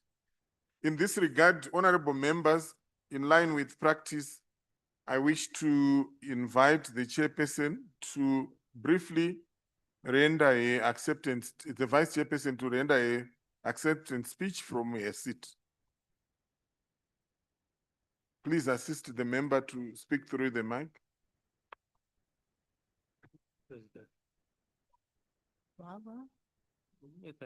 Okay.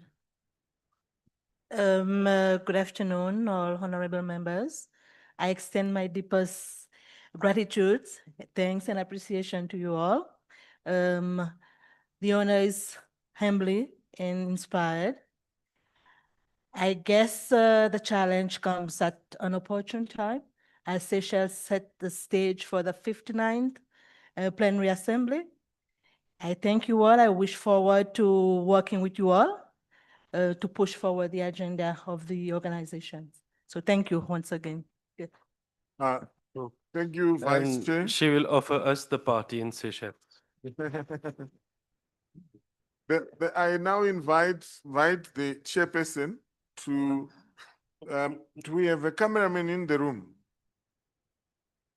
We're going to request, we forgot already with the vice chairpersons, they should have shaken hands as they hand over to each other. Maybe you can do that. I mean, it's, yes. We invite the chairperson, vice chairpersons to use the stage to have a Kodak moment and ensure smooth and peaceful transfer of power.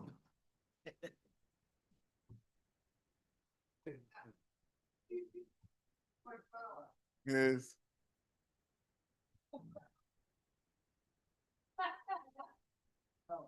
Right.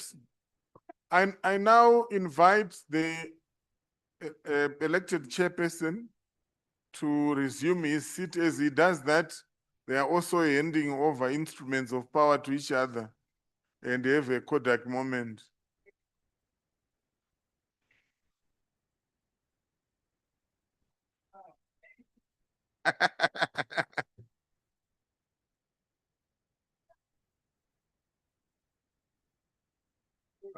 We invite the chairperson to take over the process, say his acceptance speech and declare the meeting officially closed. Thank you, Crusher. Thank you, honorable members. Thank you, everyone. I highly appreciate your vote of confidence to the two of us as the new incoming office bearers in the chairmanship. And we hope to get your utmost support as the leadership of the committee from now onwards moving forward. I don't have much liberty of time to say a lot since we may be running out of food in the restaurant. So I want to keep my speech that brief. And in so saying, this meeting is declared closed, ended. We are going to be meeting, we are going to be definitely going to be meeting in Seychelles and hope to see all of you all in your healthy status. Thank you. We have 5 minutes to go to the restaurant. They've been kind enough, so let's proceed to the restaurant.